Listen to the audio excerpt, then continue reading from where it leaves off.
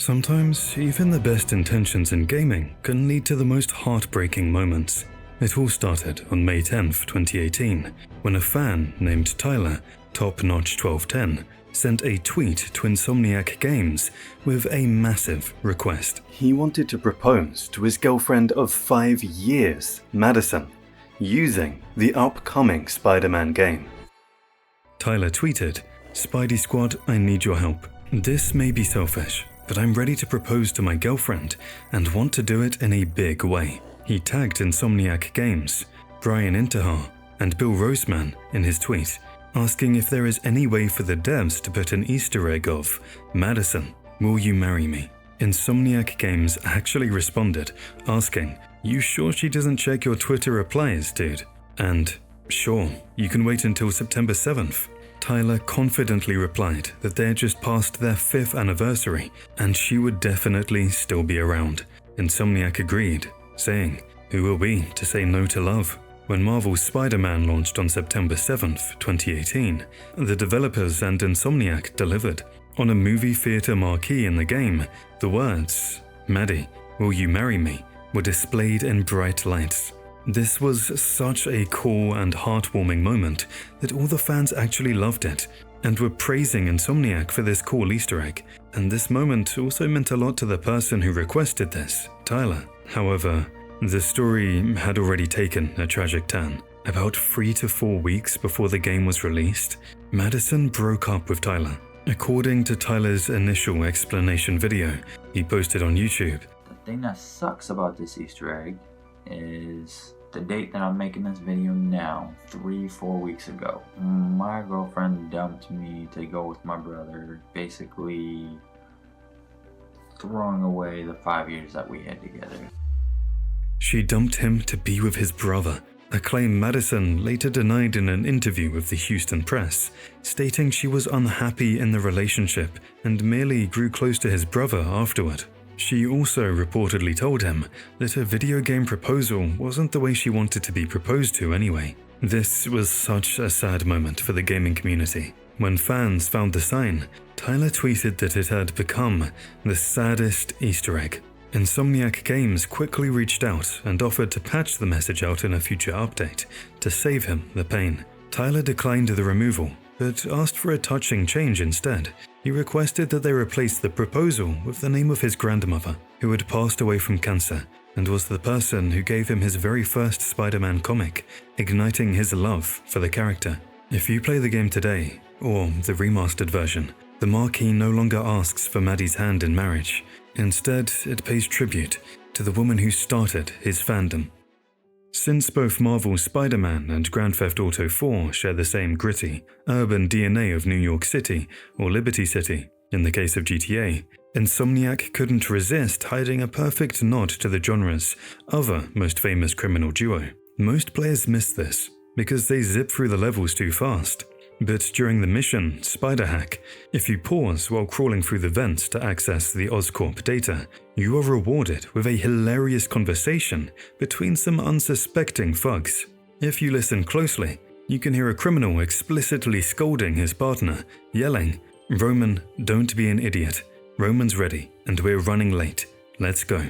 This isn't just a random name drop, it's a direct callback to Roman Bellic from GTA 4.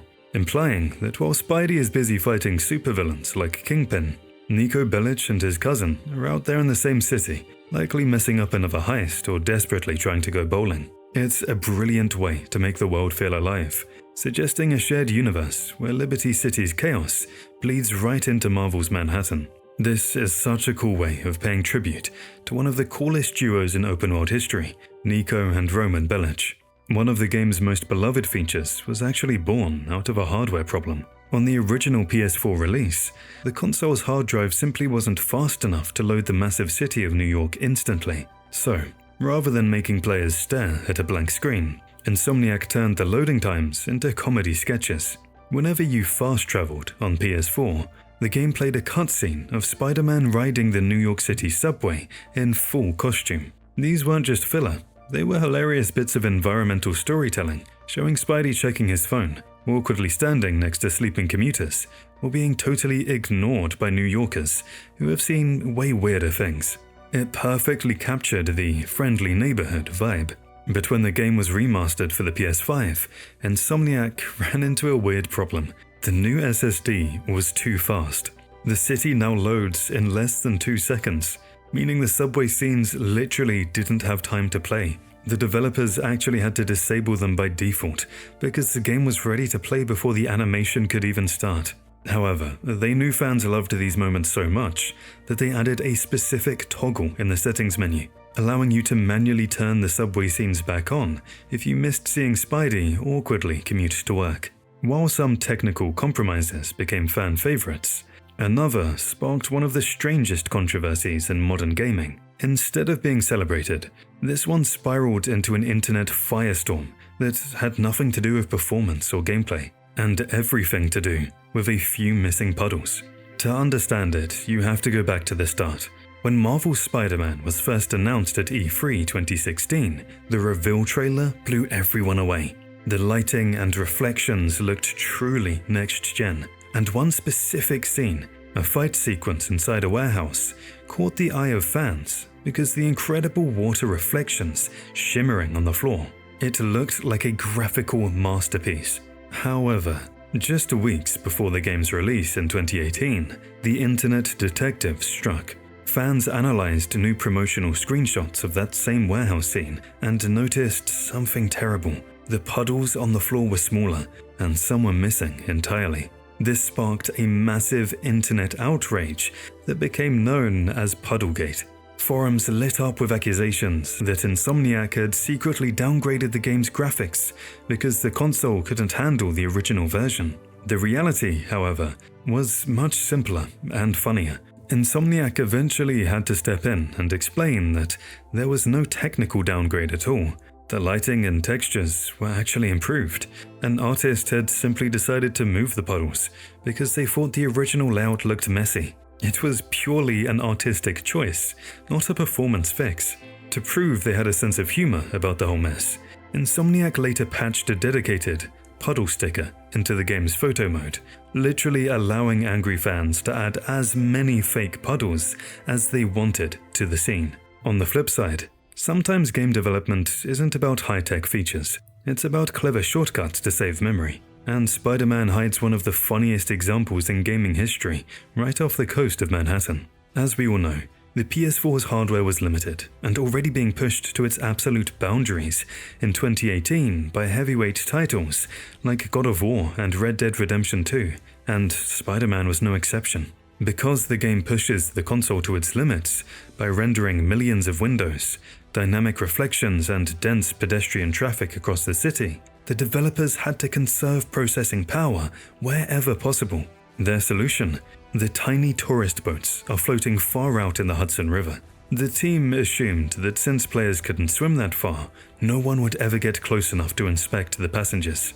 As a result, they used what are known as low LOD models, extremely low polygon character meshes that look acceptable from a distance, but they look really horrible if you look closely. Of course, they underestimated the curiosity of gamers. Players eventually used photo mode tricks to break the camera boundaries and zoom in on the boats, revealing what the community immediately dubbed the boat people. These weren't humans. They were angular, nightmare fuel monsters with sharp edges, melted faces, and blocky hands that looked like they belonged in a horror game on the original PlayStation 1. The images went instantly viral, becoming a massive meme about the hidden horrors of New York. But here's the best part. Instead of being embarrassed or patching them out, Insomniac embraced the joke. When they released the high-fidelity PS5 remaster, they didn't upgrade the models to look realistic. Instead, they kept the blocky monsters exactly as they were, but added a tiny, high-definition sticky note to one of their chests that simply reads, "Did you miss us?" immortalizing the mistake as a permanent Easter egg. Have you ever wondered why a game released in 2018 has really amazing-looking windows? If you actually stop swinging for a second and crawl along a skyscraper, especially at night, the level of detail is kind of mind-blowing. You can actually see the interiors of office buildings through the windows.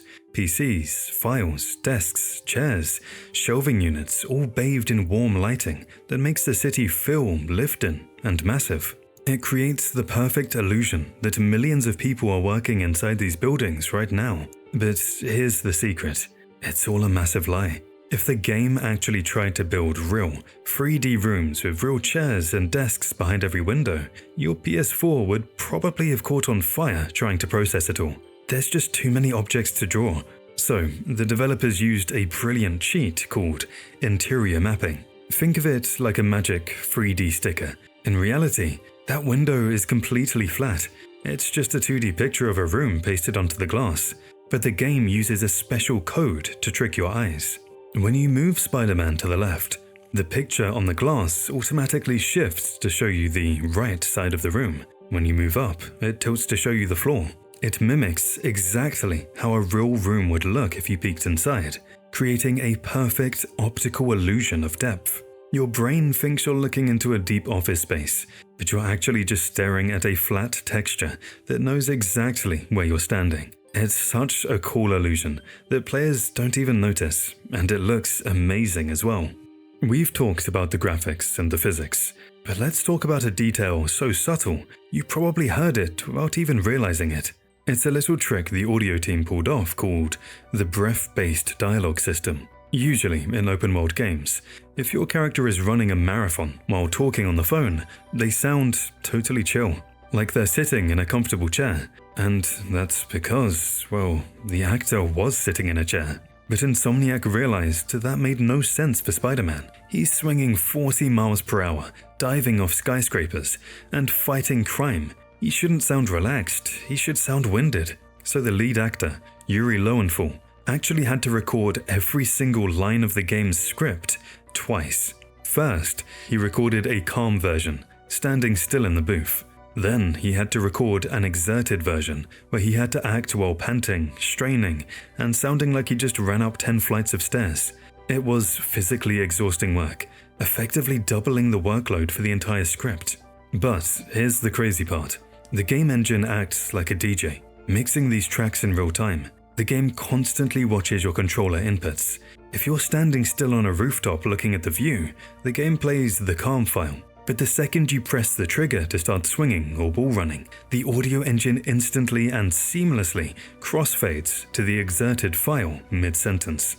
It's an insane amount of extra effort that grounds the superhero fantasy, making you feel the physical toll of being Spider-Man. When the advanced suit debuted as the primary costume for 2018's Marvel Spider-Man, it looked strikingly different from the established versions that fans had seen for decades. Unlike the suits worn by the most famous Spider-Man, like the Tobey Maguire suit in 2002, which featured a vibrant, comic-accurate red and blue with raised silver webbing and a small black spider logo, or even the original comic classic suit, defined by its simple cloth material and iconic black spider, the advanced suit introduced a dramatic overhaul. It used a lighter, more athletic shade of red and a heavier dose of blue. But the biggest visual change was the giant, segmented white spider emblem. This suit change wasn't just a visual choice, but it had a deeper role. It was actually integral to the story. In the game's lore, this white material we see on Spidey's suit isn't just paint, but a specialized carbon fiber weave suggested by Dr. Octavius, who added protective armor to the new suit after the old one was destroyed, making it a functional piece of armor and a visual representation of Peter's dual life as a hero and a scientist. This unique creation moment further ties the suit directly to the main narrative, as it is designed and fabricated in Octavius Industries during a period when Peter is desperately trying to balance his time between being Spider-Man and being Otto's assistant. The suit represents the peak of their trusting partnership and is, therefore, a constant visual reminder of their bond right up until the point of Otto's heartbreaking descent into villainy, giving the suit an unintended, tragic layer of narrative significance. Voice acting in Spider-Man 2018 feels so natural and emotionally grounded to the point where it often feels less like a video game and more like a high-budget animated film, with performances that sell every joke, every quiet moment, and every emotional hit. Insomniac had a really difficult task on their hands when casting Spider-Man, because they weren't just looking for a voice. They needed someone who could play the role as a Peter Parker who is more mature. When we talk about the absolute goats of voice acting, it's really a toss-up between Troy Baker and the legendary Yuri Lowenthal. This man didn't just voice a character, he defined an entire generation. We grew up watching him transform as Ben 10, rewind time as the Prince of Persia, and command armies as Marth in Fire Emblem. He's the goofy Yosuke Hanamura in Persona 4, the mysterious Dainsleif in Genshin Impact, and he even wielded the power of Grayskull as He-Man in the 2021 series. With a resume that huge, he was the perfect pick for Insomniac's mature Peter Parker. Another interesting coincidence to notice is that in a cutscene where Spidey asks her on a rooftop, "Now that you quit smoking, what do you tell people when you come up here?" If you are a gaming nerd like me, you'll notice he's also the one who voiced Smoke from Mortal Kombat 1 in 2023. Although it's only a coincidence, it's a cool detail, and the fact that he played so many different types of characters.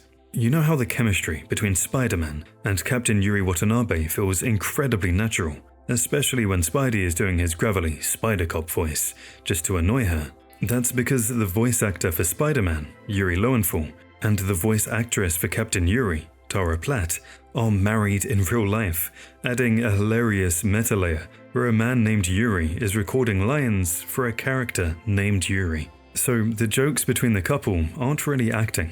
They're just two people with real chemistry bouncing off of each other naturally. We first see this spark when Spidey swings in to help her team take down Kingpin, but the ultimate proof of their bond comes later when he playfully asks, "Do you love me?" And she just straight up says, "I tolerate you."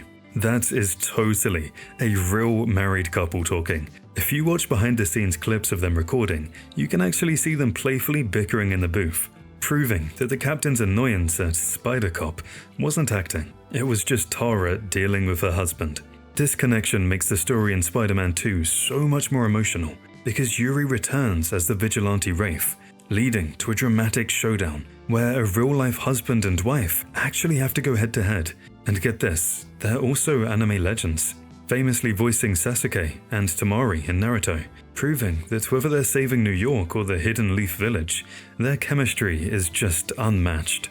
Marvel's Spider-Man is one of those games that redefined the superhero game genre, setting a new gold standard for open-world design by seamlessly blending cinematic presentation with a living, breathing recreation of New York City we've never seen before. The web-swinging story, the Spider-Man costumes, and even the characters. Insomniac Games nailed it perfectly. But if you look under the hood, the story of how this game was made is just as crazy as the game itself. It was actually Sony who first approached Insomniac about working with Marvel. After Insomniac agreed, Marvel asked them what property they would like to work on. Insomniac's employee, Brian Intihar, actually suggested that they should develop a Spider-Man game. As a result, Brian was appointed as the creative director for the project. With greater suggestions comes greater responsibilities. The most surprising thing about Spider-Man 2018 is that it was actually the first licensed game that Insomniac made in over 22 years, meaning it was the first time they stepped away from their own original creations to tackle a universe they didn't own. When they announced it at Sony's E3 press conference in June 2016, the pressure was instantly massive, yet they still managed to deliver a masterpiece on their very first attempt. To understand why this was revolutionary, you have to look at the dark ages of superhero gaming. If you grew up playing the older Spider-Man titles, you remember the cloud-swinging mechanic. In those games, developers used a cheat code for physics.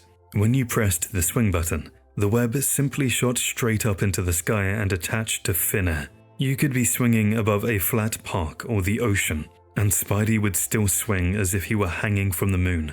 It felt weightless and, frankly, a little fake. Insomniacs have decided that if you can't see it, you can't swing from it. They wrote code that constantly shoots invisible lasers to scan the city while you play. Every time you press or hold the R2 trigger, the game instantly calculates geometry to find a real, physical attachment point, like a building corner, a crane, or a lamppost. If there's nothing there, you don't swing, you fall. A perfect example of this is that you cannot web swing over open water in the game. This simple change turned Spider-Man from a floating character into a weighted object on a pendulum. That's why the movement feels so good. When you dive from a skyscraper and catch a web at the last second, it feels so realistic. And the game isn't just playing an animation. It calculates the physics, so you actually feel that heavy snap of momentum when you swing. But achieving that level of polish required more than just clever code. It required an army. To pull this off, Insomniac assembled the largest production team in the studio's history at the time, scaling up their workforce specifically to handle the density of this open world. The game spent approximately 4 years in active development, polishing every animation, texture, and line before finally going gold and hitting manufacturing in July 2018, proving that the long wait was necessary to get the feeling just right. But the developers didn't just want realistic physics, they wanted to create a whole new Spider-Man universe. But the main question was which version of Spider-Man to choose from, which cinematic universe to follow. Instead, they were given a blank check to start their own universe, Earth 1048, which was not tied to any already created universe, which also gave free hand to Insomniac to test out a few things without the fear of breaking established canon or confusing fans with conflicting movie timelines. To understand just how important that freedom was, you have to look at the crowded multiverse they decided to ignore. If they had followed the movies, they would have been stuck in one of 3 very specific lanes. First, you have the Sam Raimi trilogy on Earth 96283, defined by Tobey Maguire's classic, struggling photographer. Then you have the Amazing Spider-Man films on Earth 120703, where Andrew Garfield played a grief-stricken, slightly darker hero, haunted by the loss of Gwen Stacy. And finally, you have the massive shadow of the MCU on Earth 199999, where Tom Holland plays the Rookie Avenger, a high school kid who is often defined by his mentorship under Tony Stark and his reliance on Stark tech. But on Earth 1048, Insomniac flipped the script on all of them. They didn't give us an origin story. Fans have gotten bored with the origin story of Spider-Man and have simply gotten bored with waiting for the hero to actually become a hero. And this time, they didn't give us a high school student. This Peter Parker is a 23-year-old veteran who has already been wearing the mask for 8 years. He is in his prime. He isn't snapping blurry photos for the Daily Bugle anymore. He's a fully qualified scientist, working in a lab alongside Dr. Otto Octavius.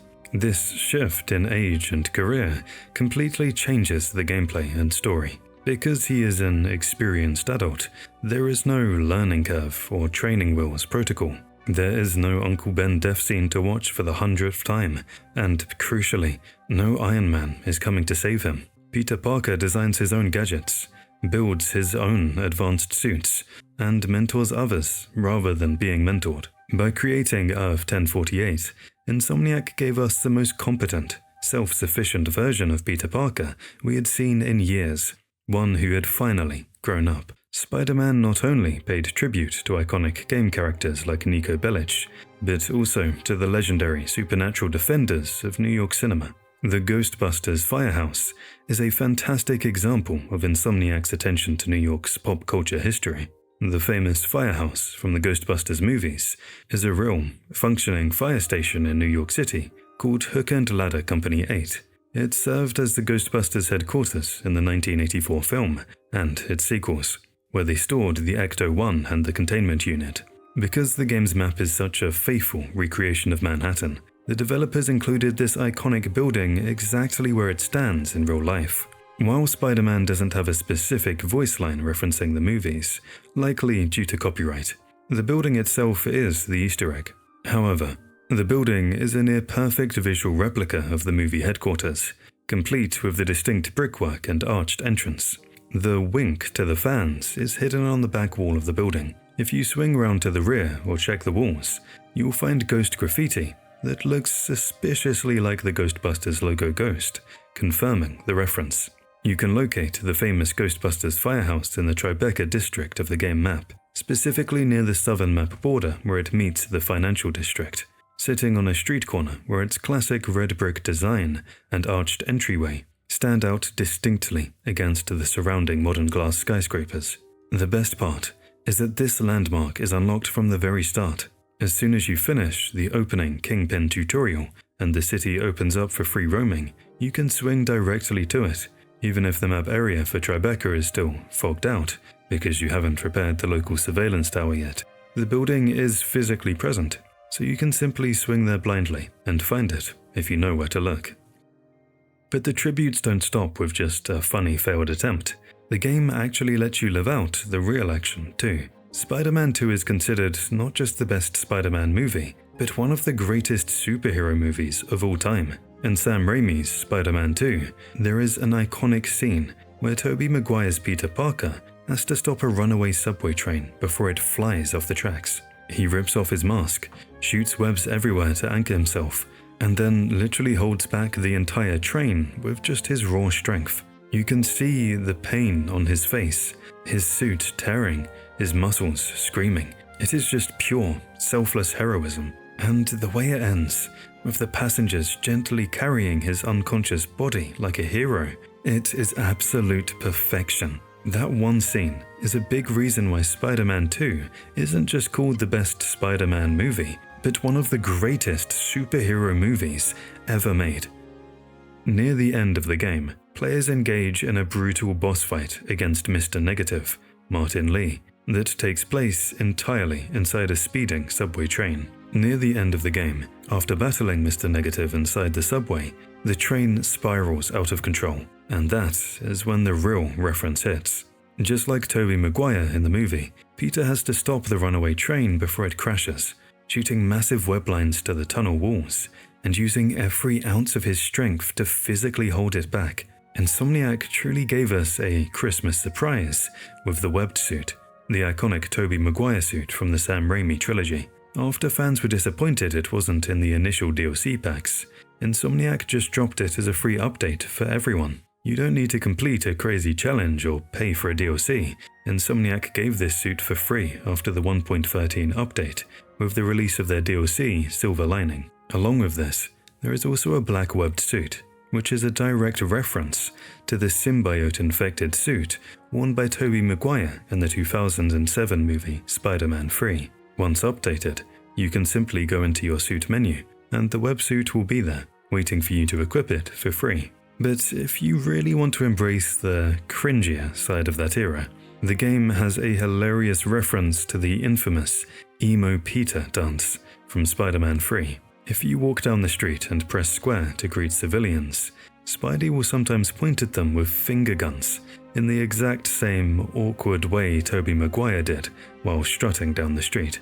It is the perfect way to make things uncomfortable for everyone involved. Speaking of nostalgia, we can't forget the tribute to the internet's absolute favorite meme.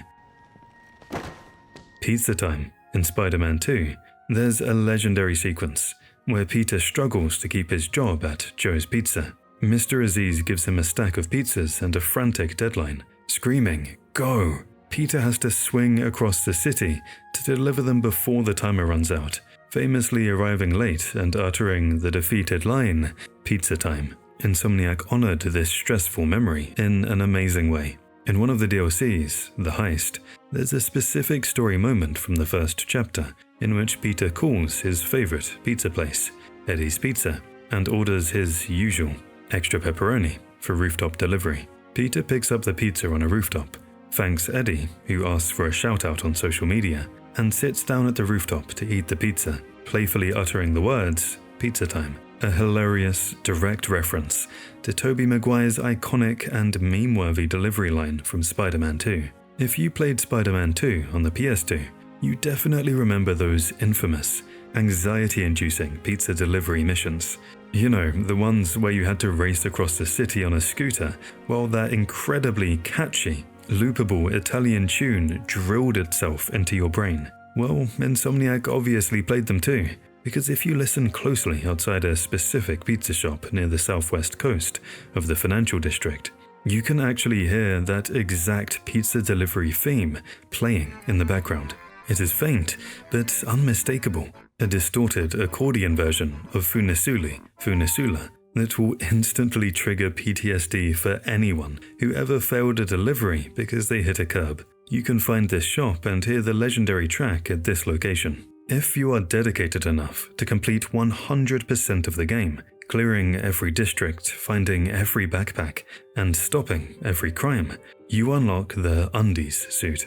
It is literally just Peter Parker in his Spider-Man mask and a pair of boxers. The visual alone is hilarious, but the suit actually triggers a unique reaction from the game mechanics themselves. If you walk on the street wearing this, the social feed in the menu updates with confused New Yorkers posting about seeing a naked Spider-Man, and some NPCs will even ask, "Did you lose a bet?" The public's reaction is incredibly detailed. Citizens will stop in their tracks to stare in disbelief, or pull out their phones to snap photos of the web-slinger's questionable fashion choice. His suit's inclusion leads to one of the most comedic cutscenes in the game during a dinner date mission with Mary Jane Watson. As MJ notices a crime alert involving an Oscorp CFO, Peter prepares to leap into action, prompting MJ to ask if he just left his clothes on the kitchen floor. Peter, appearing in his mask and underwear, asks where he should leave them, to which MJ dryly responds that the couch is fine, before Peter leaps out the window. Even the smallest visual details are carefully crafted to maintain the joke. The boxers themselves feature a Spider-Man head pattern, proving that even when he is almost undressed, Peter is always on brand. This suit serves as both a badge of honor for completionists and a testament to the game's lighthearted, friendly neighborhood spirit. But the Undies suit is just the tip of the iceberg when it comes to fan service. The game is packed with references that pay homage to Spider-Man's 60-year history across comics and film. And honestly, the attention to detail is insane. For the hardcore comic fans, you've got the bombastic Bagman, which was added as a gift in a later update.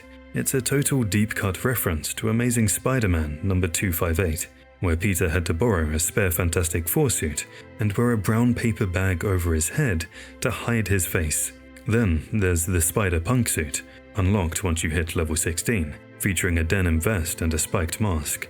Its rock-out power blasts enemies back with a wave of righteous sound, which is just peak Spider-Man energy. If you're into that dark, gritty aesthetic, the Noir suit is available early at level 3. It's inspired by the 1930s era and comes with the sound of silence power, so enemies can't call for backup. And of course, we can't forget the MCU love.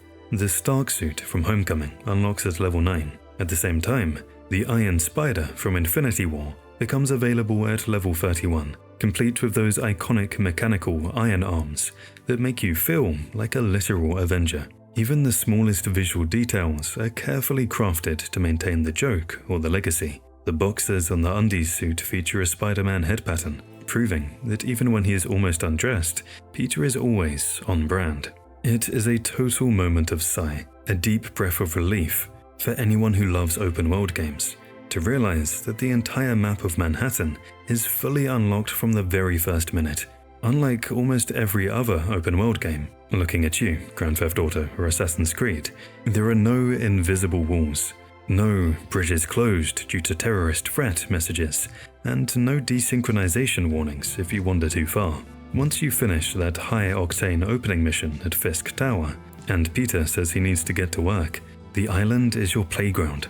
You can swing from the south all the way to the top of Harlem in the north, without seeing a single loading screen. This level of trust from the developers lets you set your own pace.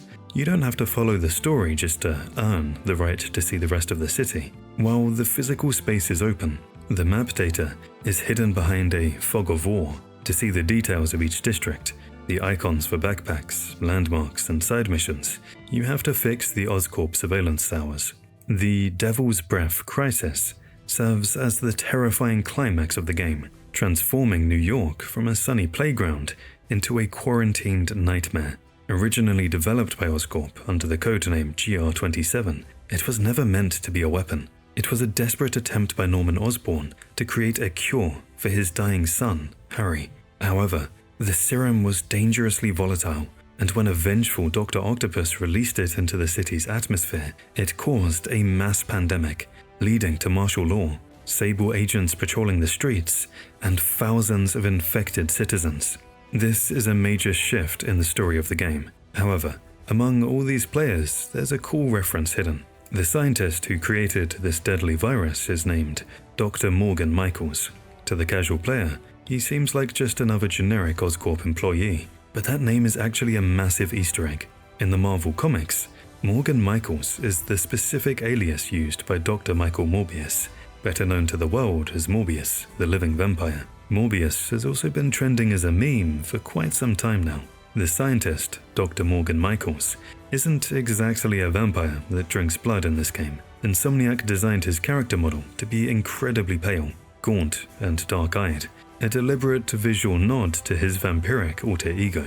It's a brilliant detail that suggests that while Spider-Man was fighting a virus, a legendary supernatural anti-hero was hiding in plain sight the entire time. The black suit from Spider-Man 3 is one of the most legendary superhero costumes of all time. It wasn't just a cool new look, it was a character in itself. A sleek alien skin that gave Peter Parker incredible power but slowly poisoned his mind, turning the friendly neighborhood hero into an aggressive, arrogant jerk and giving the internet the gift of Bully Maguire. Because it is so iconic, fans begged Insomniac to include it in the 2018 game, but the developers deliberately left it out. They weren't ignoring us. They were secretly building the game's biggest Easter egg right under our noses. If you look closely during the mission where MJ sneaks into Norman Osborn's secret penthouse lab, you uncover the dark truth. You find Harry Osborn floating in a green stasis tank, but he isn't alone. Clinging to him is a living, black webbing that reacts violently when Norman touches the glass. This was the massive reveal. In this universe, the symbiote wasn't a random alien from space, but a biological cure Oscorp created to keep Harry alive. Insomniac held the suit back so that this specific Easter egg would set the stage for the future. This secret finally pays off in Marvel's Spider-Man 2, where the symbiote leaves Harry to bond with Peter, saving his life and finally giving us the gameplay we waited 5 years for. You get access to terrifying powers, shooting massive black tendrils, picking up enemies in midair, and entering an unstoppable surge mode. But just like the movies warned us, it comes at a terrible cost. As you play, Peter stops making jokes, his voice turns cold, and his fighting becomes so brutal that he terrifies his own friends, proving that the Easter egg in Norman's lab was a warning all along. The Sinister Six serve as the terrifying climax of Marvel's Spider-Man, a nightmare team-up of Electro, Vulture, Rhino, Scorpion, and Mr. Negative, all led by Dr. Octopus. Their massive breakout from the Raft prison is one of the biggest plot twists in the game, forcing Peter to fight a gauntlet of 6 legendary bosses back-to-back before the final showdown. But did you know that the game actually told us exactly who was on the team and what they were planning hours before they ever broke out? The first clue was hidden in plain sight during the Halloween party mission at Empire State University. As you walk through the crowd, you see party guests dressed up as Vulture, Electro, Rhino, and Scorpion. At the time, it just seemed like fun world building to show which villains Spidey had fought in the past, but it was actually a foreshadowing checklist of exactly who was about to return to destroy the city. However, the most chilling spoiler was hidden right under Peter's nose in Dr. Octavius's laboratory. Most players only visit the lab to solve the circuit puzzles or listen to Otto talk, but if you pay attention to the whiteboards in the background, they tell a tragic story of corruption. In the early chapters, the boards are filled with optimistic notes about prosthetics and helping humanity. But as Otto's mind starts to deteriorate from his neurological disease, the writing changes. If you look closely at the diagrams in the later chapters, you aren't looking at medical equipment anymore. You can literally see detailed blueprints for Vulture's precision flight gear, upgrades for Electro's harness, and corrosion concepts for Rhino's armor. This proves that Otto wasn't just fixing their gear as he claimed, he was weaponizing the villains and building the Sinister Six's arsenal right in front of Peter. and we were all too busy fixing robot arms to notice. But the blueprints aren't the only thing hiding in plain sight. The handwriting itself actually tells the story of Otto being pushed into madness.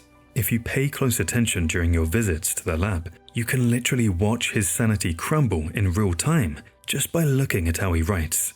At the start of the game, his notes are super neat and organized, mostly focused on helping people. But as that neural interface starts corrupting his brain, the writing physically degrades, becoming chaotic and messy. By the time you visit him for the last time, the board isn't even about science anymore. It's covered in angry scribbles and crazy rants about destroying Norman Osborn. It's such a crazy level of detailing that it hints that Dr. Otto was already gone long before he put on those mechanical arms. Everyone talks about the legendary Sinister Six reveal, but nobody notices the insane attention to detail during the raft breakout mission regarding the villain's cells. Most games would just spawn enemies from random doors and call it a day, but Insomniac actually built specific, logical containment units for every single boss. If you slow down during the chase, which is hard when you're dodging rockets, you will notice that Rhino doesn't just walk out of a door. He bursts out of a massive, heavily reinforced vault that is triple the size of a normal cell because, well, he's a giant rhino. Meanwhile, Vulture and Scorpion are released from specialized, high-tech isolation pods, specifically designed to neutralize their suits. The level of continuity is actually scary, because you can tell exactly who broke out of where just by looking at the destruction. The smash marks on Rhino's cell are completely different from the electrical scorch marks around Electro's containment unit. It proves that the developers didn't just treat this as a level. They mapped out the entire prison break like a movie scene, ensuring that every villain has a designated home before they decided to tear the place down. Miles Morales becoming the second Spider-Man is one of the most exciting parts of the game, but the spider that gave him his powers hides a massive secret written right on its back. During the stealth mission, Step Into My Parlor, where Mary Jane breaks into Norman Osborn's secret penthouse lab, she accidentally knocks over a container of genetically modified spiders. One of them hitches a ride on her jacket and eventually bites Miles, but if you use photo mode to zoom in on that specific spider, you will see the number 42 clearly painted on its abdomen. The number is a huge deal for several reasons. It honors Jackie Robinson, but more importantly, it is a crucial plot point that connects directly to the Spider-Verse films and comics, referencing Earth 42, the dimension where the radioactive spider that bit the main Miles Morales originated. This tiny detail signals the start of the entire Spider-Verse expansion and leads directly into the standalone Miles Morales game. But the craziest part is who the spider didn't bite. That spider hitched a ride on Mary Jane's shoulder for the entire journey out of the lab and all the way to the feast center. It had every chance to bite her. It was literally sitting on her neck, but it didn't. It waited until it saw Miles, and then immediately crawled off to bite him instead. This fuels the fan theory that the spider isn't just random. It actually decides who is worthy of the power, choosing Miles to be the next hero while completely ignoring MJ. If you think you've mastered Spider-Man's combat, one villain is waiting to prove you wrong: Taskmaster. You can't just find him on the map. You have to earn his attention. As you progress through the story, mysterious orange icons will appear on rooftops, offering Taskmaster challenges, like defusing bombs, chasing drones, or stealth takedowns. These challenges in themselves could be very challenging at first. You have to complete enough of these challenges to impress him, and once you do, he won't just send you a message. He will physically ambush you out of nowhere while you're swinging through the city, dragging you into a surprise boss fight right there on the street. But once that fight starts, you quickly realize that this isn't just a standard battle. Insomniac programmed Taskmaster with a unique AI system that is honestly terrifying. The gameplay secret is that he watches how you fight and adapts in real time. If you get lazy and try to spam the same move repeatedly, just like mashing the punch button or throwing web bombs over and over, Taskmaster will literally learn it mid-fight, He'll start catching your punches before they land, or dodging your gadgets perfectly, forcing you to constantly switch up your attacks to hit him. It is a brilliant gameplay mechanic, because he's effectively downloading your moves and using his photographic reflexes to counter them, exactly like he does in the comics. Spider-Man isn't just about fighting crime. The game is packed with versatile side quests that flesh out Peter Parker's history, and one of the best is the backpack collectibles. Scattered all over Manhattan are 55 old backpacks that Peter webbed up years ago to store his high school gear and personal keepsakes. Hunting them down is a nostalgia trip, unlocking items like his first web shooters, old homework, and failed prototypes. But one backpack in Hell's Kitchen holds a piece of paper that connects Spidey to another legendary vigilante. Inside, you find a crinkled business card that reads, "Nelson and Murdoch, attorneys at law." Marvel fans instantly know that this belongs to Matt Murdock, the blind lawyer who secretly fights crime as Daredevil. But the real Easter egg is in Peter's confused commentary when he examines it. He says, "A blind lawyer gave this to me." Wait, if he's blind, how did he know I was Spider-Man? This hilarious line confirms a massive detail. Daredevil didn't need eyes to see the suit.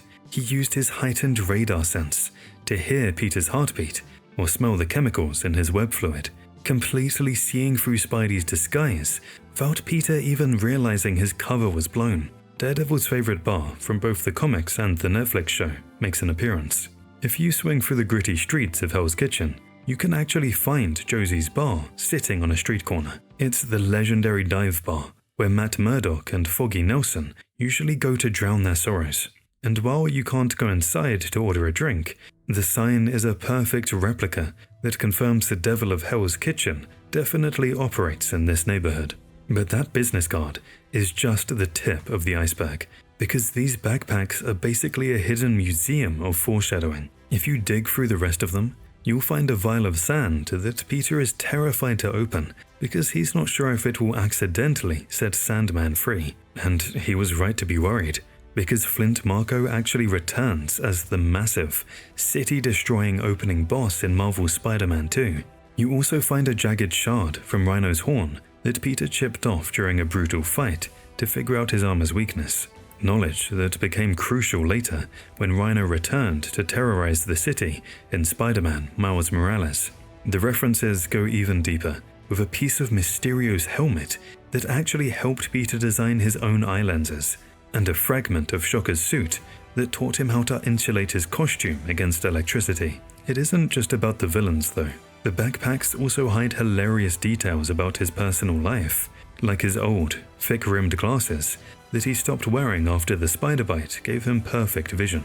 He told Aunt May he got laser eye surgery with prize money. He even kept his failed inventions, like a prototype spider signal that was way too hot to hold, and those iconic underarm webs from the early comics, which he admits looked cool but were totally useless for gliding, proving that this Spider-Man has been fighting, failing, and improvising for 8 years before we ever picked up the controller.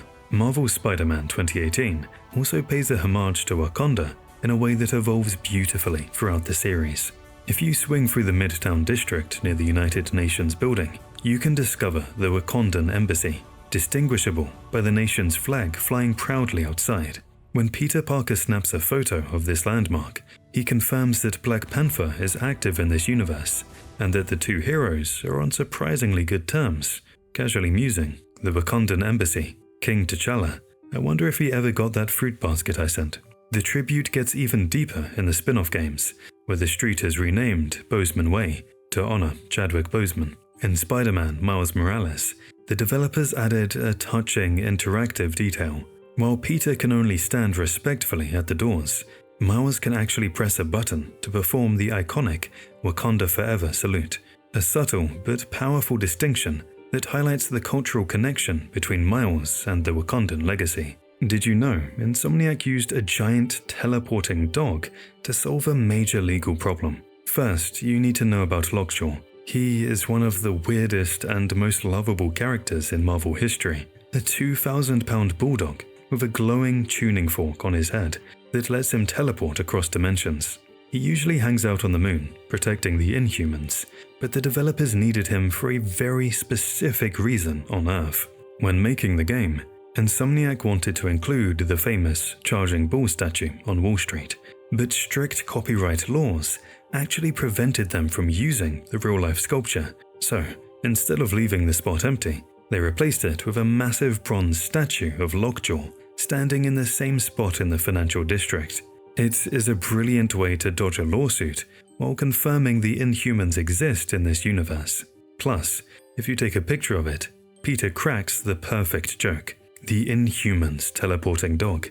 I wonder if he's housebroken. When this game first came out, everyone was wondering the same thing. Are the Avengers going to show up? I mean, how can Marvel make a massive open-world game without at least mentioning Earth's mightiest heroes? Well, even though Iron Man and Cap don't actually appear to help you save the city, the developers made sure their presence was impossible to miss. If you swing over to the Upper East Side, you'll find the Avengers Tower, which is the single tallest building in the entire map. It is hands down the coolest spot in the game because it gives you enough height to dive off and perform endless air tricks and stunts before you hit the ground. But before you take the plunge, you have to climb to the very top signal light.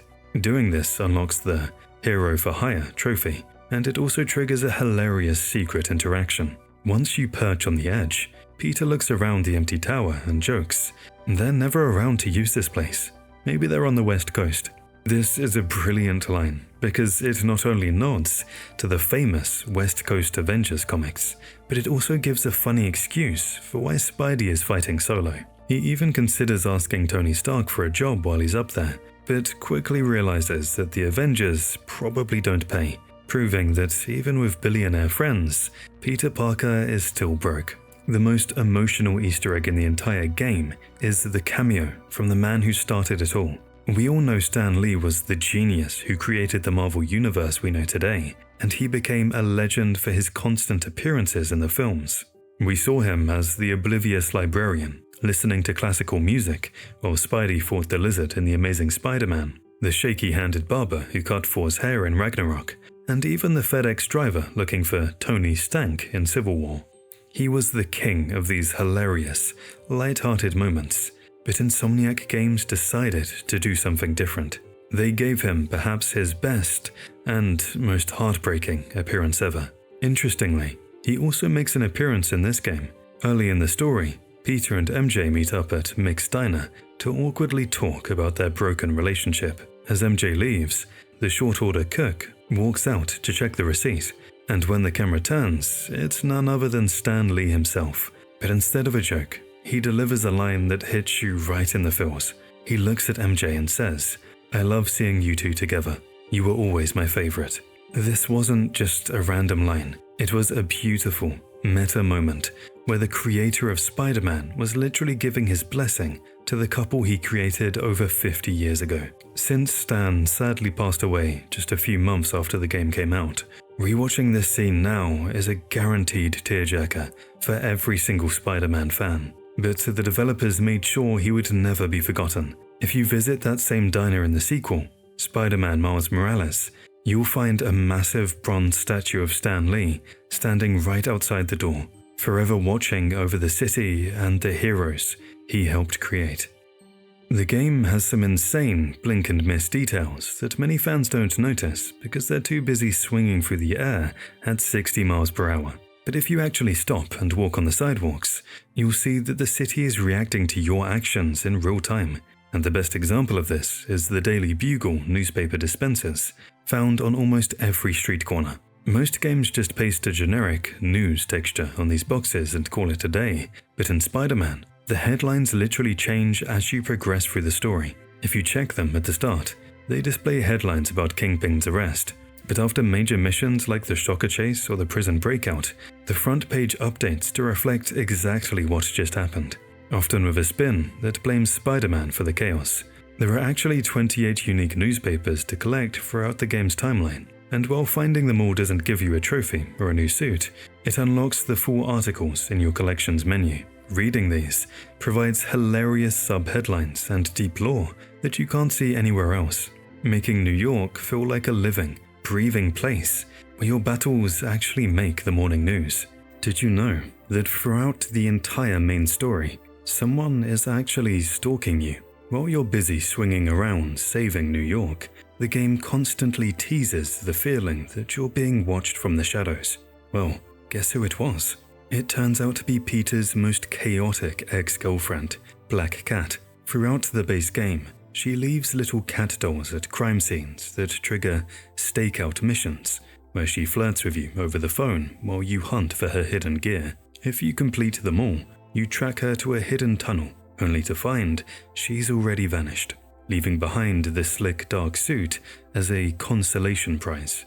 But this was just a warm-up for her proper debut in the Heist DLC, where she finally reveals herself for an adrenaline-pumping chase scene through the subway tunnels that tests your web-swinging skills to the limit. But the craziest part of her return isn't the heist itself, it's the mind games.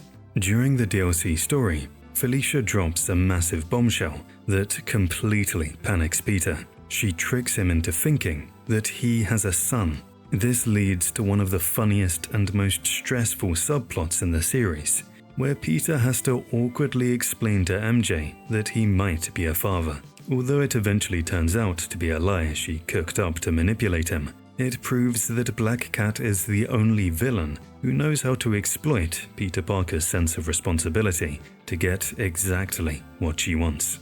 One of the best things about this game is that it doesn't force us to watch Uncle Ben die again. The story starts 8 years into Peter's career, so the origin story is long gone, but that doesn't mean Uncle Ben is forgotten. In fact, the game hides a beautiful tribute to him that is completely unmarked on the map.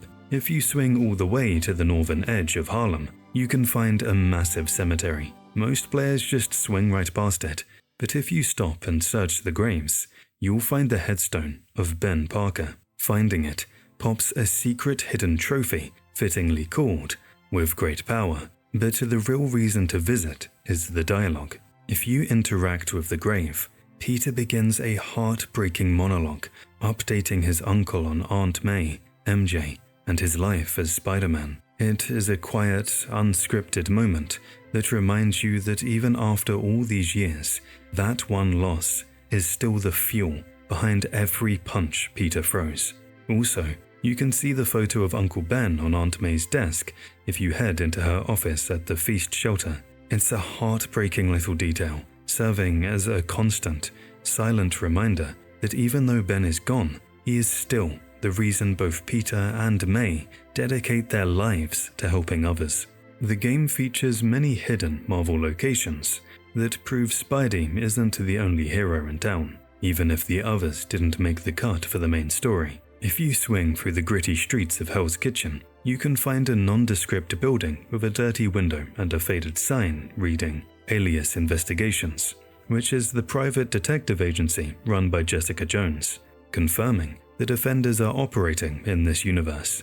Moving uptown to Midtown, you can't miss the massive, sleek skyscraper of the Rand Corporation, the billion-dollar company owned by Danny Rand, better known as the Iron Fist. But who cleans up the mess these heroes make? In the financial district, you can find the Department of Damage Control headquarters, a direct nod to the MCU and comics company that specializes in repairing cities after superhero battles. The foreshadowing even extends to the villains. You can find the looming Roxxon Plaza, the headquarters of the corrupt energy giant Roxxon, which serves as a major teaser because they become the main antagonist in the Miles Morales spin-off. But the darkest secret is hidden inside a friendly location. If you look closely at the equipment boxes stacked in Dr. Octavius's lab, they are stamped with AIM, Advanced Idea Mechanics. This subtle detail reveals that the terrorist science organization was secretly funding Otto's descent into madness long before he even put on the mechanical arms. One of the most immersive features in the game is the social feed, but sadly, almost nobody checks it because they're too busy staring at the map. This Twitter-like menu is an absolute goldmine of comedy and world building that updates in real time based on exactly what you're doing. If you stop a crime without taking a hit, citizens will tweet, thanking you for saving the day. But if you accidentally smash a car or cause a traffic jam, they will literally flame you in the comments for destroying the city. The feed also reveals a surprisingly dark side of New York. Wilson Fisk actually has a massive online fan base. While you're out there fighting the inner demons, you will see posts from citizens saying things like, "Fisk would have stopped this," or "Bring back the Kingpin." It shows that many New Yorkers actually preferred the organized crime of Fisk over the total chaos of Mr. Negative, making Peter's victory feel way more complicated. One of the most wholesome, yet easily missed details in the game is the social media presence of John Jameson, JJ's astronaut son. While his dad is busy screaming into a microphone about Spider-Man being a menace, John is actually out here tweeting under the handle JJ in Space, often from an actual space station. Instead of joining the hate train, John's posts are surprisingly sweet. He'll often tweet about how much he loves his dad's passionate talk show, and how glad he is that he can still hear his father's voice even while orbiting the Earth. It adds a whole new dimension to J. Jonah Jameson. He's not just a loud-mouthed conspiracy theorist, he's a proud father whose son is literally a war hero and explorer. But the best part is the cameos hidden in the feed. If you scroll far enough, you can find reports from Ben Urich, the legendary investigative reporter who, in the comics, is famous for uncovering the truth about the Kingpin and Daredevil. You will also see hilarious all-caps rants from J. Jonah Jameson and posts from JJ in Space, which is actually his son, John Jameson, an astronaut. You can even find tweets from Flash Thompson, Peter's former high school bully turned veteran, who claims he knows Spidey personally. In the comics, Flash eventually becomes the host for the Venom symbiote as Agent Venom. And if you visit the second floor of the Feast Center, you can find a job board confirming he's back in town running a veterans job fair. Good thing my buddy Flash Thompson's doing his best to fix that. The feed even mirrors real-life internet arguments, with conspiracy theorists debating whether Spider-Man is a man bitten by a spider or a spider that mutated into a man, proving that even in the Marvel Universe, internet trolls never change. Right at the start of the game, before you even swing a single web, the developers hid two massive MCU connections on a tiny shelf in Peter's apartment that almost everyone misses. As the camera pans across his messy room, you can see a bunch of sticky notes stuck to a shelf near his bed. Most are just boring reminders about rent, but if you freeze the frame, two of them stand out. The first one says, "Call TS back, job offer." Now, who is a billionaire genius with the initials TS that would be offering Peter a job? That is definitely Tony Stark, implying that Iron Man is actively trying to recruit Peter for the Avengers or Stark Industries. But before you rush out of that apartment, take a look at the walls, because Stark isn't the only legend referenced here. Right next to those notes, you can spot a vintage poster for a wrestling match against Crusher Hogan. This is a huge nod to Peter's origin story, referencing the very first fight he ever won before he officially became a hero. The coolest part, you can actually craft and wear that exact wrestling suit later in the game. And the nostalgia trip doesn't stop there. Later in the story, after Peter gets evicted, classic Parker luck, all his stuff gets moved to Otto's lab. If you look around his new desk, you can find a stack of old Daily Bugle front pages. These aren't just random textures. They detail the specific battles where Spidey took down villains like Electro and Vulture years ago, filling in the blanks of the last 8 years of history that we never got to play. But the second note is arguably even cooler. It reads, "RR suit fabric ballistic, call to confirm." The only person Peter would trust with questions about advanced suit fabrics and ballistic science is Reed Richards, aka Mr. Fantastic from the Fantastic Four. This is such a cool detail, because it confirms that not only do these legendary heroes exist in this universe, but Peter is actually friends with them and has them on speed dial for science advice. During the mission, back to school, Spider-Man has to sneak for a massive Halloween costume party at ESU, and while most of the costumes are pretty generic, there is one partygoer who stands out for all the wrong reasons. If you look closely at the crowd, you'll spot a guy wearing a Spider-Man mask and hood, but completely shirtless. This isn't just a random drunk college student. It's actually a hilarious shout-out to internet personality and kinda funny games host, Greg Miller. Greg is famous for his over-the-top hype for the game, and he had a running gag where he would show up to E3 and other events wearing the Spidey mask with absolutely no shirt on. Insomniac Games loved his enthusiasm so much that they immortalized him as an NPC in the actual game. It's such a legendary cameo that even his former employer, IGN, included it in their official Easter egg article, confirming that the shirtless Spidey canon event is literally just Greg Miller crashing a party. And speaking of Empire State University, one of the landmarks you can find in Manhattan is the ESU campus, which is the old alma mater of Peter Parker. But it's not just Peter who walked these halls. In a deep dive into Marvel lore, ESU is the same university attended by Dr. Doom, the Human Torch, Emma Frost, and Eddie Brock. Since Insomniac Games is the legendary developer behind both Spider-Man and the Ratchet & Clank series, he couldn't resist hiding some deep-cut references that only true fans would notice. The coolest one is actually hidden in your moveset. Once you unlock the air trick skill, if you hold triangle and circle while diving and tilt the stick in all 4 directions, Spidey will perform a special stunt called the Spidey McMarks. This is a direct tribute to the Twisty McMarks, a legendary trick you could pull off during the hoverboard races in the original 2002 Ratchet & Clank game. But the references aren't just in the stunts, they're hidden in the background too.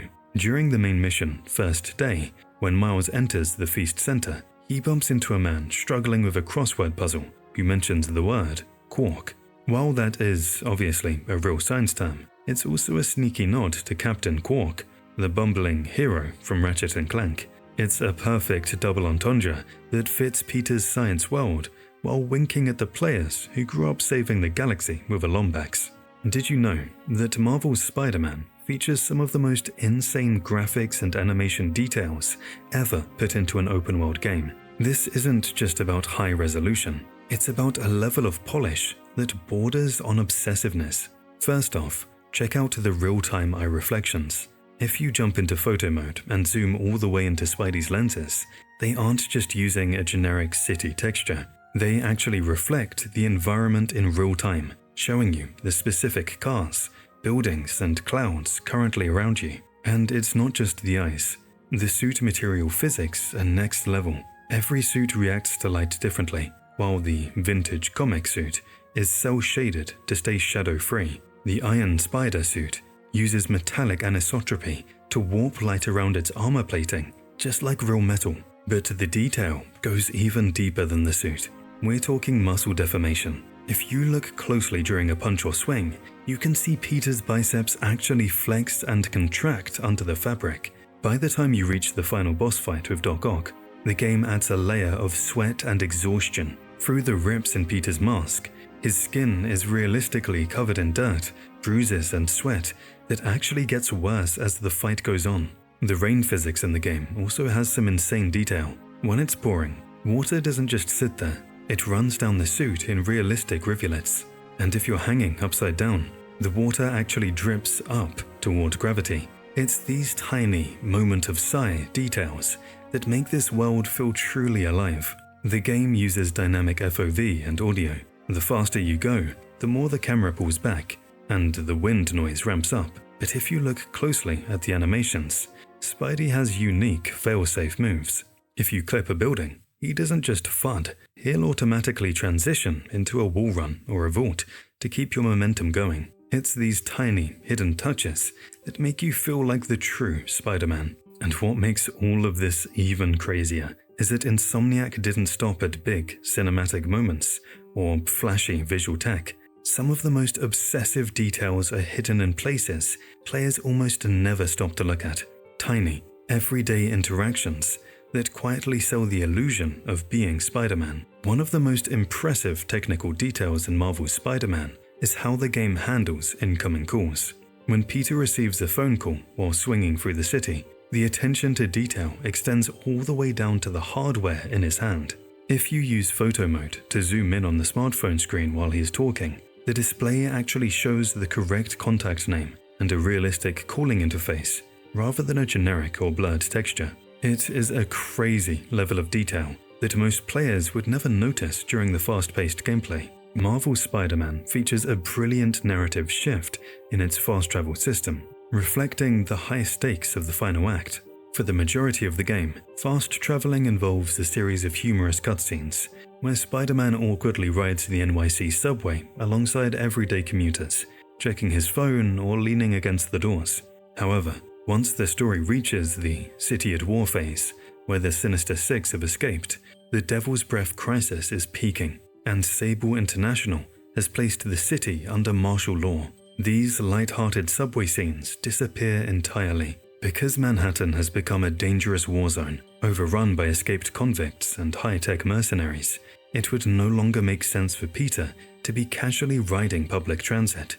The game offers some cool, unique fast travel cutscenes, specifically for this part of the game. One of the most mind-blowing technical details in the game occurs during the encounters with Martin Lee. When the villain transforms into his Mr. Negative persona, his character model shifts into a distinct, inverted color palette that looks like a photographic negative. However, if you enter photo mode during these moments and manually apply the negative filter, the colors flip back, revealing that he is actually shown as the normal, human Martin Lee. This detail makes perfect sense from a design perspective, as it confirms that the Mr. Negative look isn't just a separate skin, but a literal inversion of his base character model's colors.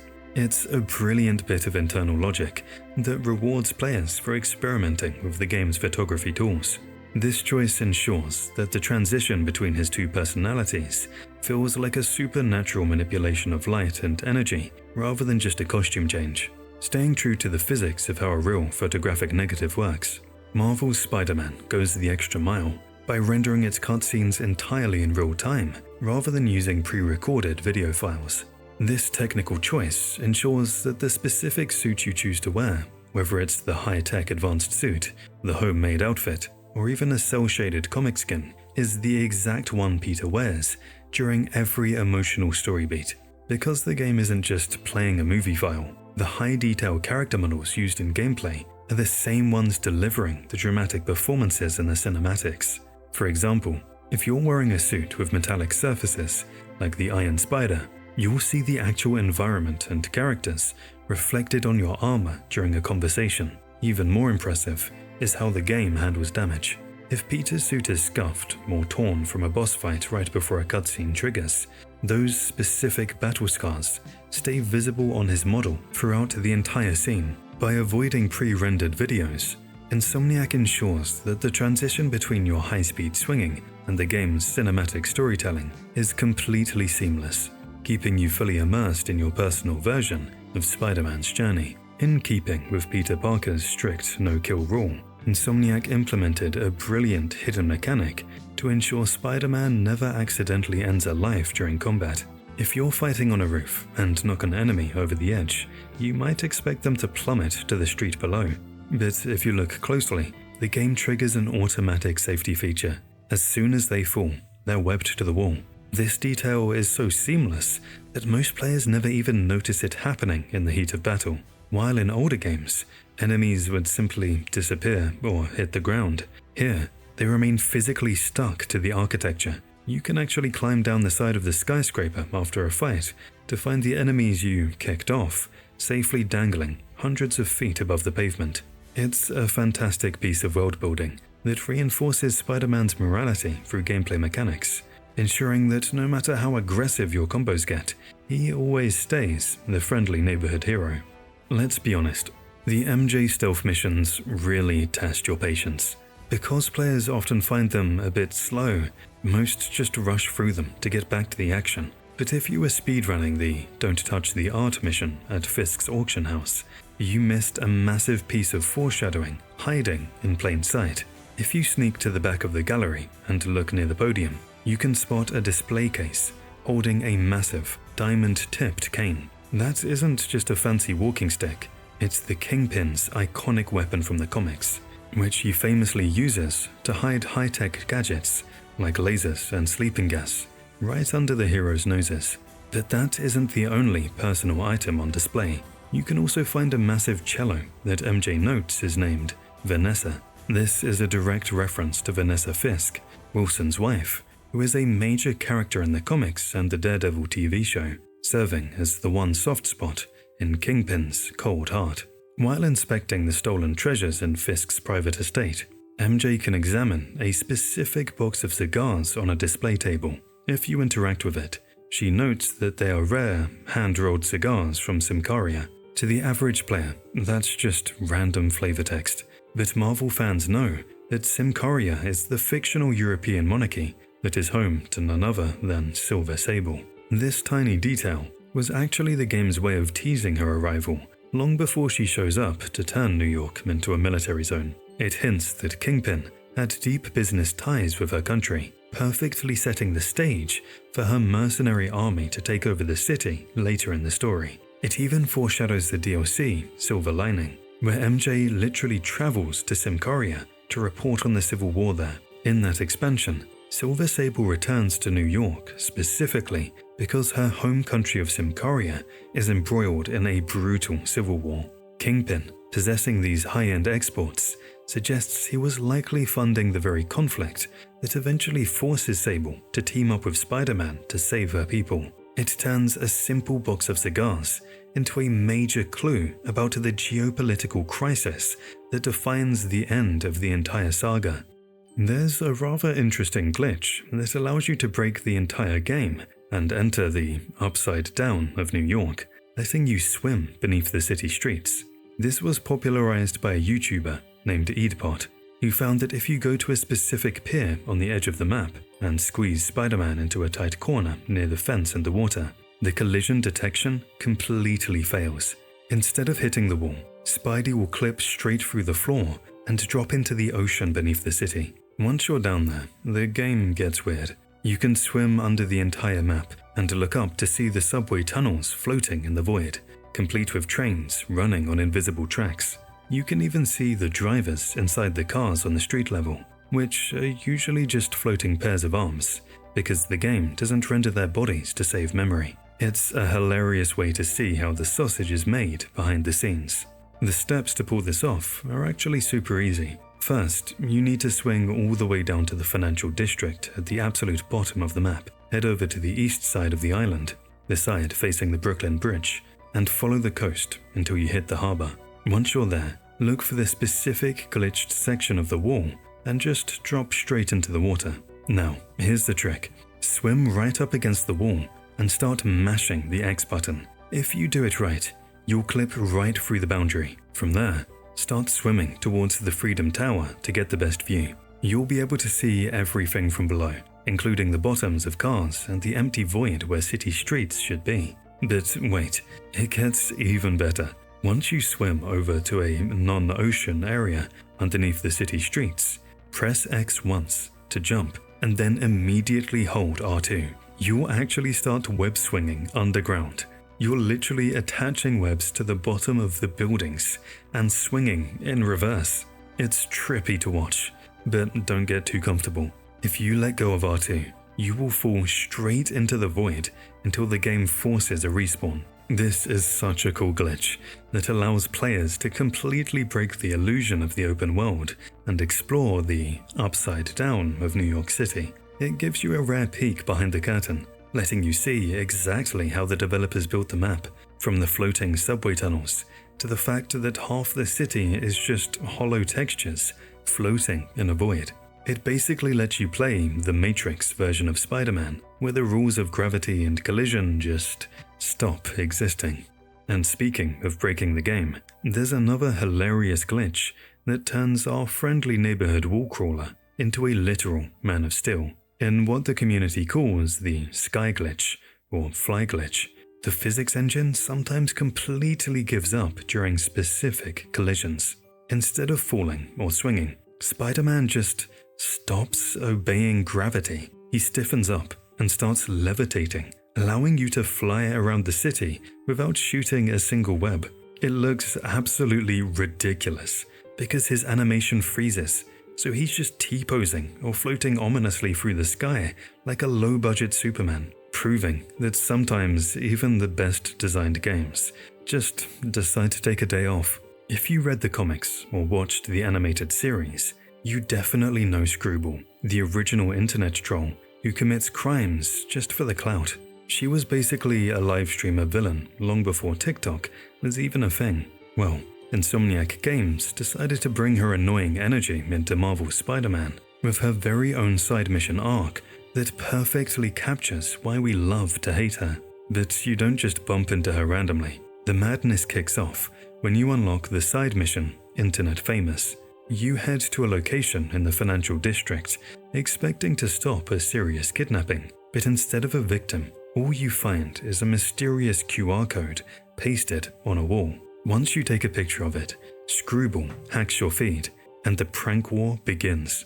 She tricks Spidey into chasing her across the city while forcing you to complete challenges for her viewers. You'll be scanning more QR codes she leaves behind, and performing specific stunts during combat to trigger her photobomb mechanic. If you time it right, you get huge points. If you missed, she roasts you in front of her live chat.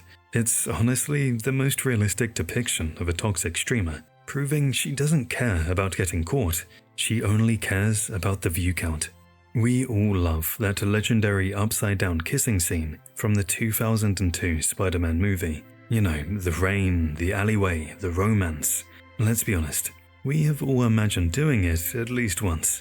Well, Insomniac clearly felt the same way, because they hid a hilarious, twisted reference to it right in the opening boss fight. After you finally defeat Kingpin and leave him helplessly hanging upside down in a web cocoon, Spidey leans in uncomfortably close to his face. Instead of a serious threat, he cheekily asks, "Shall we kiss now?"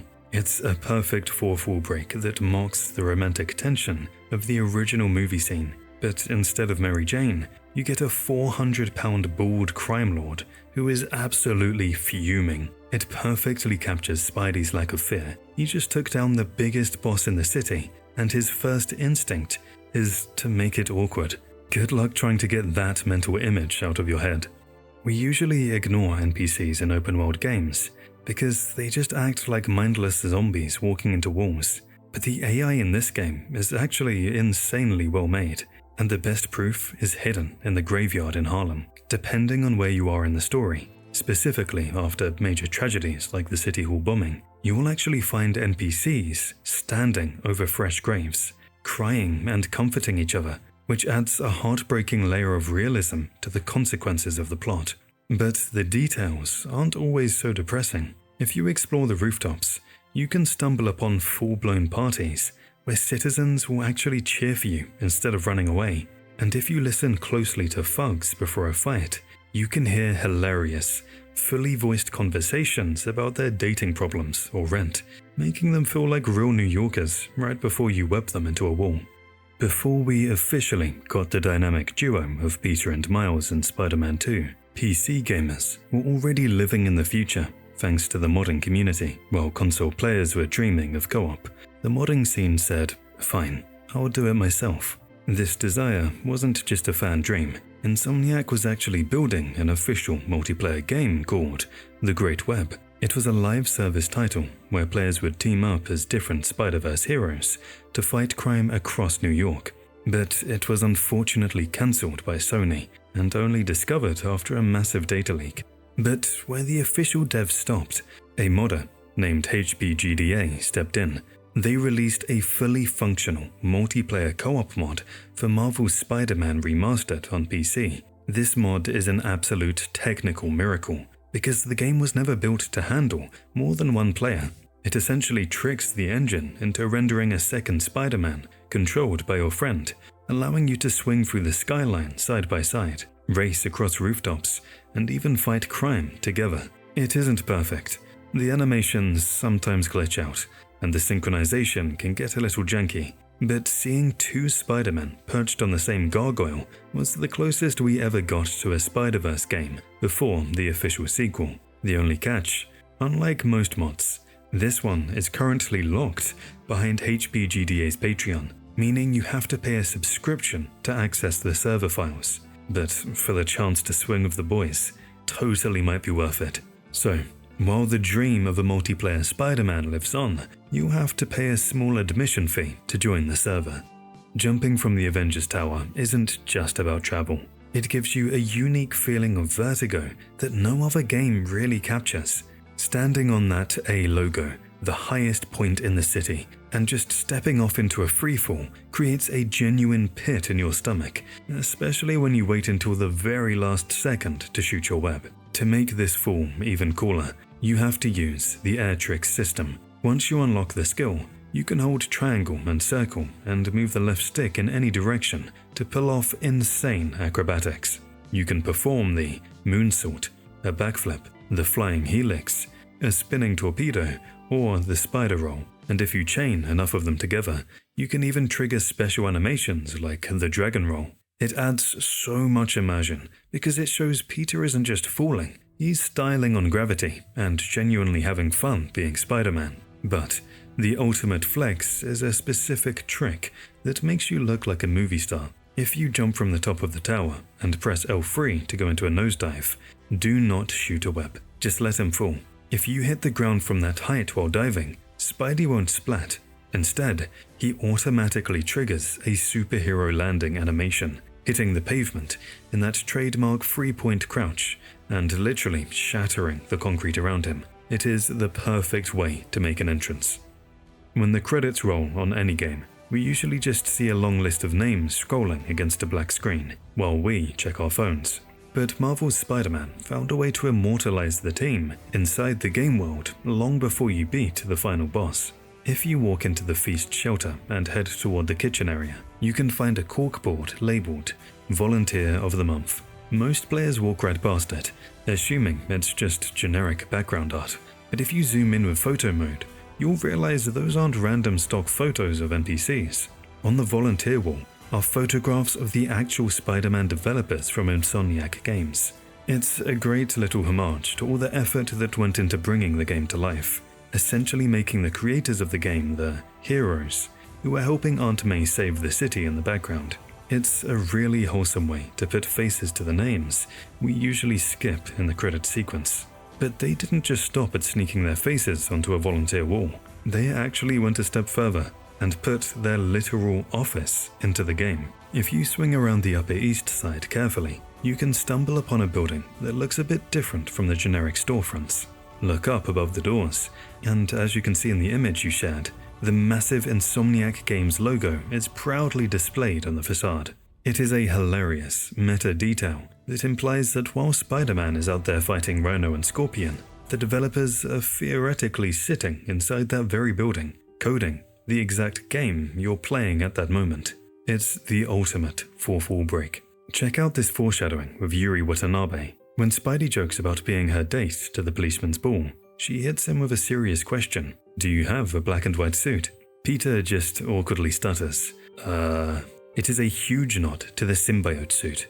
It implies Peter either has a dark history with the alien costume, or the developers were just teasing us about the Venom arc long before it happened.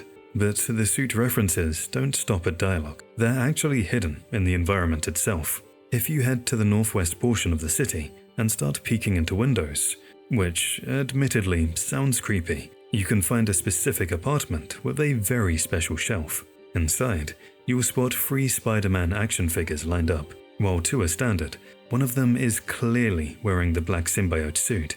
It was a massive tease for the sequel long before Venom was officially confirmed, showing that Insomniac always had the dark path planned for Peter. It is such a wild coincidence that this Easter egg exists because years later, we finally got 3 Spider-Men together on the big screen in No Way Home. Seeing Toby, Andrew, and Tom share the screen was the ultimate fan dream come true. And looking back at this little shelf in the game, it almost feels like the developers were accidentally predicting the multiverse madness that was about to take over the world. Not all Easter eggs were meant to be noticed right away. Some were carefully placed to foreshadow what was coming next. Even though Norman Osborn is strictly playing the role of Mayor in this game, if you pay attention during the Mary Jane stealth mission, you can actually find the exact moment the Green Goblin is born right in his penthouse. Insomniac hid the evidence in plain sight, proving that while Norman is smiling for the cameras, he's secretly building a supervillain arsenal in the background.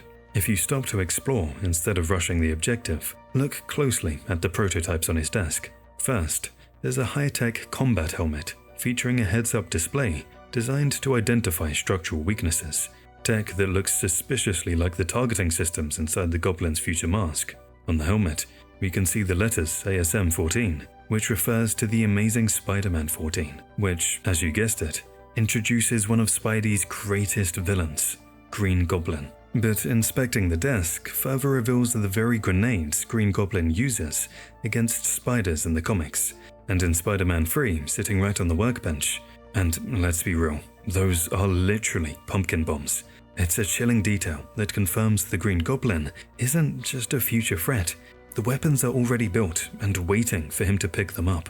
One of the most emotional and mysterious side stories in the game involves the truth behind Harry Osborn's absence. While the game initially tells you Harry is on a trip to Europe, you can uncover the actual truth by visiting the various research stations scattered across the city. Each station contains a personal audio log left by Harry, and if you listen to them in sequence, you realize he isn't on vacation at all.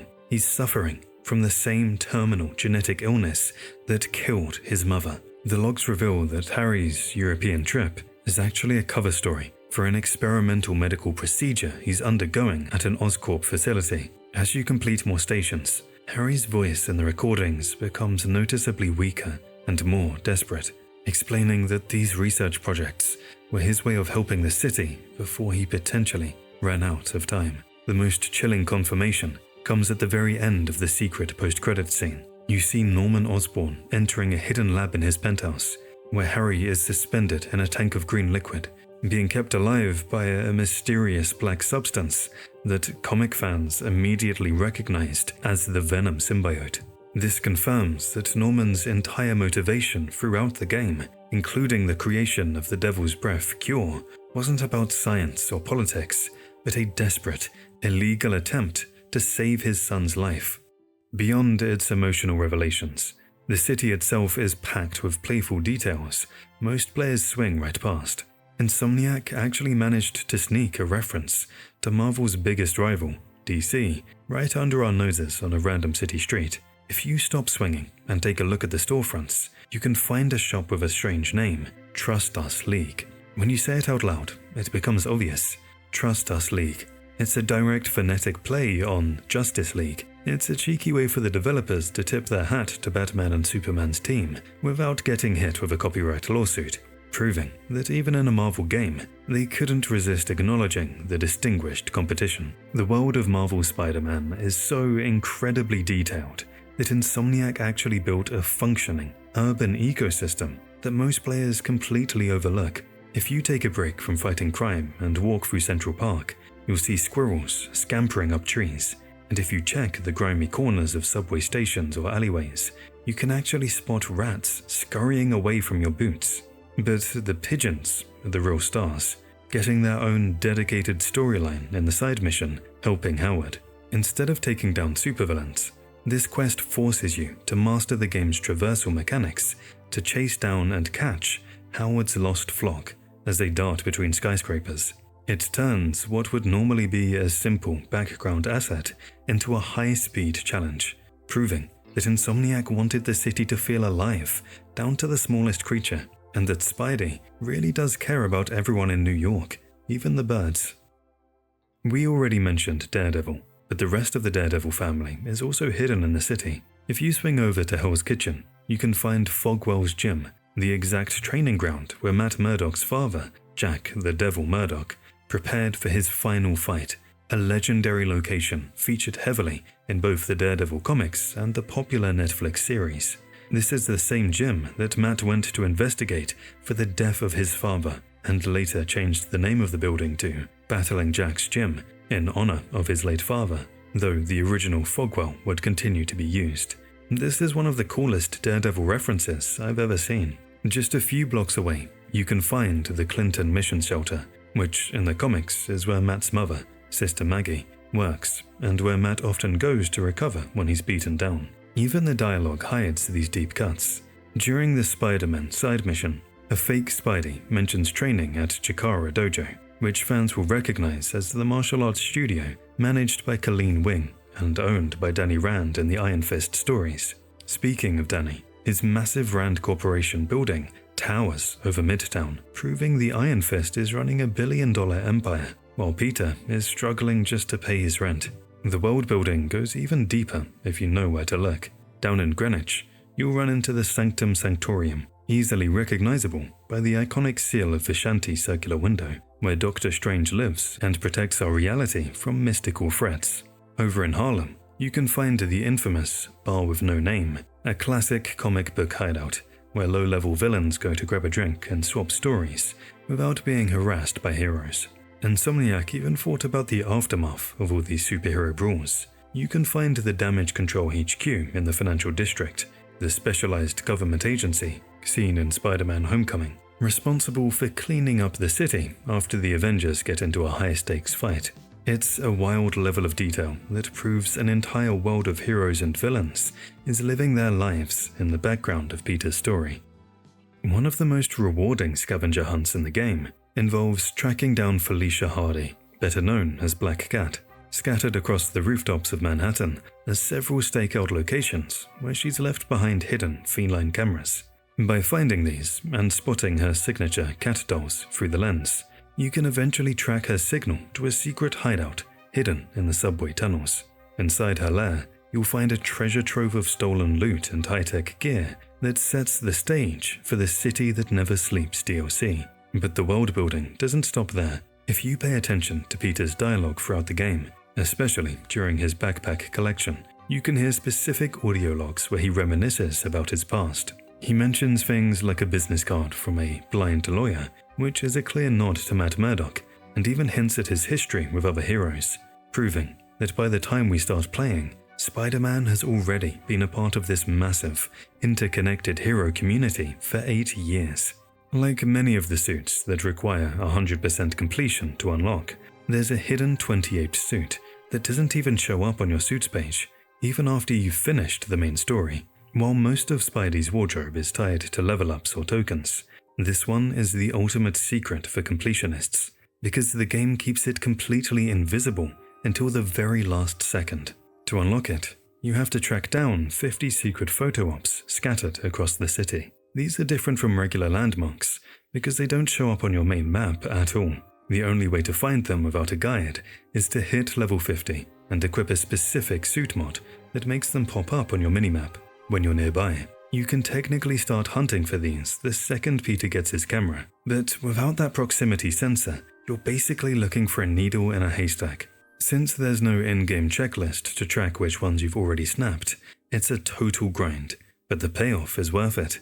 Once you hit all 50, you're rewarded with the ESU suit, featuring Peter rocking his classic Empire State University shirt and jeans while keeping the mask on. It's a great nod to his college life, and definitely one of the biggest flexes in the game. While you're swinging through the main story, you might notice that you are actually locked into whatever time of day or weather the plot demands. Whether it's a high-stakes night mission or a rainy showdown, Insomniac keeps the atmosphere strictly tied to the narrative to make sure those big story beats hit as hard as possible. You'll occasionally see the time jump around if you start a specific side mission or research station that requires a certain vibe, but you won't be able to manually control the sun and stars until you've officially beaten the game. Once you've rolled the credits and reached the endgame, the city finally becomes your playground. To change the time, just head over to any of the research stations you've unlocked throughout Manhattan. Inside, you'll find a new display panel on the right side that lets you instantly toggle between day, sunset, and night. It's the perfect tool for those of you who love using photo mode, allowing you to get the perfect lighting for your favorite suits without having to wait for the story to catch up. One of the absolute best dialogue Easter eggs happens during a cutscene in the Vulture boss fight, and it's a detail that hits so much harder if you know your cinema history. As they're squaring off, Spider-Man quips, "Yo Adrian, it's me, Spider-Man."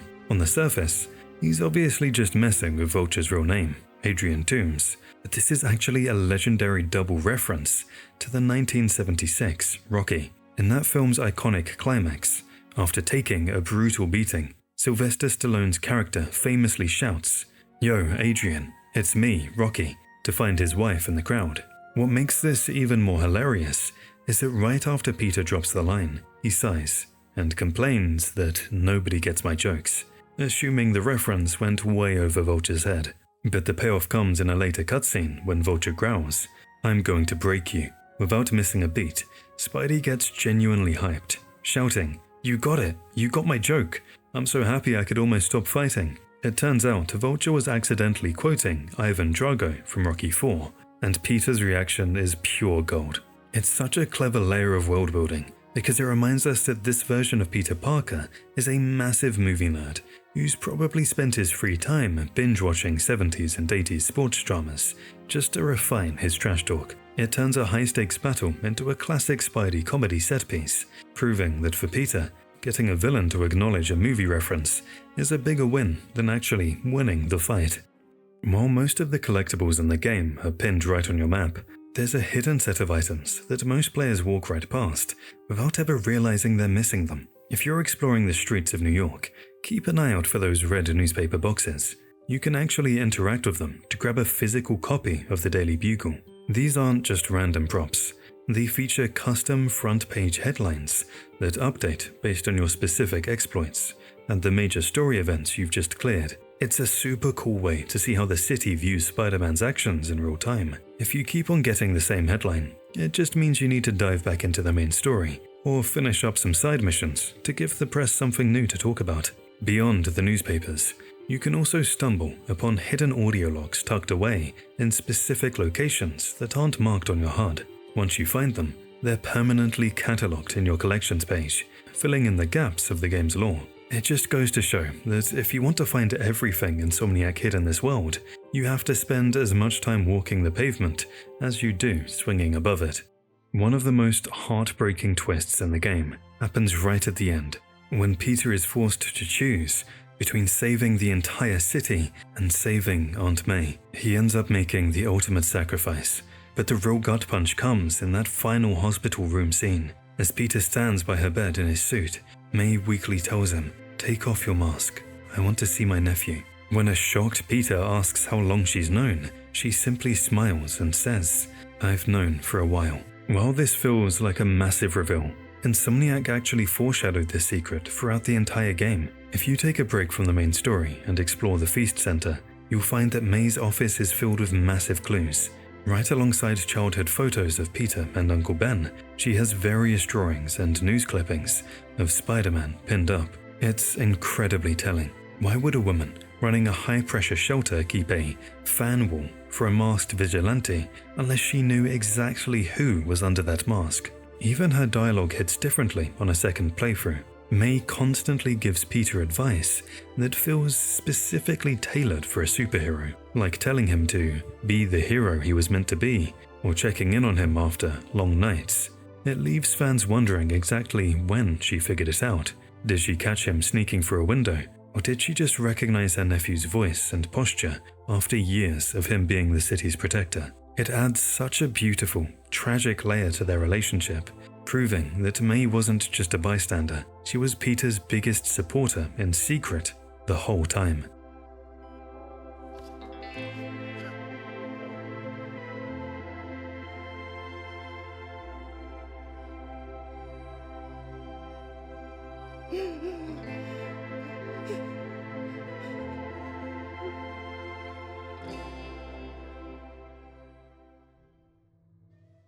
While the spotlight is usually on Peter and Miles, Insomniac actually used the background characters to pull off some incredible long-term foreshadowing for the sequels. One of the best examples is Gloria. When you first meet her early in the game, she's a homeless woman Peter saves from a group of thugs. He eventually directs her to the Feast shelter, and if you keep checking in on her, you can actually watch her life transform. By the end of the first game, she's helping Aunt May run the place. And this perfectly sets up her major role in Spider-Man Miles Morales, where she's become the full-time director of Feast North. It's a beautiful, subtle character arc that spans 2 entire games. But Gloria isn't the only one getting an early introduction. If you're paying attention during the first few hours swinging around, you'll hear mention of Howard, the local pigeon enthusiast. Before you even officially meet him for his side mission, you can hear citizens talking about the Birdman or see his pigeons scattered across the rooftops. This early world building makes these characters feel like real New Yorkers with their own lives, rather than just quest givers who spawn out of nowhere. It proves that Insomniac wasn't just making a single game, they were carefully planting seeds for the entire Spider-Verse saga from day one. Seeing Gloria go from a victim on the street to a leader in the community is one of the most rewarding details for fans who take the time to look past the main objective marker. How could it be that one of the most intelligent people in the world wouldn't realize that Peter was actually Spider-Man instead of just working for him? The truth is, he knew almost immediately. One of the most chilling examples of foreshadowing in the game involves Otto Octavius, and while the final battle reveals the truth, you can actually pinpoint the exact second he connects the dots during the mission, something old, something new.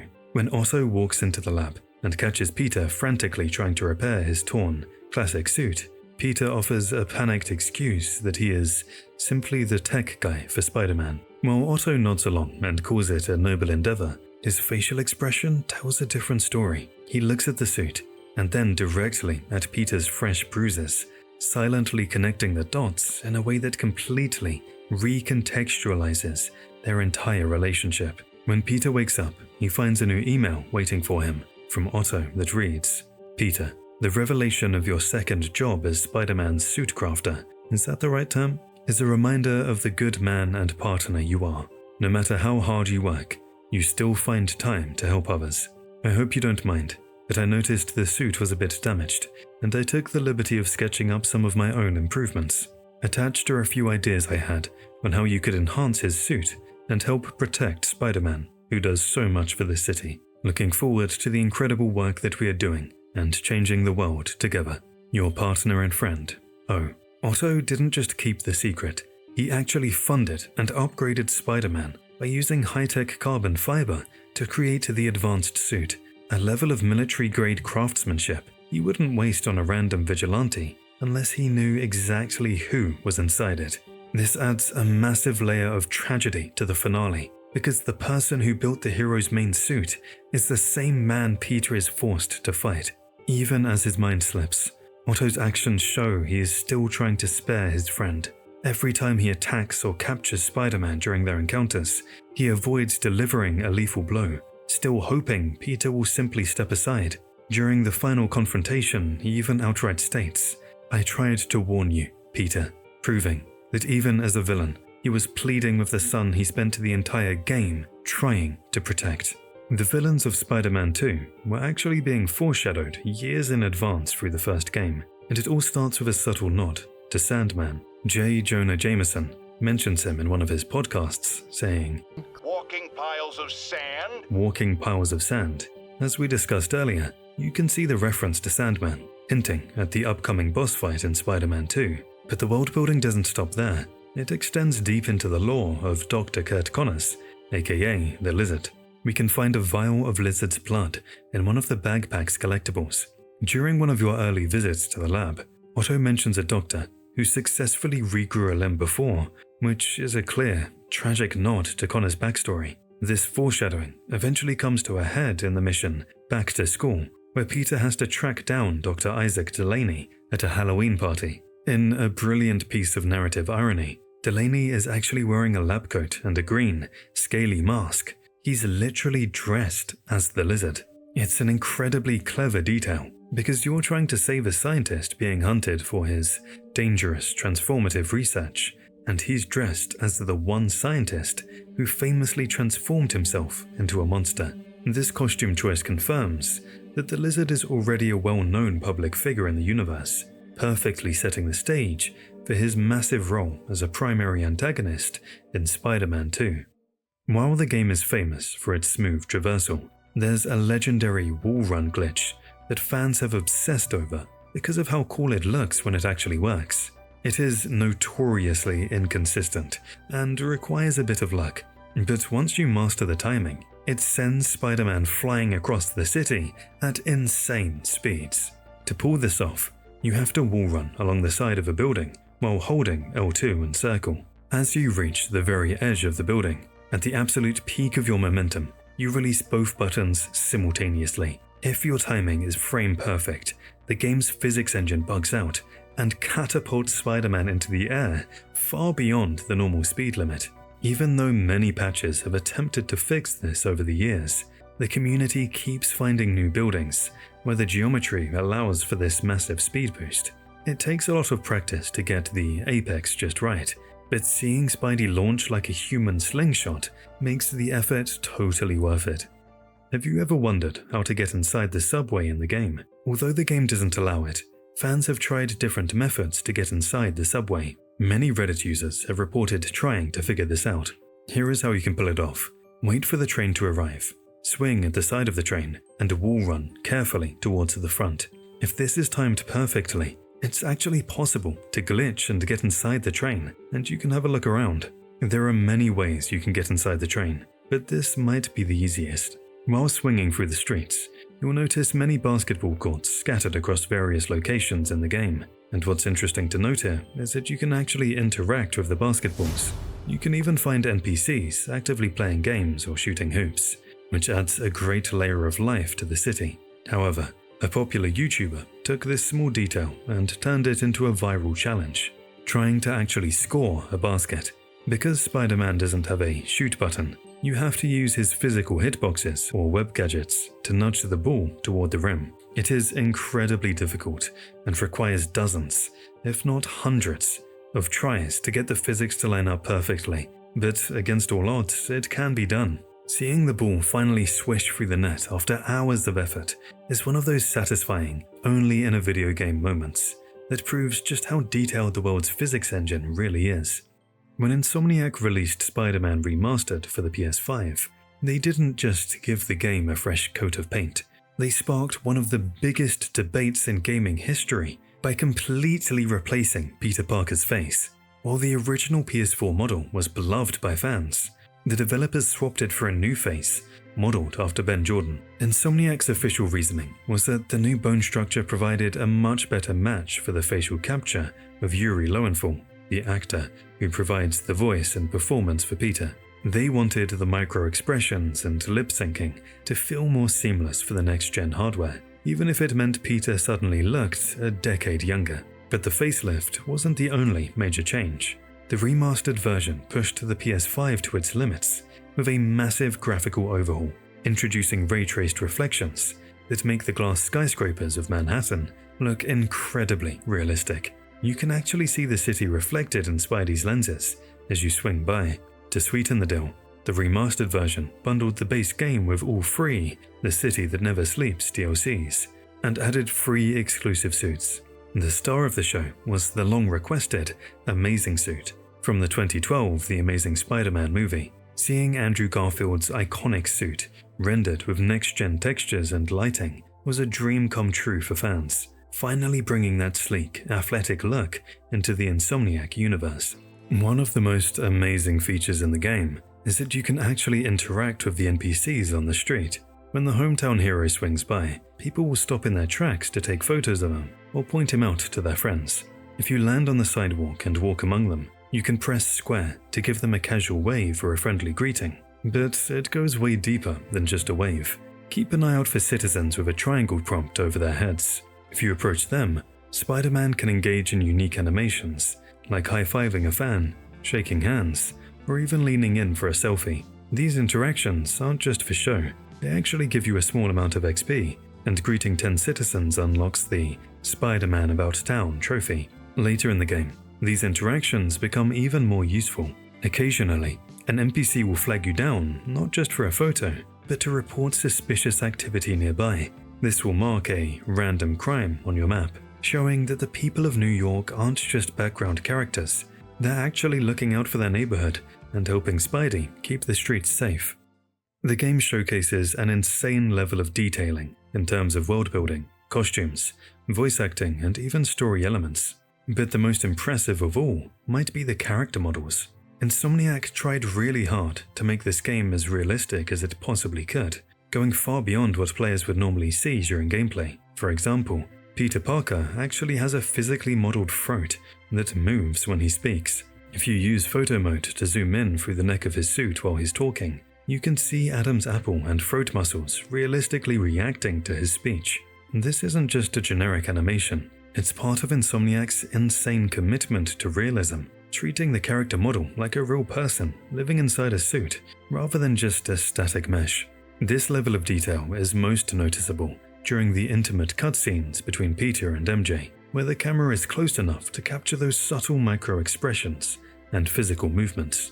It makes their conversations feel incredibly lifelike, as you can literally see the physical effort of Peter speaking, especially during their more emotional or tense moments. It's a detail 99% of players will never notice, but it's what makes the cinematics feel so grounded and human. The realism even extends to the way the suits deform. Insomniac used a physics-based muscle system under the costumes, meaning that when Spidey flexes his arm or twists his torso, you can actually see the muscles underneath the fabric bulging and stretching realistically. Even the pupils in Peter's eyes are programmed to dilate and contract based on the lighting in the environment, proving that no detail was too small for the team to perfect. Spider-Man 2018 is filled with some of the most impressive technical details in recent history, but nothing beats the way it handles interrupted dialogue. While most open-world games simply cut a conversation short or force it to restart from the beginning if you trigger a mission, Insomniac developed a resume system that keeps the narrative flowing naturally. If Peter is in the middle of a call with MJ or Miles, and you suddenly start a crime or enter a cutscene, he won't just go silent. He'll actually give a quick, realistic excuse like, "Hang on, I've got to go, something's come up." Once the action is over and you're back to free roaming, Peter will call them back and lead with a specific follow-up line like, "Sorry about that, where was I?" Or, "Anyway, you were saying." The other character will then acknowledge the interruption before picking up the conversation exactly where they left off. This adds an extra layer of detailing that only Insomniac is capable of pulling off. Insomniac really went the extra mile with hidden gems that you would totally miss if you weren't looking for them. For starters, the combat physics are so detailed that if you pause the game in photo mode right as you land a punch, you can actually see saliva and sweat flying out of the enemy's mouth from the sheer force of the impact. But the level of petty detail doesn't stop with the bad guys. If you look closely at the rockets being fired at you by Sable agents or thugs, they actually have a hilarious warning printed on the side that says, "Guaranteed to kill spiders." It's a tiny, snarky touch that shows just how much the villains in this city hate our friendly neighborhood wallcrawler. Even Peter's own jokes turn out to be 100% accurate. In one scene, Peter mentions, "Can't have people taking pictures of my free chest hairs."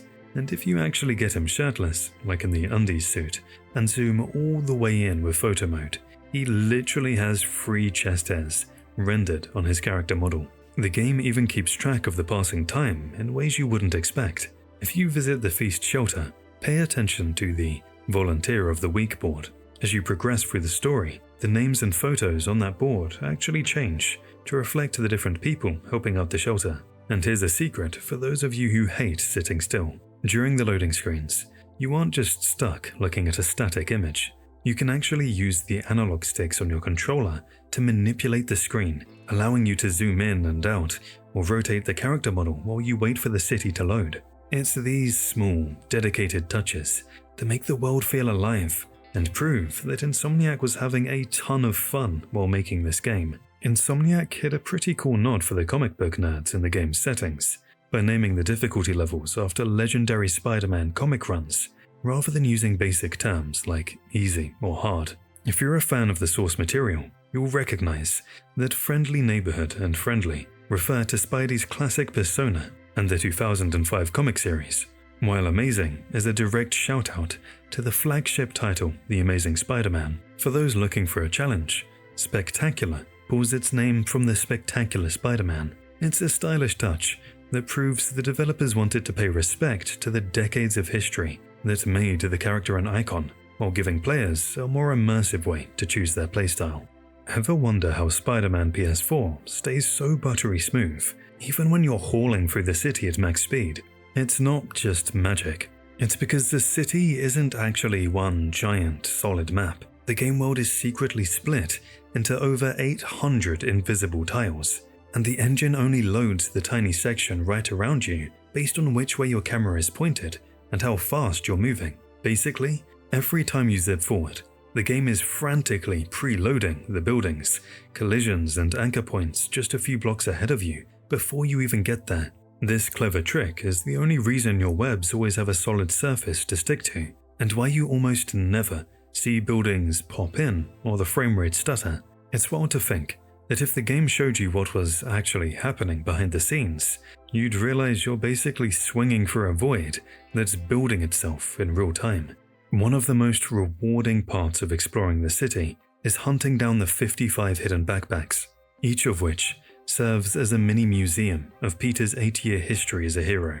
Insomniac packed these with deep-cut references that explain everything from his early gadget prototypes to his complex personal life, such as a menu from his real first date with MJ, where he admits he wished he could have afforded a fancier place.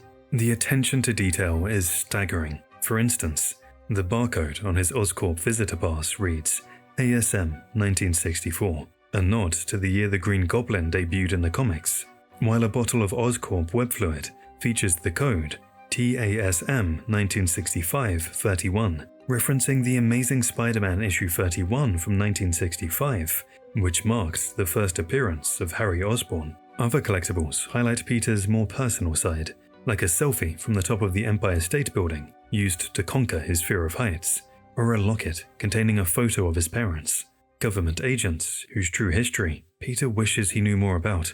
The game even pokes fun at past titles, such as a kid's drawing given to Spidey for saving a balloon, which is a hilarious reference to the infamous missions from the Spider-Man 2 movie game. This level of detail extends to every item. The rejected suit designs feature a crossed-out Deadpool-inspired costume, and even Aunt May's wheat cake recipe is taken straight from the comics. The lore goes even deeper through subtle names and signatures. The self-help book Peter carries is written by Dr. Ludwig Reinhardt, an alias for the villain Mysterio, and his university thesis is graded by Professor Warren, the man who eventually becomes the Jackal. Even a simple good luck card from the Daily Bugle contains signatures from iconic characters like Eddie Brock, the future host of Venom. Finally, the fan-made comic book found in a backpack is a heartwarming real-world tribute, as the cover art is signed by the two children of Insomniac's senior animator, Bula Rebello. There's actually a real game store inside the city in the Midtown area in Spider-Man called Gamer Paradise. If you peer through the window, you can spot a Spider-Man plush toy sitting on the shelf, which is the exact same model Peter keeps as one of his backpack collectibles. Even more interesting is the hardware on display. At first glance, the console in the window looks like a Nintendo Wii, but if you use photo mode to focus and zoom in, the design actually looks much more similar to a classic PSX. The attention to detail goes even further, as the controllers in the shop window look remarkably like the real-world Superboy portable console. This love for handheld gaming is a recurring theme, as one of the backpack collectibles you can pick up is a portable game device that looks exactly like a PS Vita. Did you know that you can actually toggle film-style animation in Spider-Man 2, similar to the Spider-Verse movies? This setting literally breaks the FPS meter, and it makes the players wonder if their PS5 is lagging. It's one of the most brilliant, mind-bending visual tricks that Insomniac hid in the menu, paying a direct, playable homage to the groundbreaking animation of the Spider-Verse films. If you're a Spider-Verse fan like me, you would have gotten this reference at first glance, but for others, they simply thought that the game lags because it mimics the animated movements of the Spider-Verse movies. Here's how you can actually enable it. To unlock the mind-bending film-style animation and comic SFX settings, you must first actually obtain at least one Spider-Verse-themed suit. This setting completely hides in the shadows and doesn't even appear in your menus until the game explicitly recognizes that you've unlocked this specific power. You need to first trigger the unlock, what it does to your console, and how it completely changes the visual feel of the game.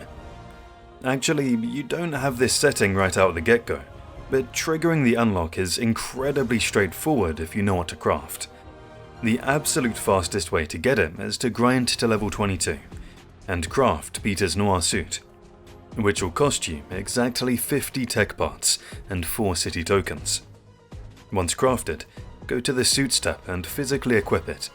A pop-up notification will immediately appear on your screen, informing you that the new visual settings are now officially available. If you're playing in New Game Plus and find that the setting has mysteriously vanished, don't panic. Simply unequip and re-equip any Spider-Verse suit to re-trigger the unlock logic in the game's code. Once you've unlocked this setting, what exactly is it doing to your game? When you turn this setting on, what happens is that your console isn't actually struggling to render the city. It's a highly deliberate, calculated cinematic illusion that the devs intentionally added. The game specifically drops your character's animation rate down to roughly 12 to 15 frames per second, a classic hand-drawn animation technique known as animating on twos. However, the absolute genius of this setting is that the rest of the physical game world, the camera panning and the enemies, continue to run at a buttery smooth 30 or 60 FPS. The stark contrast between the smooth world and the stuttery hero makes Miles and Peter look exactly like they were ripped straight off the silver screen from Into the Spider-Verse. Here's the absolute best part of this feature. Once you unlock the toggle, it's completely independent of the multiverse suits. You can apply this stuttery, stop-motion animation style to absolutely any suit in the game. It has universal use. You can have the hyper-realistic advanced suit, or the terrifying, gooey symbiote suit moving like a hand-drawn cartoon. To make the illusion even more authentic, this feature comes with a separate toggle right next to the animation setting, the comic SFX. Turning this on adds massive, colourful visual bubbles that pop up on the screen every time you land a brutal combat finisher. In our Spider-Man 2018 video, I mentioned the saddest Easter egg in that game of Tyler, a Spider-Man fan whose girlfriend broke up with him right as Insomniac decided to put the "Maddie, will you marry me?" billboard in the game. What happens to that billboard in the second part? In a brilliant bit of continuation, Insomniac decided to honour Tyler and the entire viral saga in a deeply touching way. Back in 2018, a massive fan named Tyler Schultz reached out to Insomniac Games with a special request. He wanted to use the upcoming PS4 game to propose to his girlfriend of 5 years. The developers loved the idea and happily agreed, placing a massive "Maddie, will you marry me?" sign on a theatre marquee. The absolute tragedy: she broke up with him just weeks before the game actually launched to the public, instantly turning the romantic gesture into what the internet dubbed the world's saddest Easter egg. Once the heartbreaking story went completely viral, Insomniac reached out to Tyler and offered to patch the sign out of the game. In a beautiful, emotional pivot, Tyler asked them to replace the proposal with a tribute to his grandmother. She was the person who had originally given him his very first Spider-Man comic, sparking his lifelong love for the web-slinger. In the PS5 remastered version of the game, the marquee was officially updated to honour her memory instead of his ex-girlfriend. So what happens if you swing by that exact same intersection at Canal Street and Church Street in Marvel's Spider-Man 2? Insomniac didn't just leave the theatre empty or pretend the saga never happened. In an incredibly subtle bit of world building, the theatre building has been completely renovated and repurposed. Players who visited the famous corner quickly noticed that the building now functions as a general medical facility and heart clinic. It serves as a quiet, permanent nod from the developers to the legendary Broken Heart legacy of that exact spot on the map. Before we move on, take a moment and subscribe to the channel. We've got plenty of videos incoming that I'm sure you don't want to miss. Moving on. Speaking of replaced buildings, remember the Inhumans charging bull statue from the first game? If you go to the financial district area in Spider-Man 2, the charging bull statue in New York has been replaced with something far more significant in Marvel Comics. When building a one-on-one replica of Manhattan, Insomniac Games naturally wanted to include the iconic charging bull sculpture located in the financial district. However, they ran into a massive legal wall. They simply didn't have the copyright permission to use the real-life sculpture's likeness in a commercial video game. Instead of leaving a weird, empty plaza at the southern tip of Manhattan, where the famous charging bull statue is, the developers flexed their Marvel comic knowledge. They replaced the bull with a massive, polished bronze sculpture of Lockjaw, the giant teleporting bulldog who faithfully serves the Inhuman royal family. Roughly the size of a car, the statue is placed in the same exact location. If you look closely, it even features the signature small, tuning fork antenna right between his ears. However, there's a brilliant, story-driven catch. Because of Flint Marko's massive Sandman attack at the very start of the game, that entire lower section of the city is initially buried. The bronze bulldog is completely covered in thick piles of sand, making the statue incredibly hard to spot until you actually swing through and clear out the debris. Also, while finding the statue was an official, secret photo op to check off your list in the 2018 game, in the sequel, it's just a fun environmental detail that you can capture using the standard photo mode. Let me tell you about one more iconic building. But sadly, it's missing from Spider-Man 2, the Chrysler Building. If you're someone from New York, you definitely know about this tall, iconic building. It's an absolute staple of the Manhattan skyline, with its stunning Art Deco spire shining over Midtown. But if you go swinging through that exact neighborhood in the sequel, the masterpiece has completely vanished into thin air. If you played the original 2018 game, you know the Chrysler Building was absolutely there. You could swing from its top and dive off the very top. So what happened? Simple answer: real estate happened. In 2019, the actual, real-world building was sold to new owners, the Cigna Group and RFR Holding. In many jurisdictions, unique architectural designs can actually be heavily protected as intellectual property, especially when their likeness is used in a product for commercial profit. When development started on Spider-Man Miles Morales and Spider-Man 2, Insomniac Games simply couldn't reach a new licensing agreement with the new owners. The building was legally evicted from the game. Unlike the Wall Street Charging Bull, which was replaced by a super cool Marvel Easter egg, the Lockjaw statue, the Chrysler Building got the most corporate replacement imaginable. If you go to its exact physical location in Midtown Manhattan today, you won't find a Marvel landmark. You'll just find a completely generic, nondescript skyscraper.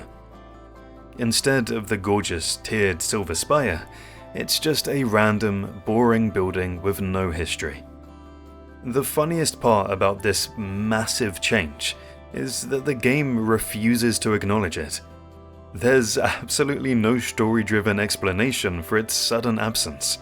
It wasn't destroyed by Sandman, blown up by Kraven, or melted by Venom. The characters never mention it. Because of real-world copyright laws, it simply appears as if one of the most famous buildings in human history never actually existed in this version of New York City. You must have seen the legendary Spider-Man pointing meme by now, in which two Spider-Mans point to each other.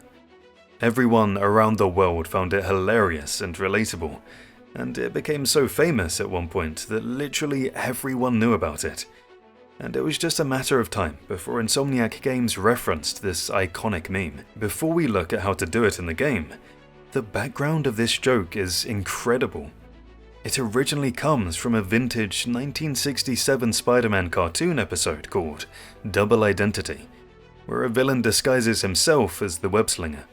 Over the last decade, it blew up into a massive internet sensation, became a post-credit scene in Into the Spider-Verse, and was even famously recreated in live action by all three actors in No Way Home.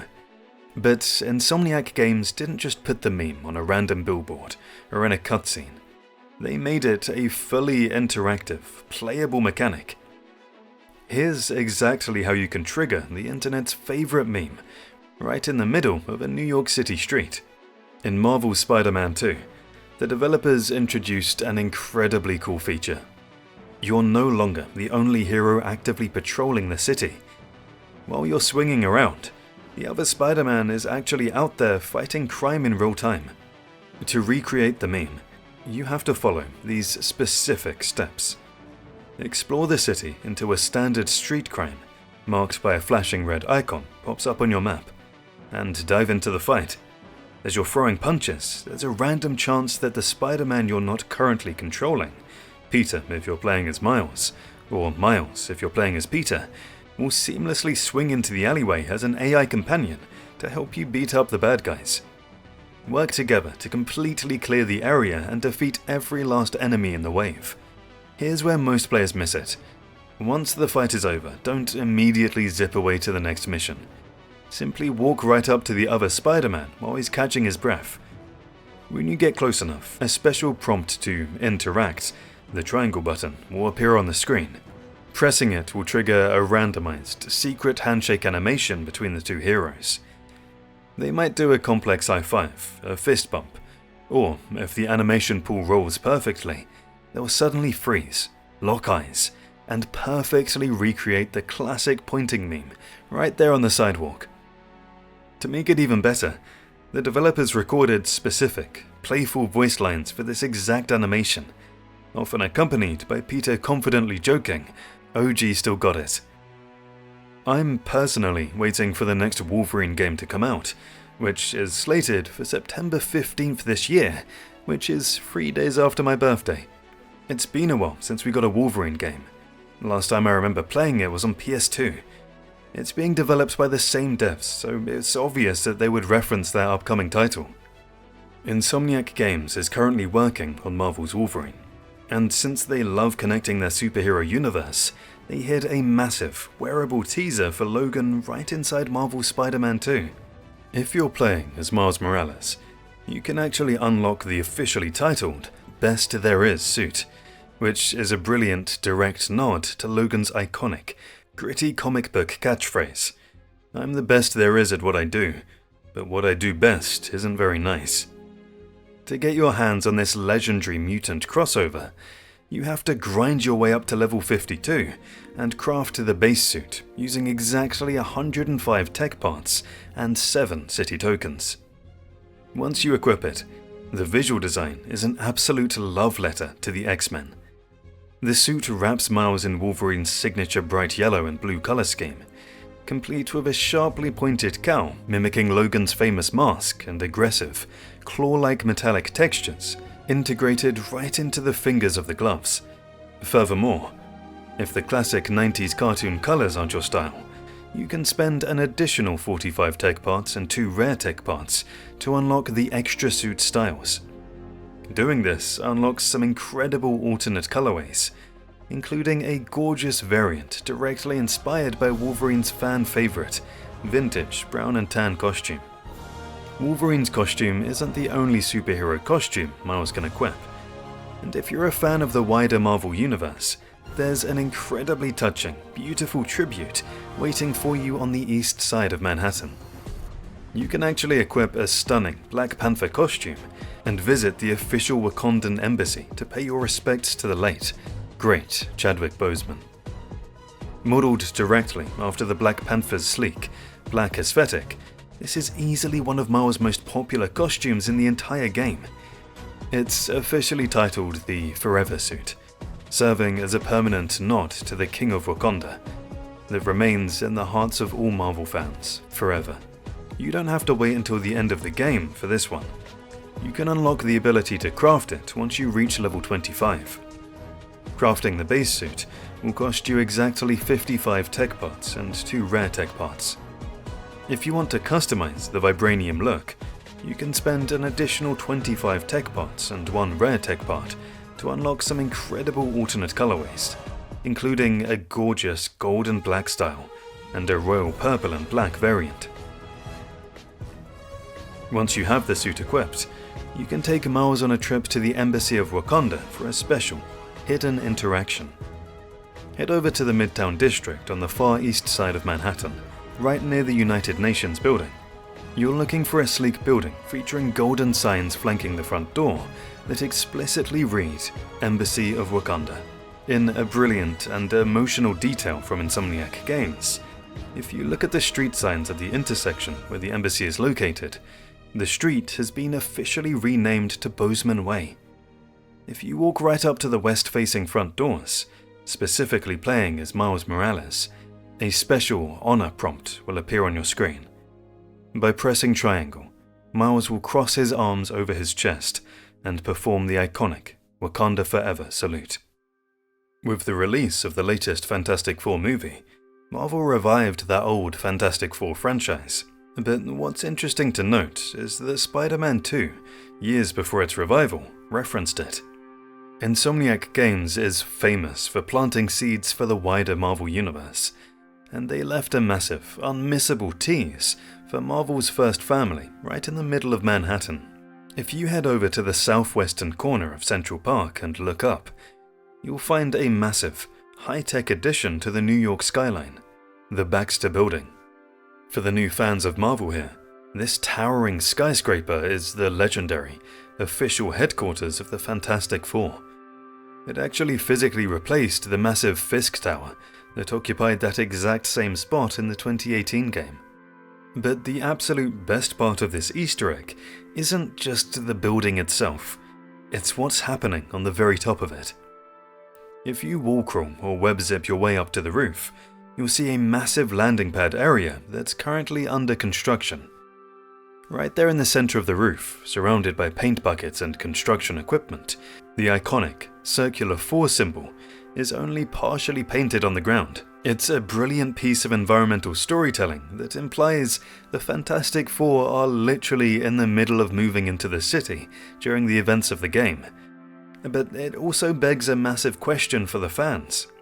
Does this half-painted logo strictly foreshadow a future Fantastic Four video game currently in development at Insomniac? Or will Marvel's first family be dropping by to help out Peter and Miles in a future DLC? I mentioned a couple of unique suits for Miles, and there's many others that we'll discuss later in the video, but right now, we need to talk about the massive, slightly controversial wardrobe situation in this game, because the suit selection in Marvel Spider-Man 2 is honestly a bit of a double-edged sword. If you grabbed the digital deluxe edition and the pre-order bonuses, both Spider-Man swung into launch day with a massive closet of 39 distinct outfits each. This lineup was a blend of returning favorites from the original game, essential story-driven outfits like Peter's symbiote look, and brand new concepts. Insomniac didn't stop there either. They dropped the stylish Hellfire Gala outfits via the New Game Plus update, and teamed up with the Gamehead's charity to release the 90s-themed Fly and Fresh pack, which eventually became free for everyone. A clear trend emerged. Insomniac was heavily focused on collaborating with external artists and studios to add a ton of completely original, never-before-seen designs into the game. While pushing for fresh, original art is awesome, especially for Miles, who naturally has a shorter comic book history to pull from, it definitely came at a heavy cost for hardcore fans. A staggering 30 suits for Peter from the 2018 game were completely left on the cutting room floor, alongside 5 from Miles' solo outing. Some of these cuts are logical. Leaving Miles' heavy winter suit behind makes perfect sense, since New York isn't blanketed in snow this time around. But dropping his Brooklyn Visions Academy gear feels incredibly weird when there's an entire questline set right on his school's campus. For Peter, the cuts sting even worse. Missing out on the nostalgic Mark I spider armor from the classic PS1 era, or the gritty Last Stand jacket, is a tough pill to swallow. Though, to give credit where it's due, Peter's damaged classic suit was cut simply because the sequel's incredible real-time battle damage mechanic naturally shreds your suit during combat anyway. But the absolute most baffling omission of them all, axing the Peter B. Parker sweatpants suit from Into the Spider-Verse. Yeah, Peter gets the awesome animated noir suit, but stripping away the ability to pair Peter and Miles up in their matching, traditional animated movie styles, while they fight crime together just feels like a massive, missed opportunity. So why did they scrap so many classics? Creative director Brian Intihar actually explained to IGN that bringing old suits over isn't just a simple drag-and-drop process, as many fans think it is. Every single thread had to be entirely rebuilt and upgraded to meet the new PS5-sized graphical standards. The development team had to make hard choices, choosing to prioritize putting every single live-action movie suit into the game, finally giving fans the highly requested Amazing Spider-Man 2 suit, while making room for their new, original roster. It's totally understandable from a game development perspective, but when you give us the absolute best web-swinging and the most gorgeous digital New York City ever built, you can't help but wish you could explore it in all those missing classic threads. Taskmaster was one of the most unexpected boss fights from the first game. He simply appeared out of nowhere to challenge you, and could read your moves. If you played the 2018 game, you definitely remember the absolute panic of peacefully swinging through the city, only to be randomly attacked out of the sky by a mercenary with a skull mask. But what happened to him in the sequel? Back in the first game, Taskmaster was the ultimate test of your combat skills. He possessed photoreflexive memory, meaning he could perfectly copy Spider-Man's exact fighting style, swing kicks and web shooters just by watching him. He was hired by a mysterious, wealthy organization to evaluate if Spider-Man was worth recruiting. After Peter beat him, he simply vanished into the wind, leaving fans desperately waiting for his inevitable return. When Kraven arrives in Spider-Man 2, you can actually briefly spot Taskmaster's profile on Kraven's digital hit list datapad, confirming he's still active in New York. But that wasn't supposed to be his only appearance. According to development leaks and behind-the-scenes data mines, Taskmaster originally had a fully scripted side quest line in the sequel that was ultimately left on the cutting room floor. Instead of testing Spider-Man again, Taskmaster was actually supposed to be the one silently stalking and observing Kraven's great hunt. He was tracking the hunters across the city, analyzing Kraven's ruthless tactics, and studying their combat moves from the shadows to add to his own deadly arsenal. Fans heavily speculate that this questline would have culminated in an epic three-way conflict between Spider-Man, Kraven's hunters, and a newly upgraded Taskmaster who had learned Kraven's exact hunting techniques. Unfortunately, the developers had to cut the storyline, likely due to time constraints and the sheer, overwhelming volume of villains already packed into Kraven's brutal New York invasion. Instead of a grand return, the ultimate copycat was quietly removed from the second game. Sam Raimi's Spider-Man trilogy isn't just a series of superhero films. It's a goldmine for Spider-Man fans, packed with iconic moments, emotional depth, and a timeless portrayal of the web-slinger that still defines the character for many today. Back in the Maguire trilogy of Spider-Man, the Daily Bugle was featured prominently, and they actually used an iconic building from New York City known as the Flatiron Building. Well, the fun thing is, you can see the exact same building in Marvel's Spider-Man 2. Insomniac Games didn't just casually drop the building onto the map. They used it to completely revise Peter's history and deliver the ultimate nostalgic homage to the 2002 Sam Raimi masterpiece. If you look at the modern-day timeline in the Insomniac games, the Daily Bugle has actually moved into a rather generic, massive skyscraper, leaving the famous triangular Flatiron building as just a regular New York landmark. But if you play through the Photo Help side mission, which is part of the City Picked questline, Peter suddenly experiences a playable flashback to his very first day working as a freelance photographer. During this sequence, you actually see Peter meeting his famously loud boss, J. Jonah Jameson. The incredible Easter egg. This meeting takes place directly in front of the Flatiron building. By doing this, Insomniac effectively confirmed that before the Bugle relocated to its modern office, it was originally housed in the exact same iconic building as the 2002 movie. If you want to maximize your nostalgia during this flashback, the developers left plenty of tools for you to recreate the cinematic magic. Before you start the mission, make sure you equip the webbed suit, the official name for Tobey Maguire's 2002 costume. You can unlock it at level 34 for exactly 50 tech parts and 2 city tokens. Swinging up to the Flatiron building in this suit feels like stepping into a time machine.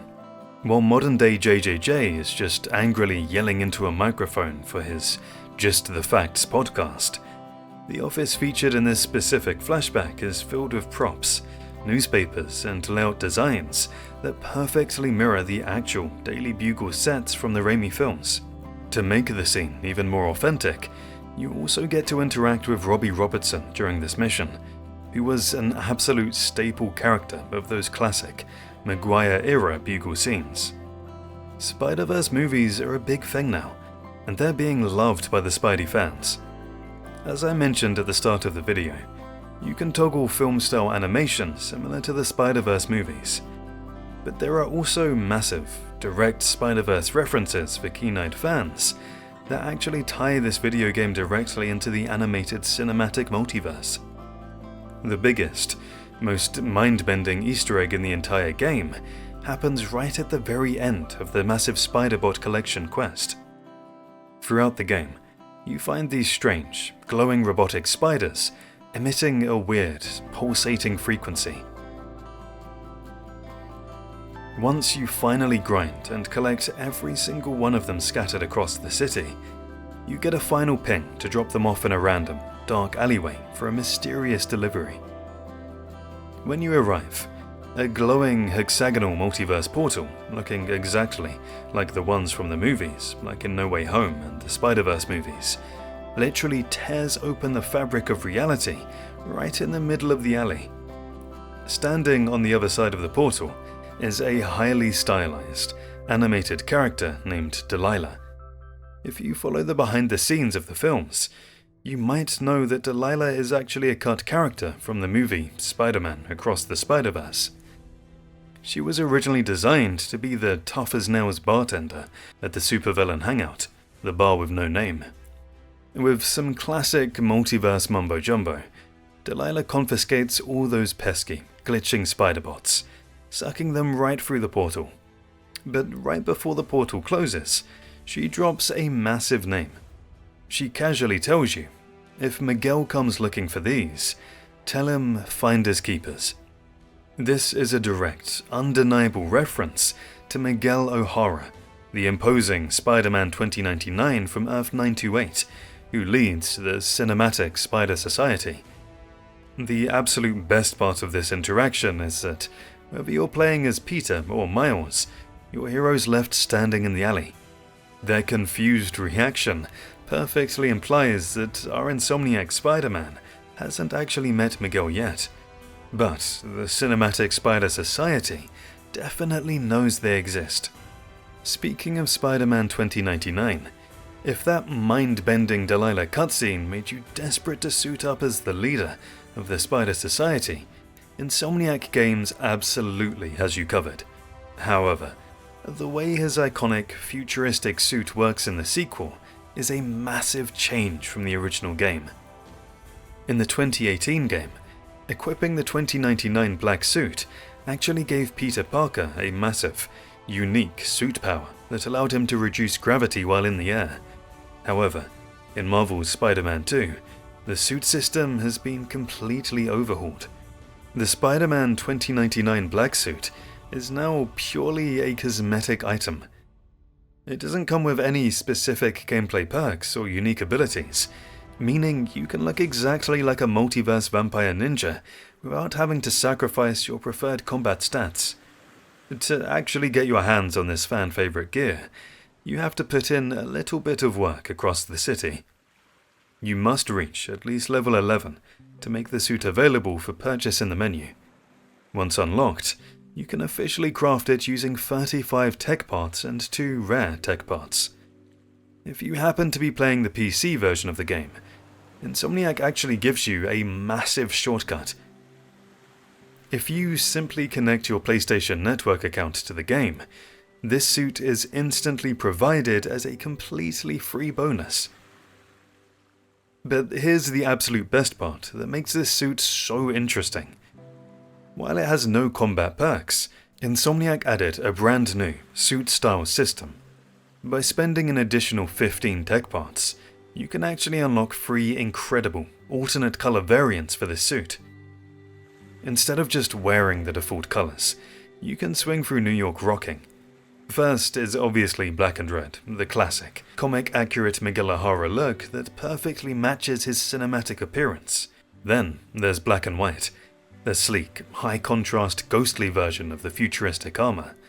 Finally, the third one is my favorite, purple and blue, a vibrant, neon-soaked tribute to the glowing skyline of New York. Insomniac Games already nailed it by bringing Miles into the fold and creating a dual protagonist dynamic, so it was practically guaranteed that they would eventually introduce even more web-slingers to the universe. And if you sit all the way through the credits and watch that final dinner scene, they drop a massive, undeniable bombshell hinting at exactly who's swinging into the franchise next. At the very end of the game, Rio Morales hosts a family dinner to finally introduce Miles to her new boyfriend, Albert. When Albert walks through the door, he mentions that he brought his daughter along. The camera briefly pans to show the back of a young woman's head with short black hair, and Albert introduces her as Cindy. To the casual player, it just looks like a normal family moment, but to hardcore comic fans, the name Cindy Moon sets off massive alarm bells. For those who might not know the deep, hidden lore of the comics, Cindy Moon is the ultimate secret of the Spider-Man mythos. During that fateful science exhibition years ago, the radioactive spider didn't just bite Peter Parker and die. Mere seconds after it bit Peter's hand, it fell, bit Cindy on the ankle, and then died. While Peter went on to become a famous, public superhero, Cindy's path was completely different. To protect her from terrifying, multi-dimensional vampiric villains called the Inheritors, a mysterious man named Ezekiel Sims locked Cindy away inside a heavily fortified, windowless bunker at the bottom of a skyscraper. She was hidden away for years, isolated from the world, spending all her time intensely honing her newfound abilities. When Cindy finally gets out of the bunker and takes on the superhero mantle of Silk, she isn't just a clone of Peter and Miles. She actually has a completely unique power set. Unlike Peter, who has to invent mechanical web shooters, Cindy can shoot organic webbing directly from her fingertips, similar to Tobey's spider from the original trilogy. Also, she's canonically faster and more agile than Peter. Her Silk Sense, her version of the Spider Sense, is significantly stronger and reaches much further than both Peter and Miles' warnings. By introducing her right at the end of the story, especially as Peter decides to take a step back and let Miles be the primary protector of the city, Insomniac is heavily implying that Cindy Moon is going to step out of the shadows. It's highly likely she'll suit up as a fully playable third character in either a spin-off game or the inevitable Marvel Spider-Man 3. Stan Lee is the mastermind behind Marvel Comics, and behind almost every big Marvel character, Stan Lee is the one.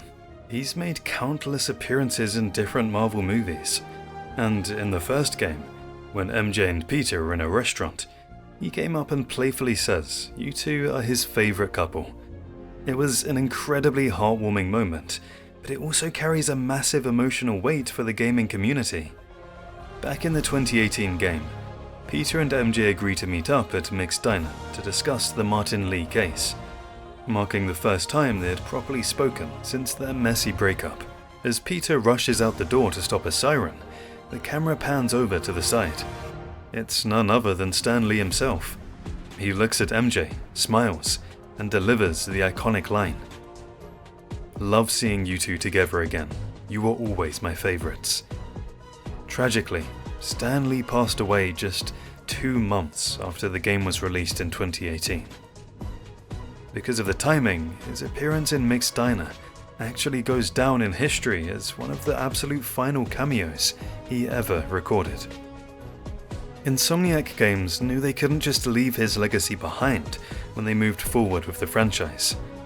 When Spider-Man Miles Morales launched in 2020, the developers secretly updated the Upper West Side map.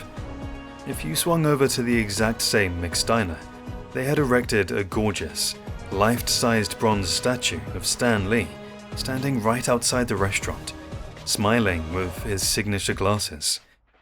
If you interacted with it, the game displayed a touching dedication plaque to his memory. So, did the statue survive Kraven's hunt and the symbiote invasion? Absolutely. If you go back to the diner in Marvel's Spider-Man 2, you'll actually see the statue is still sitting right there in all its triumphant glory. The developers made sure it wasn't just a temporary Easter egg for the spin-off, but a permanent, immovable landmark in their universe. You can even walk Miles or Peter right up to the statue, and they'll uniquely interact with it, offering a quiet, respectful moment of silence. It's a brilliant, fitting tribute to the man who created the iconic characters that we've all come to know and love. Did you know that you can actually visit the grave of Miles' friend Finn, the Tinkerer from the Miles Morales games, who famously sacrificed himself in that game? Tinkerer was a major part of Miles Morales' game, and her story ends in a high-stakes sacrifice that perfectly mirrors the tragic, heavy themes of the entire Spider-Man mythos. But before we look at how Insomniac honored her legacy in the sequel, we have to talk about the massive, completely unexpected differences between her digital counterpart and her original comic book origins. During the explosive finale of Spider-Man Miles Morales, the massive new-form reactor in Harlem becomes completely unstable. It was set to detonate with enough force to instantly level the entire neighborhood and kill thousands of people. Miles attempts to save the city by physically absorbing the volatile new-form energy into his own body, but the sheer amount of raw power is simply too much for his biology to contain. Realizing that Miles will literally explode and die if he releases that much energy on the ground, Finn makes the ultimate choice. She grabs Miles, fires up her Tinkerer boots, and rockets the two of them high up into the Earth's atmosphere. Once they reach a safe altitude, Miles releases the energy in a massive, blinding bioelectric burst. The localized explosion kills Finn instantly, while Miles miraculously survives the long fall back to the snowy streets below. If you only know the games, you might be shocked to learn that in the original Marvel Comics universe, the character is drastically different from the version we fought in Harlem. The original Tinkerer is actually named Phineas Mason, an elderly white man who made his very first appearance all the way back in The Amazing Spider-Man #2 in 1963. Unlike the game, where Finn is deeply written as Miles' childhood best friend, the comic book Phineas Mason has absolutely no personal relationship with Peter Parker or Miles Morales. He's strictly a brilliant, black market engineer who operates from the shadows, designing advanced gear and weapons for classic villains like Mysterio, the Scorpion, and the Vulture. Spider-Man Miles Morales was a great spin-off to fully show Miles step into his own and set him up for Spider-Man 2. We also get more of his backstory, including his complex, heartbreaking relationship with his best friend turned villain, Finn. Insomniac hasn't forgotten about her either. If you travel to the cemetery in the sequel, you can actually visit Finn's gravesite. You can walk Miles right up to the headstone to trigger a special interaction. It's a bittersweet reminder of another person Miles has lost, and a really nice, quiet way of showing emotional continuity between the games. Venom's appearance in the game was something they hinted at even at the end of the first Spider-Man game. And he did make a grand appearance. When Harry Osborn finally broke out of that glowing green tank, the terrifying citywide symbiote invasion absolutely lived up to the years of fan hype. But while everyone was entirely focused on Venom's rampage, Insomniac Games was quietly building up an even more psychotic, blood-red villain in the shadows of a side quest. Spider-Man 2 features many villains, but one of them is going to be a massive problem in the future. If you take the time to complete the optional side missions with Yuri Watanabe, now operating as the lethal vigilante, Rafe, you find yourself investigating a deranged, arsonist doomsday cult. The charismatic, scarred leader of this cult refers to himself simply as the Flame. However, during the chaotic climax of this questline, his true identity is finally revealed to the players. His real name is Cletus Cassidy. That name alone is enough to send a chill down your spine. But Insomniac didn't just drop his name as a fun Easter egg, they fully armed him. At the end of the mission, Cletus manages to derail an Oscorp transport train.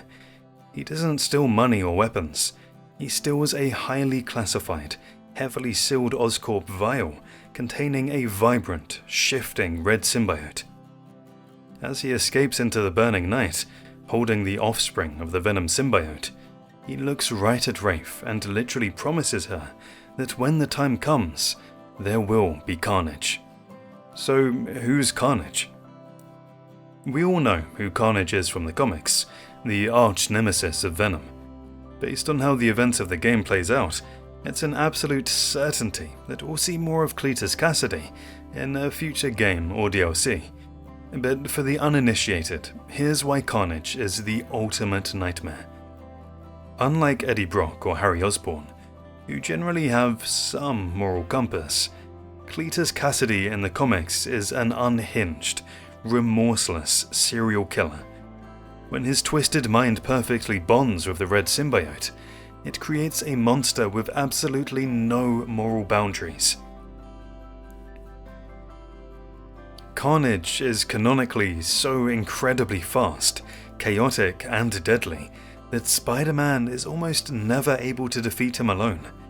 In the comics, Carnage is actually the primary reason Spider-Man and Venom are forced to call a truce and team up to take him down. Also, unlike Venom, who relies on brute strength, Carnage can seamlessly morph his symbiote limbs into razor-sharp axes, spears, and throwing blades. Insomniac has officially put the red symbiote in the hands of a madman, setting up one of the most highly anticipated, brutal boss fights in superhero gaming history. Spider-Man isn't just swinging around in a vacuum. The Insomniac universe is absolutely filled with other legendary Marvel heroes, even if they're notoriously bad at answering their phones during a city-wide alien invasion. Marvel's Spider-Man 2 goes out of its way to remind players that Peter and Miles share this digital New York with some of the heaviest hitters in comic book history, from the Avengers to the Sorcerer Supreme himself.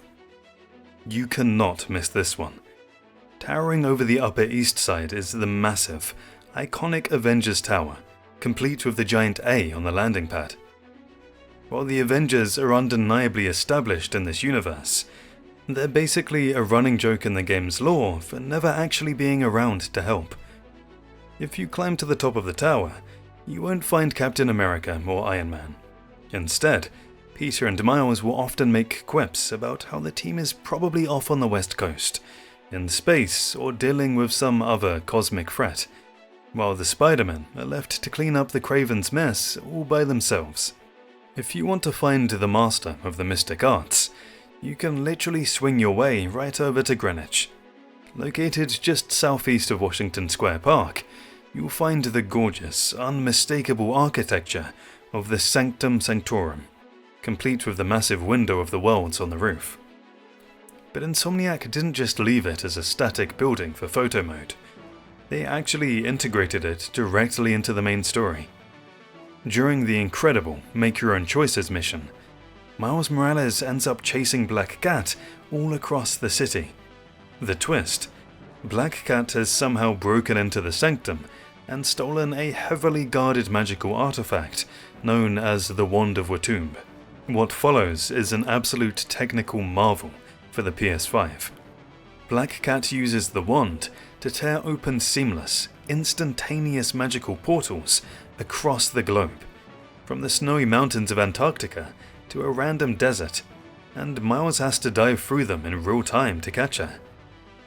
When Miles finally secures the wand, he doesn't even get to keep it. A glowing, sparking portal suddenly opens up, snatching the artifact away from him, and drops a small, handwritten note onto the roof. If you read the note, it simply says, "Thanks, owe you one, Wong."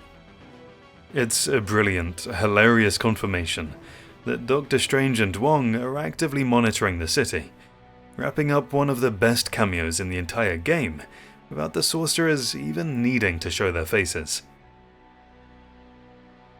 I know it's completely obvious that there would be massive Marvel and comic book references scattered throughout the game, but while it is easy to assume Sony might have hidden Easter eggs for their own PlayStation blockbuster games in the new map expansions, they actually used these new areas to hide even more deep-cut Marvel lore right under our noses. For the first time in the franchise, you're no longer trapped on the main island. Marvel's Spider-Man 2 massively expands the playable map, allowing you to seamlessly web-swing your way across the East River to fully explore the boroughs of Brooklyn and Queens. This massive expansion means you get to visit an entirely new roster of famous, real-world New York landmarks. If you head all the way down to the southeast corner of Brooklyn, you'll find the crown jewel of the new map, the legendary Coney Island amusement park. The developers recreated the actual, real-world layout of the park, including highly accurate digital versions of famous historical rides like the Cyclone roller coaster, the massive Wonder Wheel, and the towering parachute jump tower. Insomniac didn't just stop at the rides, they nailed the surrounding boardwalk culture too. If you take a break from fighting crime and explore the nearby area just outside the amusement park, you can actually find the original Nathan's Famous hot dog stand. Because of real-world copyright laws, the stand is technically renamed in the game. It's an obvious reference to the protagonist of Naughty Dog's Uncharted game, Nathan Drake. But if you've ever been to the real Coney Island, you can instantly tell exactly what it's supposed to be just by looking at its iconic, vintage design and its perfect geographical placement on the corner. This park is a one-on-one recreation of Luna Park. We've talked about cutscenes, scrapped boss fights, and missing buildings. But Insomniac Games actually completely axed a massive, fully playable story mission right out the middle of the game. If you dig into the leaked development files and data mines for Marvel's Spider-Man 2, you'll find the remnants of a highly ambitious, scrapped Act 2 quest officially codenamed Meteor. Here's the incredible story of the secret Oscorp base that never saw the light of day, and how leaving New York City almost changed the entire trajectory of the symbiote storyline. In almost every Spider-Man game ever made, Peter Parker is strictly confined to the concrete canyons of New York. But the Meteor mission was going to completely break that massive rule. The quest reportedly featured a sequence where Peter boards a train and physically travels completely outside of the city limits, venturing into a dense, rural forest region. Deep in this wooded area, Peter was supposed to uncover a massive, heavily guarded secret Oscorp base hidden away from the public eye. Judging by the mission's codename and the files associated with it, this forest facility is where Peter was originally meant to discover the massive crashed space rock that originally brought the symbiote to Earth. So why did Insomniac completely cut a cool forest infiltration mission? It mostly came down to pacing and story length. Act 2 of Marvel's Spider-Man 2 is already incredibly dense, balancing Kraven's relentless hunt with Peter's dark, aggressive symbiote corruption. Adding a massive geographical detour to a forest would have brought the game's momentum to a screeching halt. Instead of scrapping the meteor lore entirely, the developers smartly relocated it to keep the pacing tight. In the final version of the game, they just moved the space rock directly under the city. It's the exact same meteor that Venom eventually finds and interacts with during his brutal rampage through the underground Oscorp lab in New York.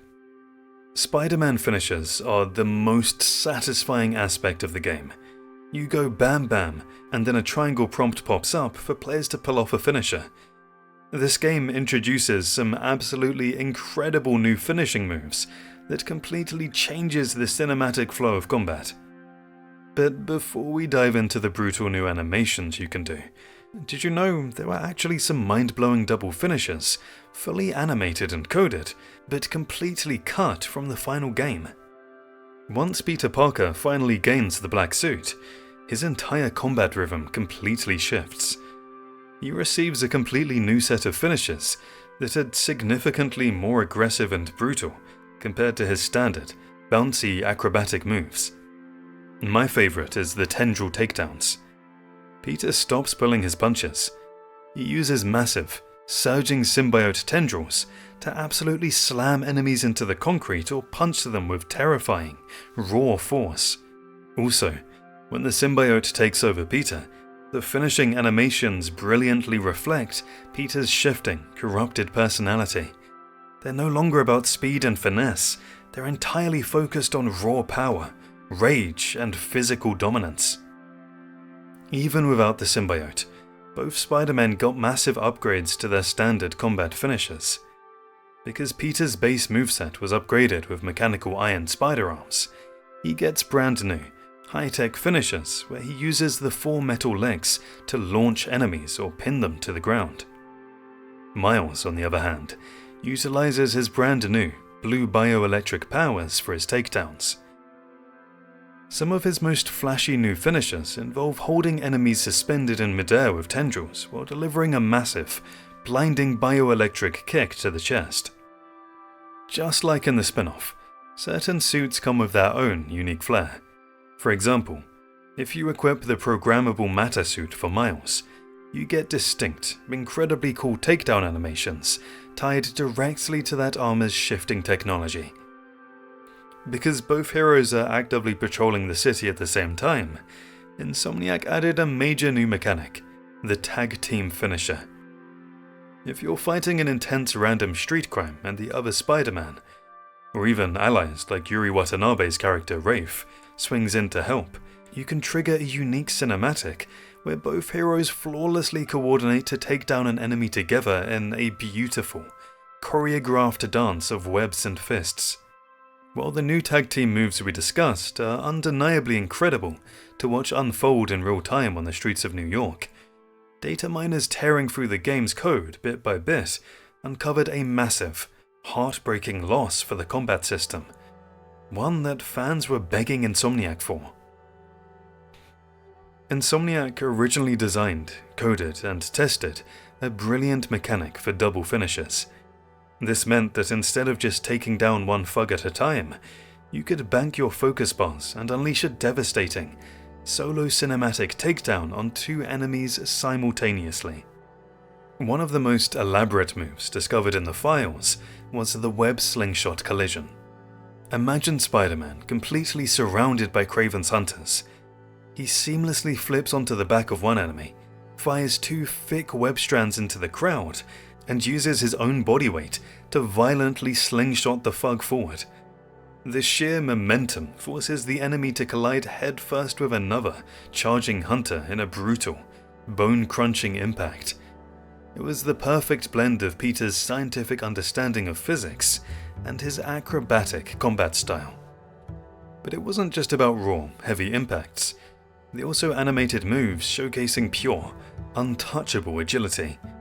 The aerial spin kick was another fully realized sequence that showed Spider-Man launching high into the air directly between 2 goons.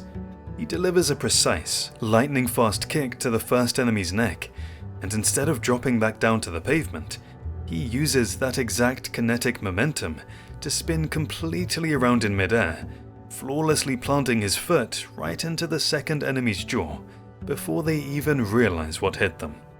Then, there was the absolute classic, the web yank headbutt. It's arguably the simplest of the scrapped trio, but undeniably the most satisfying to visualize. Spider-Man simply crisscrosses his web shooters, grabs two thugs standing on opposite sides of him, and violently yanks his arms together, smashing their heads into a massive, cartoonish double headbutt that would instantly knock them both out cold. The absolute craziest part about all of this missing content is that these moves weren't just rough concept arts or early blockouts. They were fully rendered, completely animated sequences that featured dramatic slow-motion effects and custom cinematic camera work.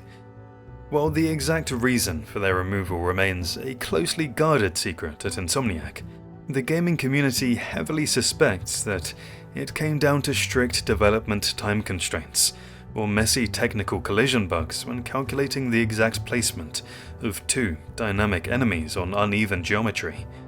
Of course, there's always the exciting possibility that the developers simply realized they were giving us too much of a good thing, choosing to save this incredible mechanical flair to blow our minds in the inevitable Marvel Spider-Man 3. I really wish they would use these scrapped finishing moves in the upcoming Spider-Man title. Of course, while we talked earlier about the missing classic threads and the brand new original designs, there are some suits hiding in Peter's wardrobe where the comic book references aren't quite so obvious to the casual fan. Take the Arachnite suit, for example.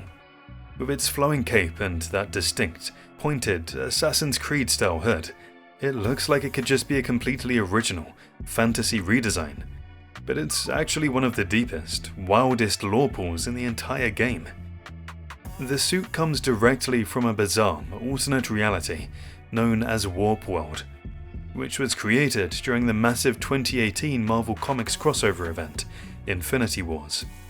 During this storyline, the universe was literally folded in half, forcefully merging different superheroes together. Peter Parker was fused with none other than the Fist of Khonshu himself, Moon Knight. This cosmic mashup created the Arachnite, a brutal vigilante who didn't just possess the powers of a mystic spider, but also suffered from Moon Knight's notoriously fractured alternate personalities, or alters, like Mark Spector. While our Peter doesn't suddenly develop multiple personalities when you equip the suit in the game, the visual aesthetic is undeniably one of the coolest, most intimidating looks you can rock while patrolling the city at night. If you want to bring this mystical, hooded vigilante to the newly expanded map, you have to grind your way up to level 20 and craft the base suit using 45 tech parts and 3 city tokens. Alternatively, if you are one of the dedicated fans who pre-ordered the game, snagged the digital deluxe edition, or recently picked up the PC version, Insomniac actually bypasses the grind and grants you this incredible Warp World crossover as an immediate, day one unlock. Well, Peter Parker's bedroom is notoriously famous for bizarre things in comics and in games, such as the unpaid bills, random Tony Stark and superhero references, and this game is no short of it. When you finally get the chance to freely explore his messy, cluttered room at Aunt May's house in Queens, it's essentially a mini museum of deep-cut Marvel history. Insomniac Games packed its bedroom with an incredible amount of environmental storytelling. If you look around the room, you'll find an old, framed Daily Bugle newspaper clipping pinned up with the aggressive headline, "Amazing New Hero or Violent Vigilante." While J. Jonah Jameson yelling about vigilantes is nothing new, this specific layout and text are a brilliant direct homage to the cover of Amazing Fantasy issue 15, the legendary 1962 comic book that introduced Spider-Man to the world for the very first time. But Insomniac took the meta joke one step further. If you move your camera over to Peter's actual bookshelf in that exact same room, You can literally find a copy of the vintage Amazing Fantasy issue 15 comic book just sitting right there. Peter Parker canonically owns the comic book of his own first appearance. Spider-Man isn't the only massive Marvel brain referenced in this bedroom. Hidden away on another shelf, you can find a framed 2003 Pioneer Award that a young Peter earned for his outstanding achievement in chemistry.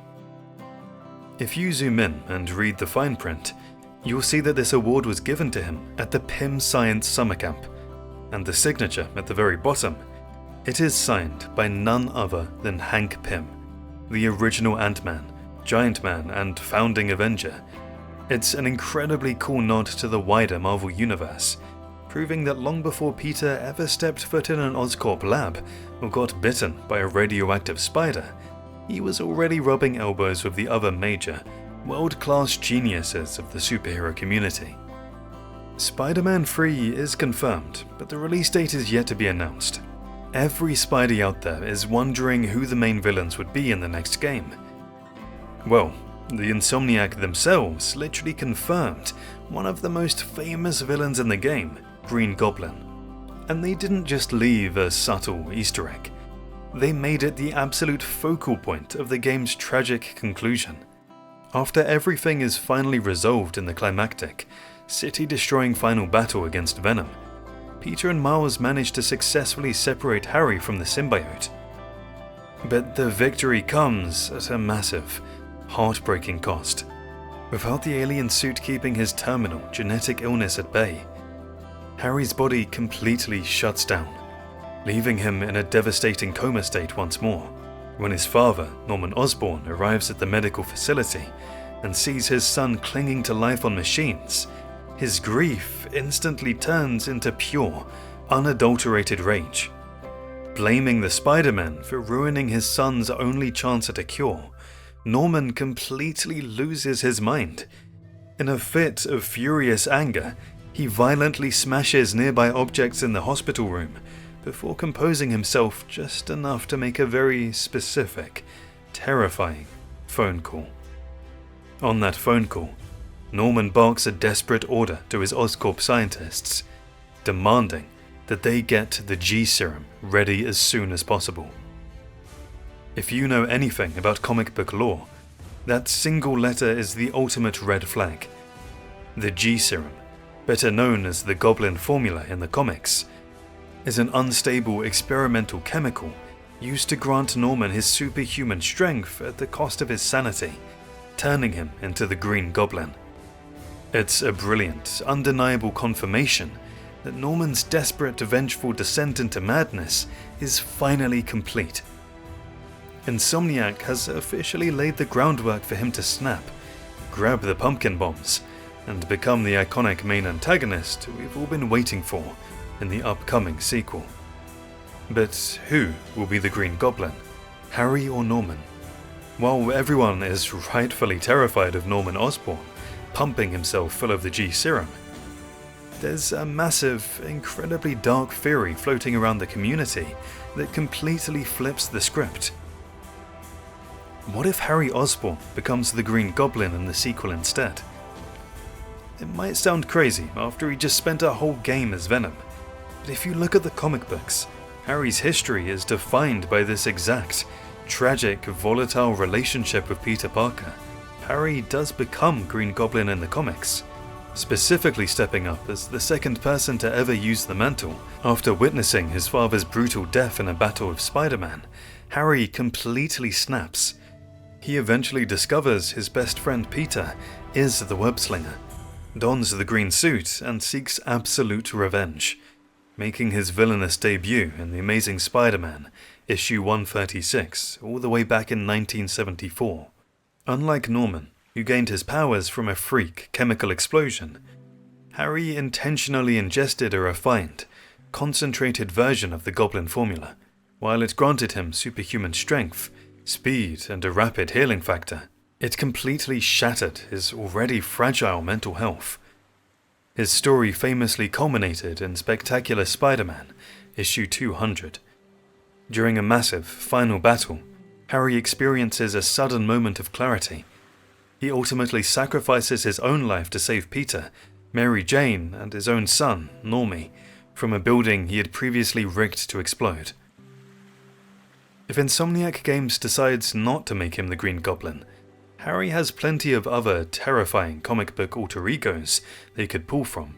During the Dark Reign era, Harry suited up in a high-tech suit of armor called the American Sun, specifically to fight his own father, who was parading around as the Iron Patriot at the time. In the Ultimate Universe, Earth 1610, Harry doesn't ride a glider at all. Instead, he violently mutates into a massive, hulking, orange, fire-wielding monster known as the Hobgoblin. In a much more recent, terrifying twist, a demonic centipede-crawling entity known as Kindred literally returned from hell to psychologically torture Peter, and it was revealed to be a fractured version of Harry's soul. However, before we theorize about Harry's ultimate fate, there's a sinister detail hiding in the background of the games that not many fans noticed. We all know Norman gave the Venom symbiote to Harry in a desperate bid to cure his terminal illness, but the lore implies Norman Osborn originally tried the symbiote on himself first. Think about Norman's character. He's a narcissistic scientist who refuses to blindly trust alien biology on his only dying son without testing it. If you look closely at Norman's erratic, obsessive behavior across the first two games, and his absolute desperation to control genetic enhancements, it paints a horrifying picture. Before he ever put Harry in that green stasis tank, Norman likely bonded with the black suit to understand its regenerative properties. This brief, hidden bonding period might actually explain Norman's underlying aggression, his god complex, and exactly why he's so recklessly willing to inject himself with the unstable G-serum in the sequel. The symbiote may have already poisoned his mind years ago. Spider-Man 2 even has references to the first game. Remember the Bagpack collectibles? It had some of the most amazing Easter eggs hidden in them of Peter's life, and his life as a friendly neighborhood Spider-Man. Finding those 55 webbed-up bags scattered across the city wasn't just open-world busywork. It was a brilliant way to establish the deep lore of a seasoned hero, revealing everything from his first pair of web shooters to fragments of the Shocker's original suit. But Insomniac Games couldn't resist poking fun at their own collectible mechanic, and they hid a hilarious, self-aware origin story for those exact backpacks right in the middle of the sequel. During the emotional flashback mission titled Roll Like We Used To, you get to play as a much younger Peter Parker sneaking through his old high school alongside his best friend, Harry Osborn. As you're crawling through the vents and navigating the school's gym, Peter comes across a very familiar sight. A classic, webbed-up backpack stuck in a random corner of the ceiling. When Peter sees it, he realizes he completely forgot he left it there. He then mutters a quiet passing remark to himself, stating that he really needs to start keeping better track of where he webs up his spare clothes and gear, because this entire sequence takes place years in the past, long before the events of the 2018 game. It serves as the funniest retroactive explanation in the franchise. We all know exactly how Peter's vow to keep better track of his bags turned out. He completely failed, which is exactly why there were 55 of them rotting on radio towers, alley walls, and skyscrapers for us to painstakingly track down across Manhattan. But at least he eventually got them all back. You did collect them all, right? Speaking of that exact same flashback mission, finding a forgotten webbed-up backpack isn't the only brilliant Easter egg hiding in the halls of Midtown High. Insomniac Games actually managed to sneak one of the oldest, most legendary internet memes of all time right into the main story. During the Roll Like We Used To sequence, young Peter and Harry find themselves in way over their heads. They're sneaking through their dark, empty high school, doing their absolute best to avoid the flashlight of a very dedicated security guard, and eventually the actual NYPD. At one crucial point in the stealth sequence, Peter gets completely pinned down. He needs a massive distraction to slip past the cops. And Harry decides to step up and be the ultimate wingman. Harry manages to sneak away and get his hands on the school's public access system. To draw all the attention away from Peter, he turns the microphone on, broadcasts his voice to every single speaker in the entire building, and starts loudly singing. But what exactly does the future heir to the Oscorp Empire choose to sing? He literally rickrolls the police. He starts belting out the lyrics to Rick Astley's infamous 1980s pop hit, Never Gonna Give You Up. The song has become so famous and has even been used in many memes. The funniest part about this entire sequence is the meta joke happening behind the scenes. Harry sings just enough of the iconic chorus for every single player to instantly recognize the meme, but he cuts it off right before Insomniac Games would legally get hit with a massive, real-world copyright strike. It's a hilarious, perfectly timed moment of levity that shows just how incredibly close Peter and Harry used to be before everything went wrong. Craven's introduction to the story was a menacing one for sure. He's introduced as this hunter who cares about no one, and then he sets his sights directly on New York City's most dangerous supervillains. When his great hunt officially begins, Craven absolutely decimates each of the supervillains that we spent an entire game putting behind bars. But while the game explicitly confirms the brutal fate of several classic villains, there's a massive, dark secret hidden completely out of bounds that reveals the original, horrifying fate of one of Spider-Man's biggest foes. Craven doesn't just capture his prey, he slaughters them. We actually see him personally execute Scorpion in a brutal, unforgettable cinematic scene where Craven literally overpowers him and stabs him to death with his own venomous stinger. But he didn't stop there. If you pay close attention to the audio logs and abandoned equipment scattered across the hunter blinds, it's officially canon that Craven also ruthlessly hunted down and killed Vulture, Electro, and Shocker off-screen during the invasion. But amidst all this carnage, there's one massive, hulking absence: Rhino. Rhino was one of the absolute biggest bads in the Miles Morales spin-off, yet in Spider-Man 2, he's never once mentioned as a casualty in the final script. He only briefly pops up as a potential target icon on Craven's digital map very early in the story, and then he completely vanishes from the narrative. So, did the unstoppable Juggernaut actually survive the Great Hunt? Data miners and glitch hunters found a terrifying answer to that exact question. By using an out-of-bounds glitch to clip through the map near the border of the financial district and Greenwich, players managed to fall inside a hidden, completely unfinished and inaccessible room.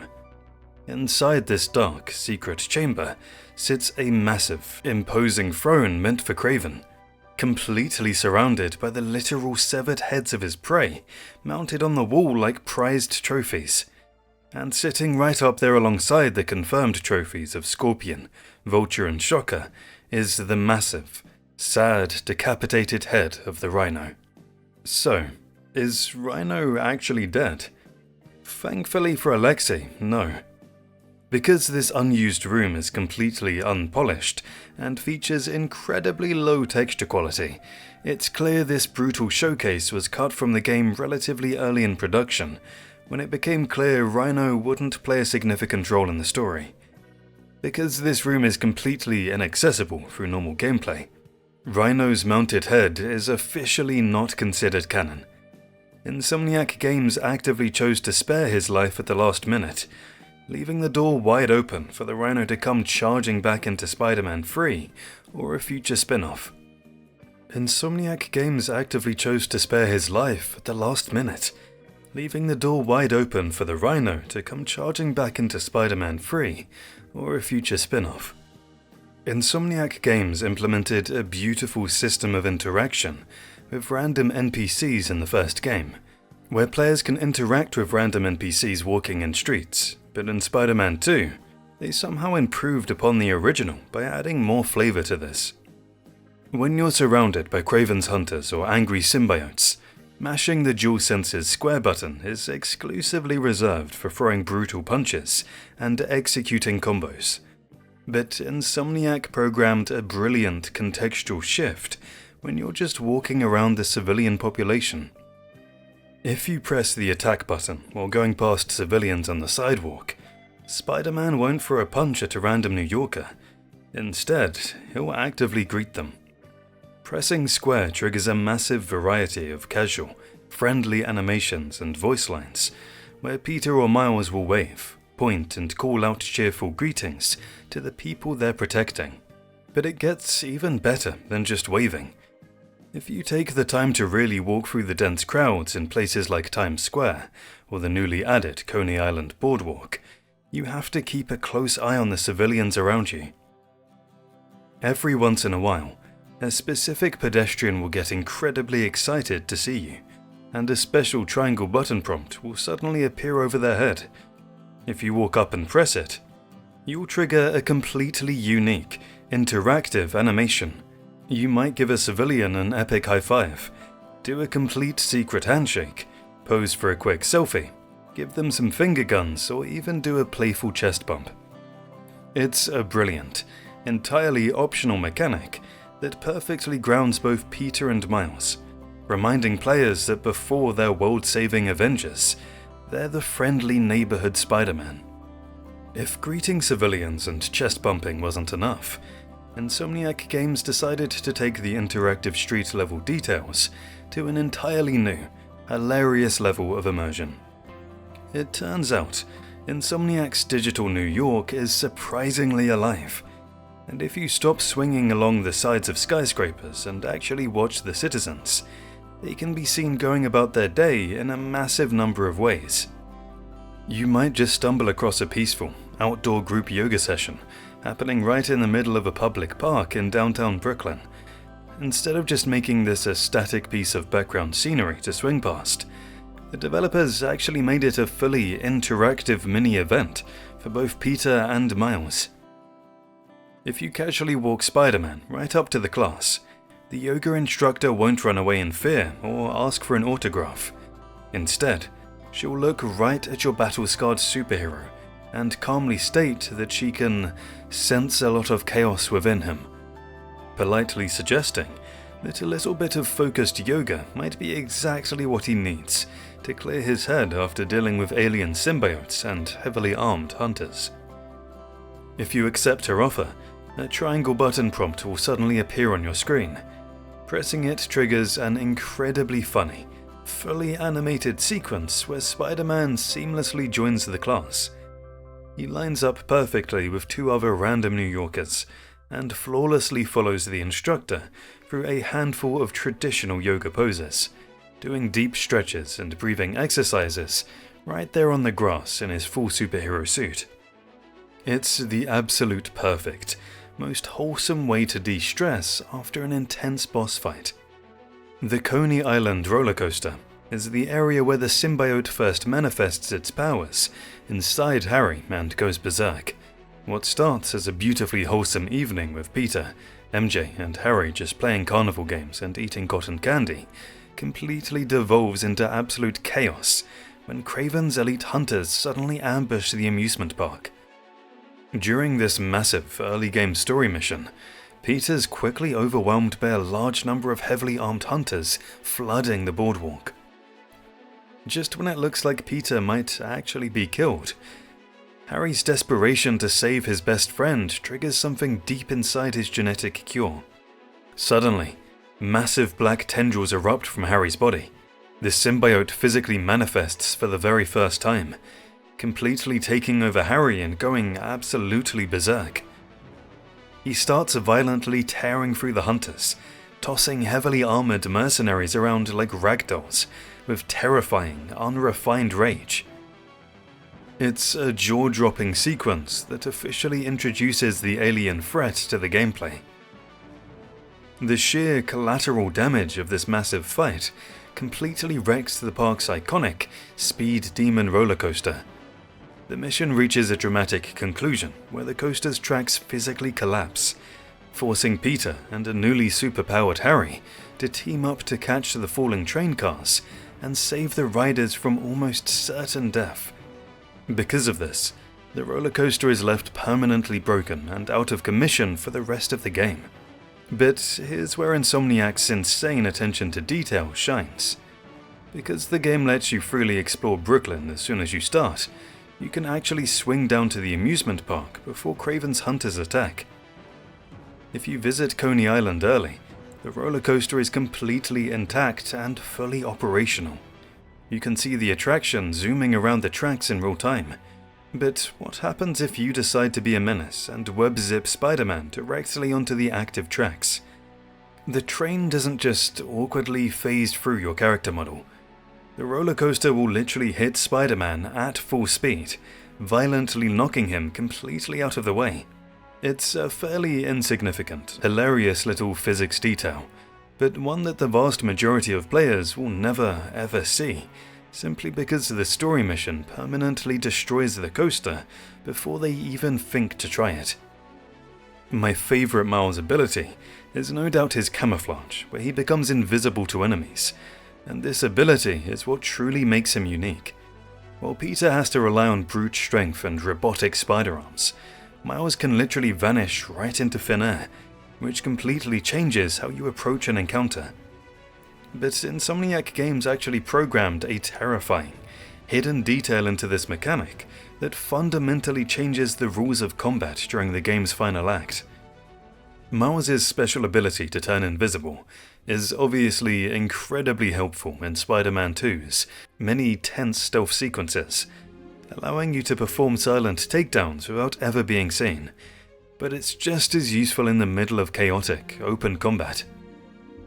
If you're getting overwhelmed by a massive group of Kraven's hunters or street thugs, you can even go camouflage mid-brawl. Normal human enemies will be completely shocked. They instantly lose their target, start panicking and swinging blindly, and give you the absolute perfect window to reposition, heal up, or execute a stylish finishing move from the shadows. However, the developers threw a massive twist into this strategy later in the story. Once Venom fully manifests and unleashes his army, spawning terrifying symbiote enemies that control innocent civilians all over New York City, your greatest safety net is completely ripped away from you. If you try to pull a fast one and turn invisible while fighting the symbiote hordes, let me just warn you, they aren't Kraven's subordinates. You're going to get absolutely crushed. The game's symbiote enemies appear to be completely immune to Miles' camouflage. Whether it's through some twisted alien echolocation, infrared heat sight, or some other hyper fine-tuned sense, the symbiotes will look right past your cloaking tech and keep relentlessly battling you as if you never vanished at all. It's a brilliant, terrifying gameplay detail that forces you to completely abandon your stealth tactics and reminds you that you simply can't hide from an alien apex predator. Daredevil is also born and raised in Hell's Kitchen, a part of New York, and if you know anything about Marvel lore, you know that where there's the devil of Hell's Kitchen, there's always a massive, shadowy underworld hiding just out of sight. We already know that the brilliant, blind attorney, Matthew Murdock, and his law firm, Nelson and Murdock, canonically exist in the Insomniac universe, but Spider-Man 2 takes the world building a massive step further. They didn't just tease the man without fear, they left behind a terrifying, hidden room that points directly to his absolute deadliest enemies. Spider-Man 2 has a number of links to Daredevil, but one especially sneaky, easily missed reference hints directly at one of his most notable antagonist organizations, the Hand. If you aren't familiar with the deeper story of Marvel lore, the Hand is basically a terrifying, mystical order of ninja assassins. With dark origins tracing all the way back to feudal Japan, the comics version of the Hand still thrives in the shadows of the 21st century. They are incredibly dangerous and have had massive, bloody conflicts with many notable heroes over the decades, including Wolverine, who we already know is officially a part of Insomniac's universe and getting his very own standalone game very soon. So, how do we know they're in New York? If you swing through the streets of Hell's Kitchen and keep a very close eye on the architecture, you can spot a mysterious, ominous red flag hanging outside an otherwise completely normal building. If you manage to peek through the windows, the Spider-Man 2 Easter egg is revealed. It's nothing more than a hidden, dimly lit room filled with ancient books, lethal martial arts weapons, and bizarre occult objects. While there are no actual ninjas standing inside for you to fight, the environmental storytelling is undeniable. Its specific placement in Daredevil's home turf of Hell's Kitchen, the signature red flag hanging outside, and demonic resurrection will make a rather convincing argument that the deadliest assassins guild in the world is actively operating right under Spider-Man's nose. The game even has references to some of the most powerful Marvel villains. One I personally didn't expect, no. If you know even a bit about Marvel comics and villains, you must have heard about this god-killing menace. In comics, Null is an ancient god of darkness who existed in the primordial abyss long before the universe itself was even born. When the Celestials brought light to his darkness, he retaliated by literally decapitating a towering, cosmic Celestial with a single strike of his dark sword. He then used the severed head of the space god as a forge to create his ultimate weapons. Most importantly, Null is the absolute creator and god of the entire symbiote race, known as the Clintar. A fairly significant nod to the wider Marvel universe and this terrifying god is hidden right in plain sight during the game.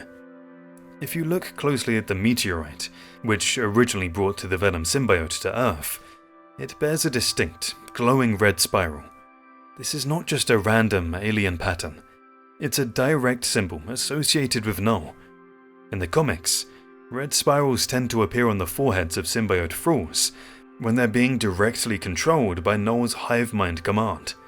Insomniac took this comic-accurate detail and ran with it, which is exactly why you see those same red spirals forming on the faces of the lesser symbiote enemies that you fight all over New York City in Marvel's Spider-Man 2.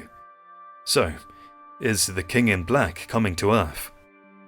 With the game clearly hinting at future DLC or a sequel involving another, much more chaotic symbiote, Carnage, it's highly possible that more will be explained about Null and exactly how his dark mythology fits into Insomniac's universe. Spider-Man 2 is a prime example of the PS5's hardware, and how well its SSD, in particular, can load big open worlds. We all know how, in the first game, developers used the hilarious, awkward subway system animations to cope with slow loading screens when players needed to fast travel across Manhattan. But the sequel completely changed the game, and it actually caused an unexpected problem for the developers. When Insomniac Games first got the PS5's SSD up and running, the near-instant loading time completely broke the traditional rules of game design. During early development, the map transition was so incredibly seamless that some testers were genuinely disoriented. Because there was no traditional fade to black or loading screen to signal the move, players legitimately believed the game had glitched out and forcefully teleported them across the map by mistake. To solve this massive usability issue, the developers had to intentionally slow the player down. They added the hold to confirm circle prompt on the menu. When the game launched, a lot of players naturally speculated that this holding prompt was just a clever, hidden loading bar masking the data stream. However, Insomniac's Director of Core Technologies, Mike Fitzgerald, explicitly debunked this myth. He clarified that the game absolutely doesn't need that time to load the map. The hold button is purely a psychological buffer to ensure the player's intent, rather than teleporting them by accident with a single, mistaken tap. Interestingly enough, The fast travel system was so terrifyingly efficient and seamless that the developers briefly considered cutting it from the game entirely. Because of the massive upgrades to traversal, like the web wings, the wind tunnels, and the faster swing speeds, Insomniac feared that a near-instant fast travel system was just too good, and would actively discourage players from ever swinging or gliding through their meticulously designed city. Thankfully, they left it in, giving us one of the greatest technical flexes in console gaming history. Fast travel wasn't the only thing the PS5's hardware helped completely revolutionize. It also fundamentally changed the way we physically move through the city. To make the web swinging significantly faster in Marvel's Spider-Man 2, Insomniac Games had to completely re-engineer how their game handles data. Because the PS5 can load assets at a blistering 5.5 GB a second, the developers were finally able to completely remove the hidden speed cap that artificially limited Peter and Miles' momentum on older hardware. On older console generations, the game engine constantly had to wait for a physical, spinning hard drive to find data. Sometimes, if you swung too fast, the game would literally freeze or crash because the world couldn't load fast enough. On the PS5, Insomniac's engine uses zero-seek streaming to pull high-resolution textures, buildings, and 3D models into the memory instantly as you zip past them. This massive hardware leap is exactly what allowed them to effectively triple the maximum swinging speed. Moving that fast introduces a new problem. How do you stop the streets from looking empty and deserted when you're blurring past them at 80+ miles per hour? The developers solved this by utilizing procedural generation. The game essentially spawns dense traffic and massive crowds of pedestrians just barely ahead of your field of vision, ensuring the city always feels incredibly alive and bustling, no matter how fast you're falling. To help players seamlessly cross the massive East River into the new boroughs, the developers placed invisible wind tunnels all across the map. These aren't just fancy visual effects to make the web wings look cool. They actually trigger a highly specialized physics mode in the engine. Entering one of these slipstreams boosts your velocity way beyond what standard web swinging could ever achieve. For the first time in the franchise's history, Insomniac added a swing steering assistance slider hidden in the gameplay settings. By default, the game gently guides you around buildings so you don't lose momentum. But if you turn this slider all the way down to 0, the game completely removes the safety rails. You're left using pure physics to gain massive momentum, meaning you can pull off incredibly tight, realistic arcs, but it also makes violently crashing straight into a brick wall much easier. I think the DualSense is best utilized in Spider-Man 2 to date. No other game could fully utilize the potential of the DualSense, apart from some other blockbuster titles. Finally, Insomniac utilized the DualSense controller to make you physically feel the speed. The adaptive triggers are programmed to perfectly mimic the literal tension of a web line. As you reach your absolute top speeds and launch yourself into the sky, the triggers actually offer intense physical resistance against your fingers, perfectly simulating the sensation of heavy wind and intense gravity pulling against Spider-Man. If you're a completionist, you have to collect each and every trophy, and honestly, there's some bizarre ones. That's exactly how you earn the Home Run Bronze Trophy. It's one of the most charming hidden objectives in the game, located at the very southern tip of the newly expanded map, down in Little Coney Island. First, you need to head down to the Big Apple Ballers Stadium, which is the game's heavily detailed version of the real-world Maimonides Park, home to the Brooklyn Cyclones. It's located just south of the amusement park rides in downtown Brooklyn. Once you land on the dirt of the baseball field, walk right up to home plate. You must then physically run, or just casually walk, to first, second, and third base in the traditional counterclockwise order, before finally returning to step on home plate. As soon as you complete the circuit, the bronze trophy will immediately pop up on your screen, and your character, Whether you're playing as Peter or Miles, we usually shout a hilarious, celebratory line about hitting a massive home run. Insomniac Games didn't just drop a generic baseball diamond into the map. They packed it with love and specific mechanics. You don't need to press a specific button, swing a bat, or use any special abilities. Simply physically stepping your character model onto the white base markers triggers the game's internal counter for the achievement. If you take a second to look around the empty stands and the dugouts, you can find various cool visual references to the fictional team's history and deep-cut Brooklyn baseball culture. Unlike almost every other major landmark in the city, the stadium is typically programmed as a completely peaceful zone. You can freely explore the massive scale of the stadium, run the bases, and take in the sights without ever being harassed by Craven's hunters, street thugs, or angry symbiotes. Earlier, we discussed about Tinkerer's sacrifice in Miles Morales, and how players can pay homage by visiting his grave. He isn't the only one. You can also visit Jefferson Davis, Miles' father, in the same cemetery. His headstone reads, "Beloved husband and father," which perfectly fits his character. If you played the original 2018 masterpiece, you already know exactly why this specific gravesite carries so much heavy, emotional weight for both Peter and Miles. Long before Miles ever put on a mask, got bitten by a radioactive spider, or discovered his bioelectric powers, his father, Officer Jefferson Davis, was already a massive hero in his own right. During the events of the first game, Jefferson proved his absolute bravery by helping Peter take down Kingpin's men and investigating Mr. Negative's operations. Because of his incredible heroics, Mayor Norman Osborn decided to honor him with a Medal of Valor at a highly publicized re-election rally at City Hall. However, the entire ceremony was a trap. Mr. Negative's ruthless gang, the Inner Demons, violently ambushed the rally. In one of the most shocking, heartbreaking twists in superhero gaming history, the deputy mayor was revealed to be a brainwashed suicide bomber.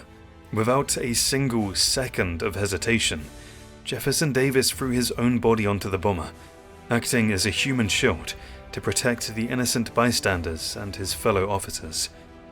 He tragically died in the massive explosion, right in front of a completely devastated Miles and his mother, Rio.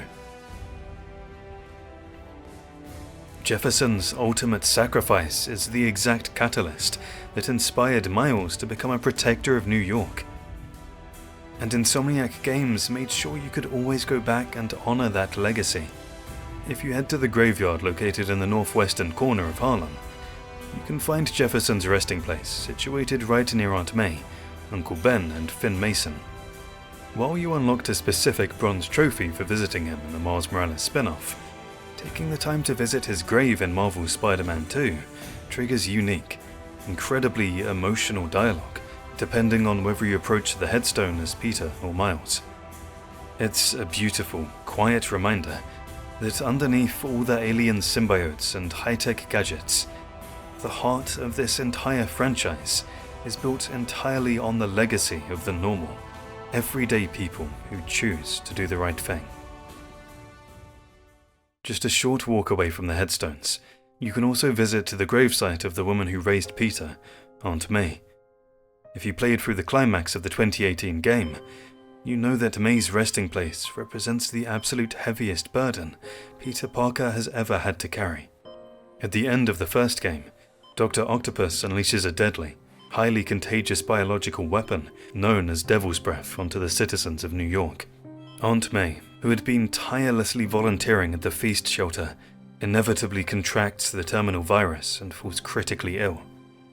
When Peter finally defeats Doc Ock and secures the only existing vial of the anti-serum, he's faced with the ultimate, agonizing Spider-Man dilemma. There isn't enough time to replicate the cure to save May and the rest of the dying city. He has to choose. In one of the most beautifully acted, gut-wrenching scenes in gaming history, May reveals that she's known Peter as Spider-Man for a while. She tells him she's incredibly proud of him, and Peter makes the impossible, selfless choice to let his aunt pass away so the doctors can use the vial to synthesize a mass cure for New York. Insomniac Games honors that massive sacrifice in the sequel. If you travel to the graveyard at the northernmost point of the Harlem map, you'll find Aunt May's grave. She isn't alone either. Her headstone is placed perfectly side by side with Uncle Ben's, reuniting the couple in their final resting place. If you walk up to the gravesite and interact with it, Peter will take a quiet, poignant moment to speak to them. He updates them on his life, his struggles, and his hopes for the future. It's a deeply moving interaction that reminds us exactly why Peter fights so hard to protect his city, grounding the massive, alien-filled sequel in pure human emotion. Speaking of Finn Mason and emotional tributes, visiting her grave isn't the only way Miles can pay his respects to his fallen best friend. In fact, Insomniac Games hid a second, highly secretive memorial for the Tinkerer, and it's tied to arguably the most difficult to earn exploration trophy in the entire game. If you played through Spider-Man Miles Morales, you know that long before Finn became the ruthless Tinkerer, she and Miles were inseparable childhood best friends. Together, they actually won the prestigious Spacebound Young Researchers Award from Oscorp. After Finn sacrifices her own life to save Harlem from a massive Nuform explosion at the very end of the spin-off, Miles takes that exact science cube and leaves it high above the city as a final, silent tribute to her brilliance and their friendship. What makes the Just Let Go PlayStation trophy so incredibly tricky to earn in Spider-Man 2 is that the game gives you absolutely zero hints, no map markers, and no glowing waypoints to help you find it. You simply have to rely entirely on your own memory of the previous game's final cutscene. To unlock it, you must be playing as Miles. You need to swing all the way down to the financial district, located in the bottom middle of the map. You're looking for the massive, historic architecture of the Trinity Church. If you scale all the way up the main spire and carefully check the small rooflet right below the steeple, you'll find that the little blue science trophy is still sitting right there, completely untouched, exactly where you left it years ago. When Miles interacts with the tiny cube, he doesn't give a long, dramatic superhero speech. He just takes a quiet, heavy moment to reflect on his friend, proving that even as he fights off alien invasions and massive hunters, he still hasn't let go of the girl who saved his city. As soon as the animation finishes, the rare bronze trophy will officially pop up on your screen. Later in the game, when the whole city is turning into symbiotes, MJ and Peter are attacked by symbiotes, and MJ then turns into one, right in front of Peter. Firstly, Peter's inability to save MJ at that very moment has become a massive talking point in the community. Peter Parker has literally gone toe-to-toe with the Rhino, halted a speeding train, and survived a beating from the entire Sinister Six. Yet during this home invasion, a standard symbiote tentacle easily pins him completely helplessly underneath a standard kitchen fridge, while MJ gets corrupted right in front of him.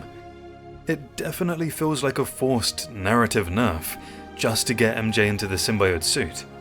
But the resulting boss fight is so incredibly emotional that most fans are willing to forgive this silly power scaling. It's a big loophole in my opinion, as Peter is arguably on par with the biggest supervillains he faces, yet a mere symbiote overpowers him, and he's stuck under a fridge. We'll talk about this very loophole and how Peter was kinda nerfed in the game in detail, with some other examples, but what's more interesting to note here is MJ's transformation. When the alien goo overtakes Mary Jane, she doesn't just become a generic, mindless minion for Venom's hive mind. She transforms into a massive, terrifying yellow and red monster with deadly hair. For die-hard comic fans, this was a massive, jaw-dropping moment because MJ officially becomes Scream. While Insomniac gave the Scream symbiote to MJ for maximum emotional damage against Peter, the comic book origins are very different. In the classic 1990s Venom, Lethal Protector comic run, Scream is actually one of the Venom symbiote's direct offspring.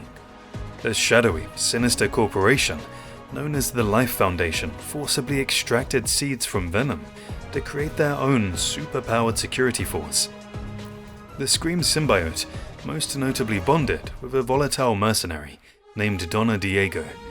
Unlike MJ, Donna was a trained killer, and the unstable combination of her fractured mind and the alien's violent nature turned Scream into one of Venom's most unpredictable and deadliest rogues.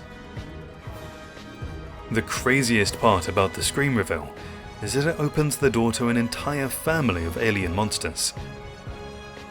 The Life Foundation didn't just stop at one experiment. When they extracted seeds from Venom, they actually forced him to spawn a whole team of colourful, deadly offspring, which Peter and Miles keep fighting till the very end. Yuri Watanabe's journey from a stern police captain to the brutal vigilante Rafe is one of the most significant character arcs in the Insomniac universe, evolving from a voice of law into a shadow of vengeance. Yuri's character had quite a big development arc, beginning as Peter's primary link to the NYPD. A breaking point occurred during the City That Never Sleeps DLC, where the failure of the justice system to stop Hammerhead drove her to take a lethal path. By the time we meet her in Spider-Man 2, she's fully shed her identity as Captain Watanabe to become a dark mirror of Spider-Man, showing exactly what happens when a hero loses faith in the no-kill rule. Rafe's purple smoke is more than just a cool visual effect. It's a direct, deep-cut reference to her comic counterpart's origin. In the Marvel Comics, Yuri doesn't have superpowers. To compensate, she raided the NYPD's evidence locker and stole equipment confiscated from various Spider-Man villains. Specifically, her signature purple smoke bombs are repurposed from Quentin Beck's special effects gear, used to disorient enemies and create an aura of the supernatural.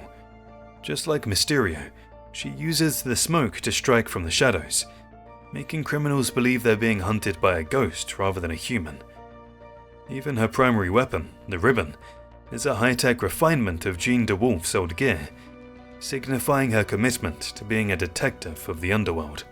Spider-Man 2's ending really did divide the fanbase. Some think that the ending was a bit rushed, others think that it's perfect.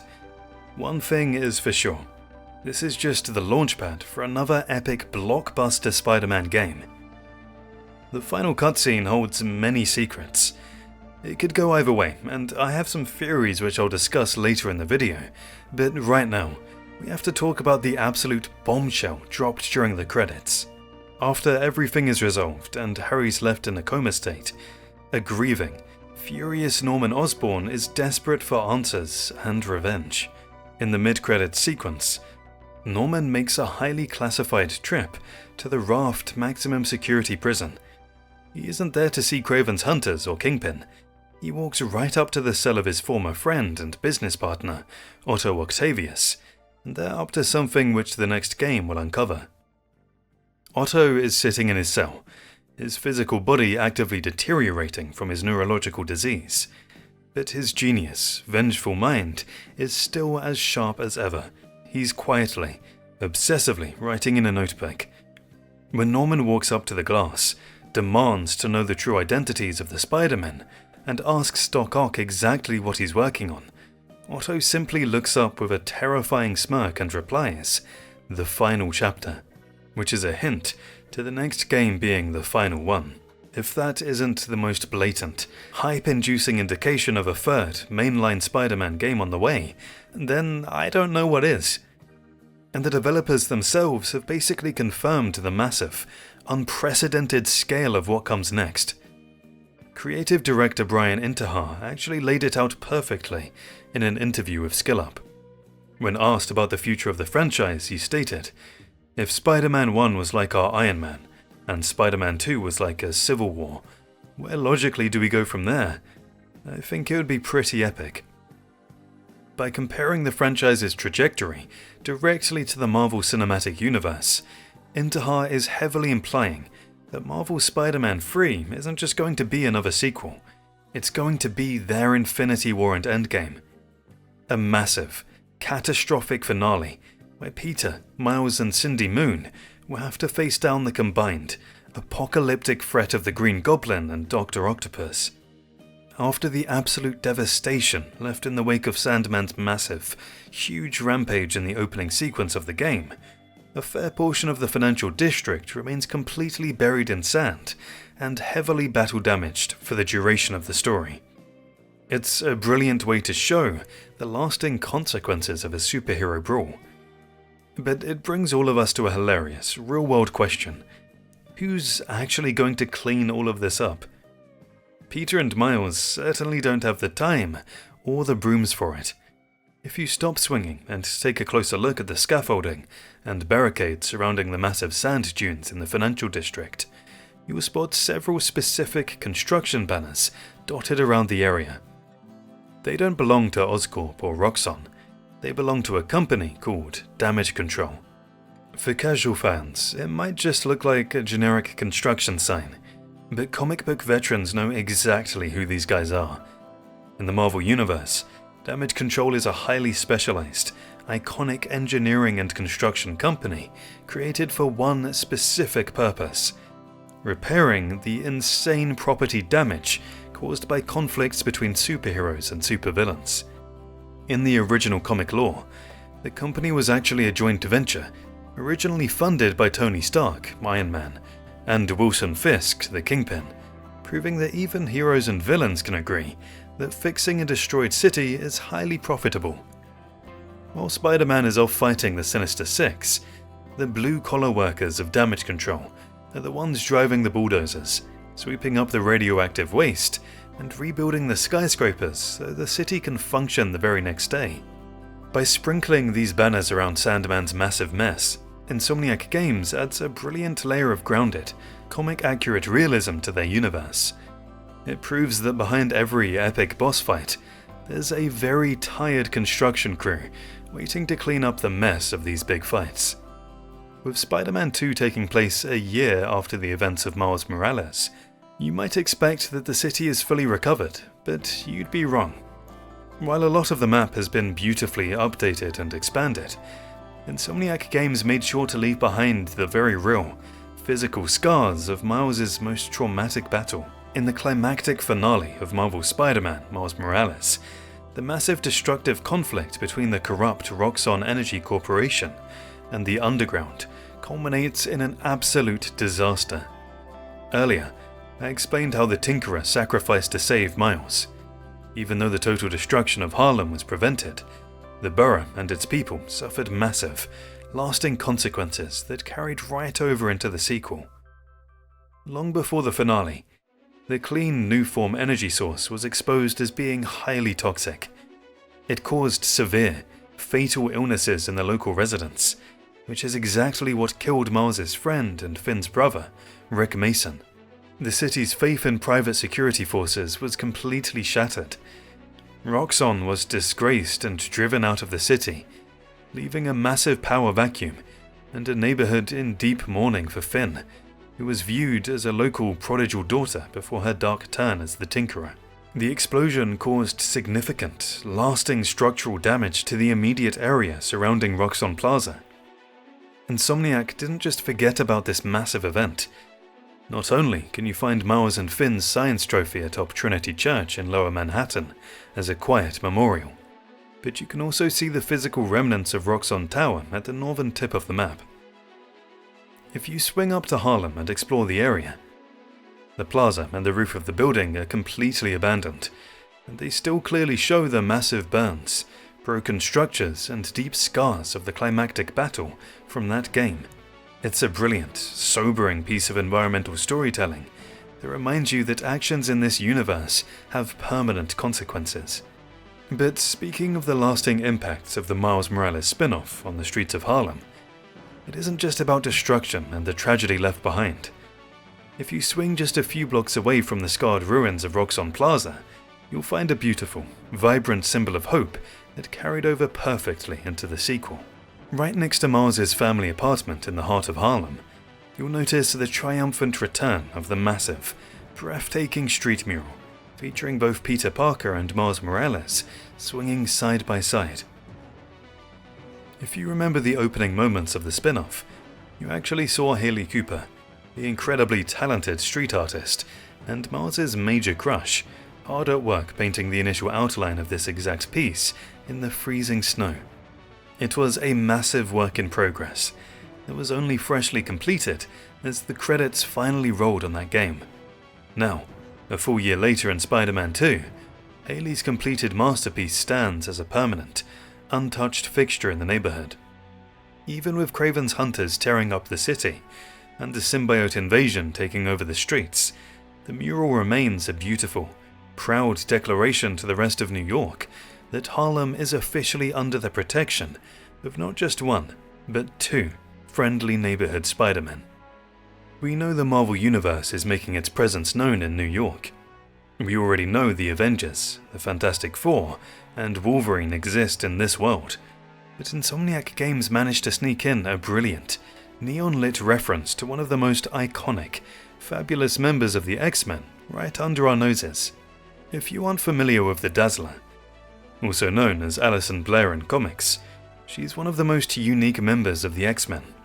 While her mutant ability to literally transduce sonic vibrations into blinding, concussive light energy is incredibly cool, she's actually much more famous for what she does when she isn't saving the world. Alison is a massive and huge pop star and music icon. Because she was created in the late 1970s, she started off making higher energy disco music, famously fighting supervillains while wearing a silver jumpsuit and roller skates. Over the decades, her preferred musical genre and fashion have constantly changed to better reflect contemporary music trends and keep her on the cutting edge of the industry. However, her association with the glitz and glamour of the disco era is still her most iconic look. So why bring up this mutant superstar? Because during the massive Coney Island sequence in Marvel's Spider-Man 2, you can actually find a direct tribute to her music career. While Peter, MJ, and Harry are walking around playing carnival games and eating cotton candy, you can stumble across an area officially labeled as Dazzler's Stage. It's set up as a small open mic night for aspiring local musicians. However, unlike the Muscle Tester or the Hydra Coaster, this isn't one of the many fairground rides or minigames you can actually choose to interact with. You can't force Peter to get up there and sing, and Dazzler herself is sadly not in attendance. The neon sign is a brilliant, undeniable homage to the mutant icon. But speaking of mutant icons, Dazzler's neon stage at Coney Island actually raises a massive, universe-altering question. If the mutants officially exist in Insomniac's world, where exactly is the rest of the team? Well, if you swing your way up to the very northern edge of the map, you can actually find their home, but it comes with a deeply unsettling mystery. If you head to the very northern section of the newly added Astoria Borough, tucked away from the bustling city streets, you can stumble upon a massive, seemingly nondescript and completely abandoned mansion. At first glance, it just looks like a creepy, overgrown estate that the developers threw in to fill out the suburban neighborhood.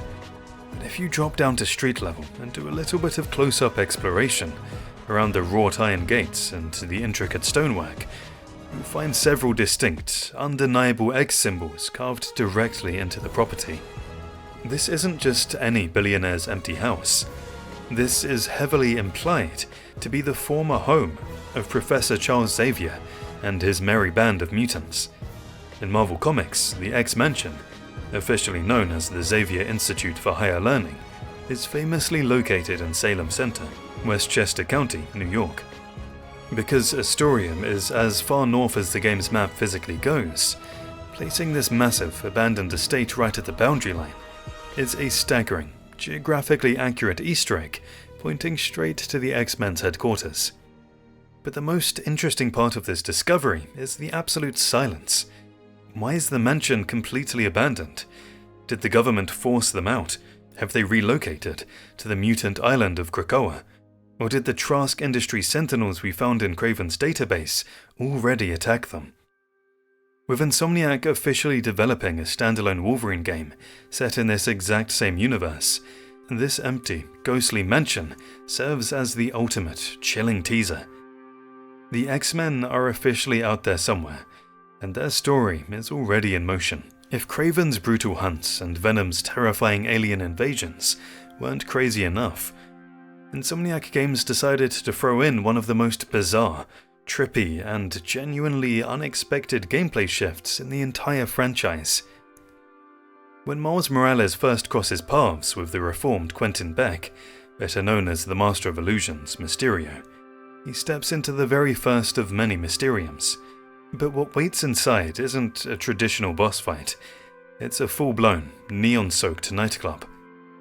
During the Master Illusionist story mission, Miles gets sucked into a virtual reality simulation that completely alters his surroundings. Instead of swinging from webs, Miles suddenly finds himself standing behind a massive DJ booth in a packed nightclub. To survive the illusion, the game completely abandons its traditional combat mechanics and suddenly turns into a literal Guitar Hero-style rhythm game. You have to spend several minutes hitting the controller buttons in perfect time with the falling neon notes on the screen. Because you're so focused on not missing the button prompts, it's incredibly easy to miss the genius detail hiding in the background music. If you listen closely to what Miles is actually playing, assuming you don't hit too many wrong notes and accidentally render the track into a chaotic, screeching nonsense of static, you'll hear a very familiar melody. The pulsing, heavy club track isn't just generic electronic dance music, it's actually a massive, bass-dropping EDM remix of John Paisano's epic orchestral main theme from the Insomniac Spider-Man games. It's a hilarious, incredibly clever meta-joke. Miles is canonically standing in a virtual nightclub, dropping the beat to his own superhero soundtrack. Peter Parker also has to deal with a terrifying, fire-obsessed doomsday cult. But during one of these intense brawls, Insomniac Games managed to sneak in a hilarious, deep-cut reference to one of the most grotesque, terrifying body horror transformations in Spider-Man history. During the incredibly creepy side mission, Where Have You Been?, Peter finds himself actively fighting off a massive horde of arsonist cultists who worship a deranged leader known only as the Flame. Mid-brawl, the cultists start screaming at Spider-Man, claiming that he's part of some grand, dark prophecy. Never one to miss an opportunity for a quip, Peter casually asks what exactly this ominous prophecy involves. Endless fighting, death by building, grow 4 arms and become a giant man-spider. Now, if you're a fan of television comedy, your brain might have immediately leaped to the iconic episode of It's Always Sunny in Philadelphia, where Danny DeVito paints himself black and runs around a carnival screaming that he is the man-spider. But as hilarious as that connection is, Peter's joke definitely doesn't come from nowhere. The concept of the man-spider is actually a massive, recurring, and deeply unsettling idea in Marvel lore. For an entire generation of fans, it's most famous for being the central, terrifying plotline of the legendary 1990 Spider-Man, the animated series. During the neogenic nightmare arc, Peter's radioactive DNA begins to rapidly overmutate. Instead of just giving him cool new powers, the mutation literally causes him to sprout 4 extra, hairy arms from his torso, before completely transforming him into a massive, mindless, acid-spitting monster. Even crazier, Peter is actually turned into the man-spider, or something horribly similar, at least 3 separate times in the comic books, and it rarely ever goes well for anyone involved. It's an absolute nightmare scenario, and having Peter casually joke about it while punching cultists in the face is a brilliant, terrifying nod to his weirdest comic book days. If you thought alien symbiotes and high-tech hunter drones were the craziest things in Marvel's Spider-Man 2, Insomniac Games decided to casually throw a literal, universe-bending magical artifact right into the middle of the story. During the high-stakes Make Your Own Choices story mission, Peter and Miles are desperately trying to save Felicia Hardy, the Black Cat from Kraven's Elite Hunters. But it turns out, Felicia doesn't actually need saving. She's already broken into a heavily guarded vault and stolen the ultimate getaway gadget. While Black Cat is desperately trying to flee the city to get to her girlfriend in Paris, she uses a glowing, mystical staff to blast holes in the fabric of space and teleport across the rooftops of New York. This isn't just a random, colourful MacGuffin invented for the video game. It is the Wand of Watumb. This is a massive, legendary piece of Marvel comic history. In the lore, it's one of the many insanely powerful, ancient magical artifacts that the Sorcerer Supreme constantly finds himself guarding, hunting down or fighting over to protect the fragile reality of the multiverse. It's absolutely hilarious to watch a street-level cat burglar use a god-tier magical relic just to dodge some dudes with crossbows. But the absolute best part of this Easter egg comes at the very end of the sequence. Once Felicia successfully escapes through a massive portal to Paris, she casually tosses the wand back to New York. But before Spider-Man can safely secure it, a sparkly, golden, unmistakable magic portal rips open mid-air, and the wand is instantly snatched away. While they don't physically appear on screen, the wand is explicitly reclaimed by Wong and Doctor Strange, who even leave behind a magical, hovering thank you note for Peter to find. This is the developers' way to confirm that masters of the mystic arts are actively watching over Insomniac's universe. If you thought Doctor Strange's portals and X-Men pop stars were the only massive Marvel Universe connections hidden in the game, you absolutely have to replay the game again. During the tense Bad Guys on the Block story mission, you infiltrate a heavily guarded Hunter underground base. Kraven's men are incredibly meticulous, and they keep detailed dossiers on every single superpowered threat in the world. If you take a moment to snoop around their lair, you can find an easily missable note detailing the life of a scientist named Farley Stillwell. This single piece of paper is an absolute treasure trove of comic book world building. First, the note confirms that Farley Stillwell is the man who helped create the Scorpion. For die-hard comic fans, this is perfectly accurate. In classic Marvel lore, Dr. Stillwell was a brilliant researcher researching animal mutation. He was actually hired by a furious J. Jonah Jameson to permanently bond McGargan to a mechanical suit and genetically alter his DNA, successfully creating the Scorpion just to hunt down Spider-Man. But the document doesn't stop there. It mentions that Stillwell spent a significant amount of time operating out of a place called Madripoor. If you've been watching the MCU, specifically The Falcon and the Winter Soldier, you know that Madripoor is a famous, fictional island nation located in Southeast Asia. It's strictly divided into Hightown and Lowtown, and serves as an absolute haven for the global criminal underworld. More importantly, in the comics, Madripoor is famously known as one of Wolverine's primary stomping grounds. Speaking of Wolverine, the final detail on this note is the absolute biggest bombshell. The hunters recorded that Stillwell might have had deep connections to an organization called Trask Industries. This is not a Spider-Man reference. This is a massive X-Men setup. Founded by the ruthless Bolivar Trask, Trask Industries is the terrifying corporation responsible for building the Sentinels.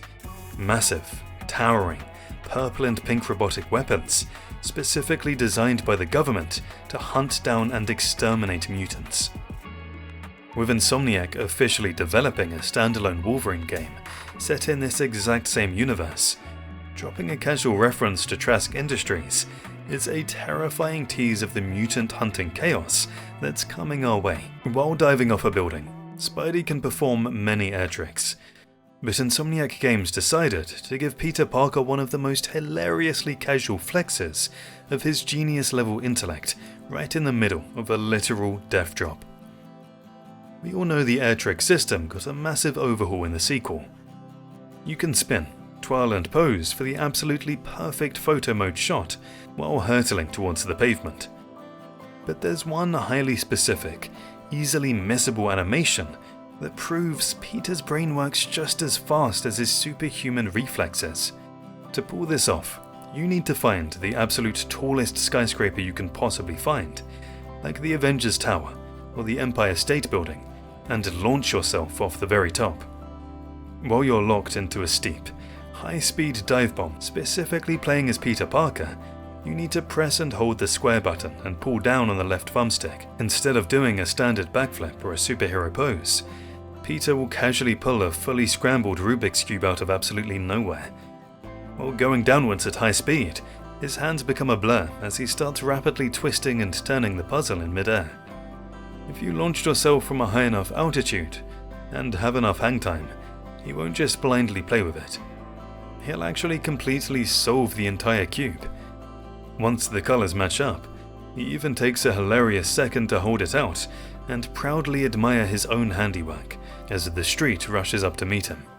When Marvel's Spider-Man 2 first launched, eagle-eyed fans immediately swung over to Hell's Kitchen to check on Matt Murdock and Fonnie Nelson's iconic law firm.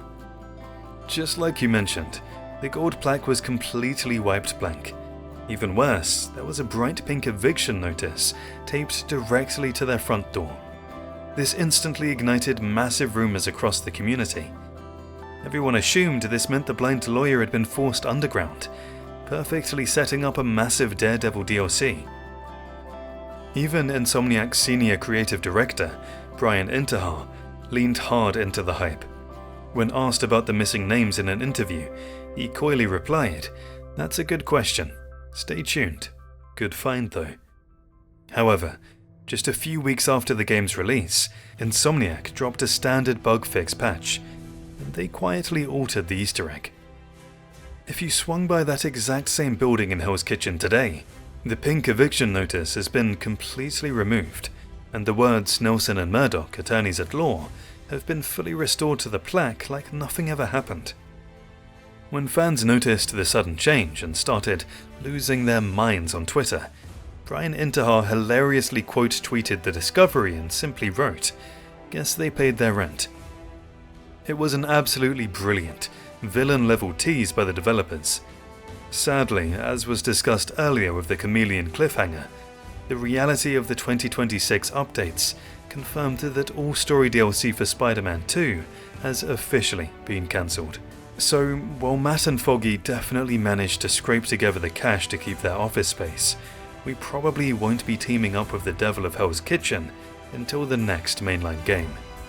The sewers and Spidey are basically a match made in heaven. Even in the first game, there are many such sequences. Whether he was chasing down the Shocker through the water treatment plants, fighting off Mr. Negative's subterranean inner demons, or hunting for missing Oscorp scientists, Peter Parker spends an ungodly amount of time swinging through the dark, smelly underbelly of New York City.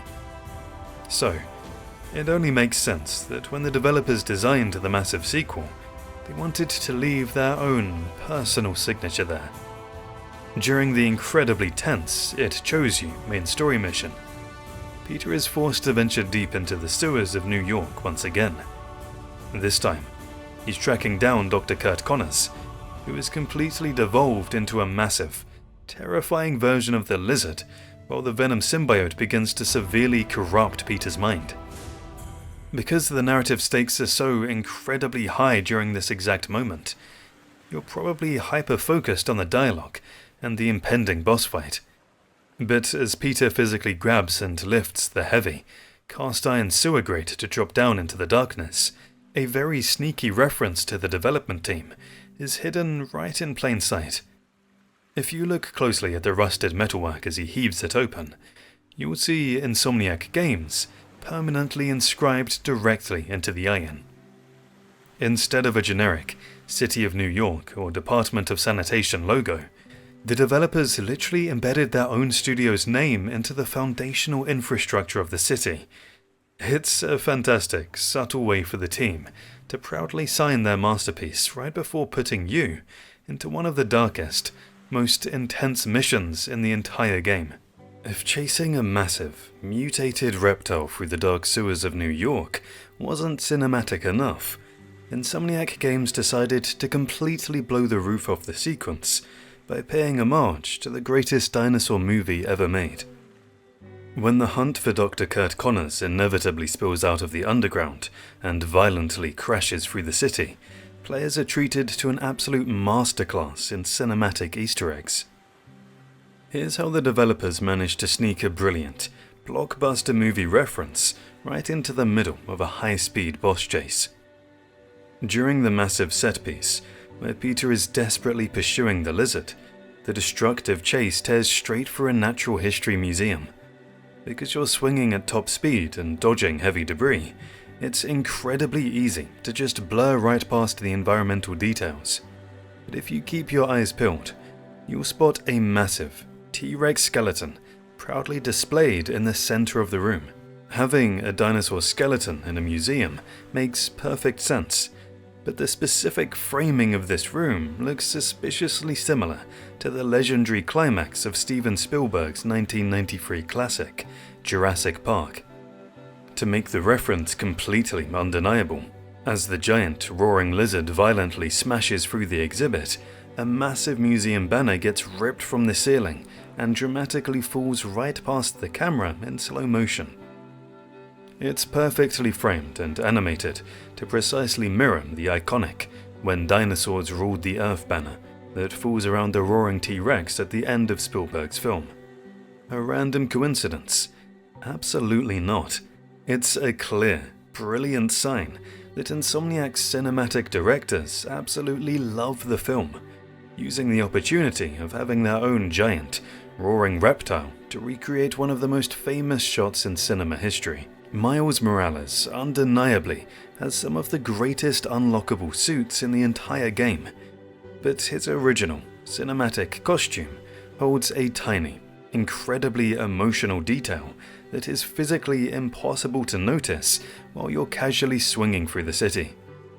To actually see this, you'll need to completely stop what you're doing, drop down to street level, and do some serious zooming in with the game's robust photo mode. First, you need to equip Miles with his very first costume from Spider-Man, Into the Spider-Verse, the cheap, store-bought Halloween costume he wears before making his own iconic suit. If you pull the camera all the way in and focus directly on the physical clothing tag stitched into the fabric of the costume, you'll realize it isn't just a generic brand name.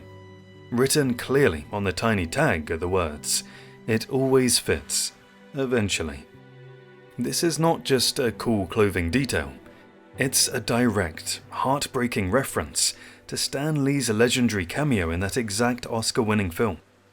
When a grieving, uncertain Miles buys that cheap costume from Stan's comic book shop and asks if he can return it if it doesn't fit, Stan delivers that exact, iconic line with a knowing smile. Including this quote as a physical, stitched-in tag in Marvel's Spider-Man 2 is an absolutely beautiful tribute to the late, great comic creator.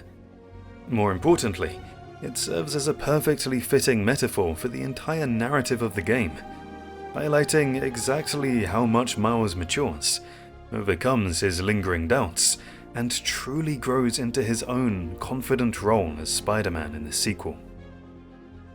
We covered a lot of Easter eggs and secrets in the amusement park, but there's one for Marvel comic nerds that doesn't even look like an Easter egg. If you're just casually walking around playing the minigames with Harry and MJ, you'll naturally look up and see the massive Ferris wheel towering over the park. The neon sign on it simply reads, "Big Wheel." To literally 99% of players, this just seems like a completely normal, generic name for an amusement park ride. But for die-hard comic book fans, this is an absolute, undeniable reference to one of the most ridiculous supervillains in Spider-Man history. Debuting all the way back in 1978, in The Amazing Spider-Man issue 182, the Big Will is actually a corrupt, wealthy businessman named Jackson Wheel. After getting blackmailed by another minor villain named Rocket Racer, Jackson decides he wants to become a super criminal. So what does he do? He hires the legendary Tinkerer to build him a weapon.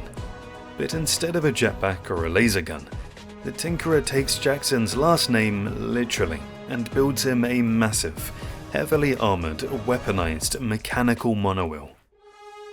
Jackson literally rides around inside this giant, metal tire equipped with guns and mechanical arms, calling himself the Big Wheel. He's so incredibly goofy and strange that his unique method of transportation has made him an absolute legend and a massive meme within the Spider-Man community. Fans actually started a massive petition to try and get the Big Wheel included as a boss fight within the original 2018 game. While Insomniac didn't actually let us fight the giant tire, immortalizing him as the massive Ferris wheel at Coney Island is the absolute perfect, clever way to honor one of the most absurd villains in Marvel Comics. All the NPCs in the game have generic eyes for obvious reasons. Insomniac games literally cannot render each NPC with unique eyes. When you're swinging past millions of pedestrians at 80 miles per hour, standard eye textures are absolutely necessary just to keep your PS5 from melting down. But it turns out there's one massive, glowing exception wandering the streets of New York, and it's arguably the most bizarre, beautiful visual glitch in the entire franchise. If you spend enough time exploring the streets up near Harlem, you might just stumble across a very specific, unassuming homeless woman NPC. The community has affectionately dubbed her Magic Eyes Sophie. At first glance, her character model is completely standard, dressed in regular winter clothing. But if you take a closer look, or honestly, if you just happen to be standing nearby, you will immediately notice that something is incredibly, dazzlingly wrong with her face. Instead of regular brown or blue irises, Sophie's eyes are completely replaced by a high-resolution, panoramic reflection of the New York City sunset. If you zoom all the way in with photo mode, you can literally see the entire skyline, the buildings, the Hudson River, and the bright, glowing sun perfectly centered right where her pupils should be. Her eyes are so unbelievably shiny and bright that you can actually spot them glowing from a nearby rooftop before you even hit the ground. So why does she look like an omniscient god in disguise? This is actually a hilarious, incredibly rare texture mapping glitch. In video game development, environments use cube maps to create reflections on shiny surfaces like puddles, windows, or Spider-Man's lenses. Somehow, the game's code accidentally swapped out Sophie's standard eyeball texture and completely replaced it with the massive environmental reflection map of the NYC sunset. Insomniac accidentally turned a random Harlem resident into a glowing, cosmic entity, creating one of the greatest, most accidental Easter eggs in the game. If you thought Venom tearing through Oscorp and eating Kraven's hunters wasn't terrifying enough, Insomniac Games originally planned to make the alien symbiote significantly more monstrous during his playable rampage. I could only imagine how terrifying it would have been. When you finally get to take control of Venom, he feels like an absolute tank, leaping massive distances and smashing through buildings like a horrifying version of the Incredible Hulk. But it turns out, the developers originally had a completely different, much more unsettling vision for how he was going to move through the city. Last May, Insomniac Games' advanced senior animator, Liam Murphy, took to X to share an absolutely mind-blowing piece of early concept animation. It showcased a completely unused, highly experimental traversal mechanic for Venom. Instead of just jumping heavily from street to street, this early version of Venom emphasized the symbiote's raw, alien ability to transform its physical mass. When moving at high speeds across the streets of New York, Venom would literally melt down into a horrifying, fluid, goopy, liquid-like form. He would sliver and surge forward as a massive, black puddle of alien sludge before violently bursting back up and reassembling into his towering, muscular usual appearance. So why was this incredibly cool, shape-shifting mechanic completely scrapped from the final game? It ultimately came down to the absolute nightmare of technical limitations and resource management.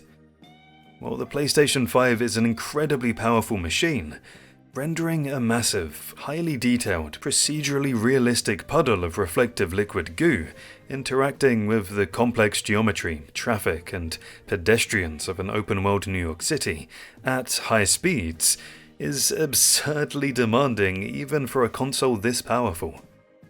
Making sure Venom's liquid form didn't accidentally clip through the map, glitch out on uneven terrain, or completely break the game's physics engine would have taken an unreasonable amount of development time. While the final version of Venom we got is an absolute powerhouse, losing this specific animation meant losing a brilliant layer of deep, unsettling body horror. It would have constantly reminded players that underneath all those massive muscles and teeth, Venom isn't a solid creature at all. He's a fluid, unpredictable, and completely terrifying alien parasite. One major complaint about the game was the lack of bosses apart from Kraven's Ark and Venom. There weren't many other options. Sure, we got some incredible, emotionally charged showdowns, but when you compare it to the absolute gauntlet of the Sinister Six from the first game, the sequel's Rogues Gallery felt just a tiny bit light. But what if I told you that the game's third act was originally supposed to be an absolute, all-out alien war? Here's the massive, data-mined secret that reveals exactly what Insomniac Games originally planned for the symbiote invasion, and the incredible boss fights that were tragically cut from the game. While this massive cut hasn't been officially confirmed by the studio, the game's own internal files tell a completely different story. Last year, a prominent data miner and ex-user named Worm shared a massive series of posts detailing hidden code pulled directly from the game's retail files. These files seemingly confirmed that Insomniac had initially built an entirely different, much more extensive storyline for the symbiote invasion. Instead of just fighting generic grey and yellow symbiote minions across the city, you were supposed to go toe-to-toe with Venom's entire extended family. Remember earlier, when we talked about MJ turning into Scream, that I mentioned the massive Venom family tree from the comics? Well, the leaked data explicitly references Phage, Lasher, Agony, and Riot as fully planned enemy bosses. Instead of Scream being the only named offspring you fight, Peter and Miles would have been forced into a brutal, multi-stage boss rush against 4 highly unique, incredibly lethal alien hybrids. Imagine having to dodge Lasher's whip-like tendrils while perfectly parrying Phage's heavy-bladed weapons. That would have been a treat to watch. Even crazier, the data-mined files actually reference a specific storyline inspired by the classic Venom, Separation Anxiety comic book run. In that iconic comic arc, Venom actually has to battle against his own offspring after they track him down. This heavily implies that the original script for the game might have featured a massive, three-way war where a playable Venom was actively hunting down and fighting the other symbiotes. Or perhaps Peter and Miles had to deal with the terrifying fallout of the alien family turning against each other. Unfortunately, creating 4 entirely unique, complex boss fights with custom mechanics, animations, and voice lines was likely just too massive of a resource drain, and the entire arc had to be scrapped. But just knowing how close we were to a full-blown symbiote boss rush is enough to make any Marvel fan's jaw drop. More future enemies. If you thought the game's finale had already laid all its cards on the table with Norman Osborn and Doc Ock, Insomniac Games sneakily parked one more massive, mechanical threat right in the middle of the street. While the city is completely tearing itself apart during the late-game symbiote invasion, it's incredibly easy to ignore the generic, wrecked cars littering the roads. But if you stop swinging and take a closer look at some of the tipped-over, heavily armoured 4-wheel drive vehicles scattered around the map, you'll notice a very specific corporate logo plastered on their sides. The branded logo on these wrecked 4x4s clearly reads Smythe. For casual players, it just looks like another generic security or tech company, that got caught in the crossfire. But for veteran webheads, that name triggers an immediate, flashing red danger sign. In Marvel Comics lore, this is a direct reference to Spencer Smythe and his equally vengeful son, Alistair Smythe. They aren't just wealthy businessmen, they're absolute genius roboticists who hold a massive, deadly grudge against the friendly neighborhood hero. What makes the Smythe family so incredibly dangerous? They're the brilliant, twisted minds behind the Spider Slayers. These aren't your average, clunky security drones like the one Sable International used in the first game. Spider Slayers are massive, terrifying, heavily armed robots, specifically engineered, programmed and designed from the ground up with one single, chilling purpose: to hunt down and brutally execute Spider-Man. In the comics, they come in all shapes and sizes, from giant mechanical spiders that can climb walls to towering humanoid mechs equipped with lasers, buzzsaws, and anti-webbing countermeasures. The inclusion of these branded vehicles is a brilliant piece of world building that perfectly sets the stage for Marvel's Spider-Man 3. Think about the position the story is in right now. Norman Osborn is absolutely furious, incredibly wealthy, and desperate for revenge after what happened to Harry. In the comics, it was actually J. Jonah Jameson who initially funded the creation of the Spider Slayers, but in Insomniac's universe, having a father hit with grief over his son, Mayor Osborn hires the Smythes to build him a private, anti-spider robotic army, which makes terrifyingly perfect sense. Trading Kraven's organic hunters for a relentless, indestructible army of high-tech Spider Slayer robots would make for an absolutely incredible new enemy faction to battle in the finale. Kraven is a hunter by nature. We all know that, and even his pet collection shows it. Dima is his personal pet. When a guy spends his entire life tracking down the most dangerous game on the planet, it makes perfect sense that he wouldn't just settle for a golden retriever.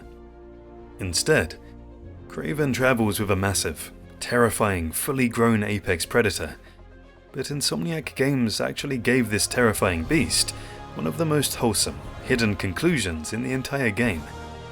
While desperately in pursuit of Kraven, Peter eventually crosses paths with his massive pet tiger, Dima.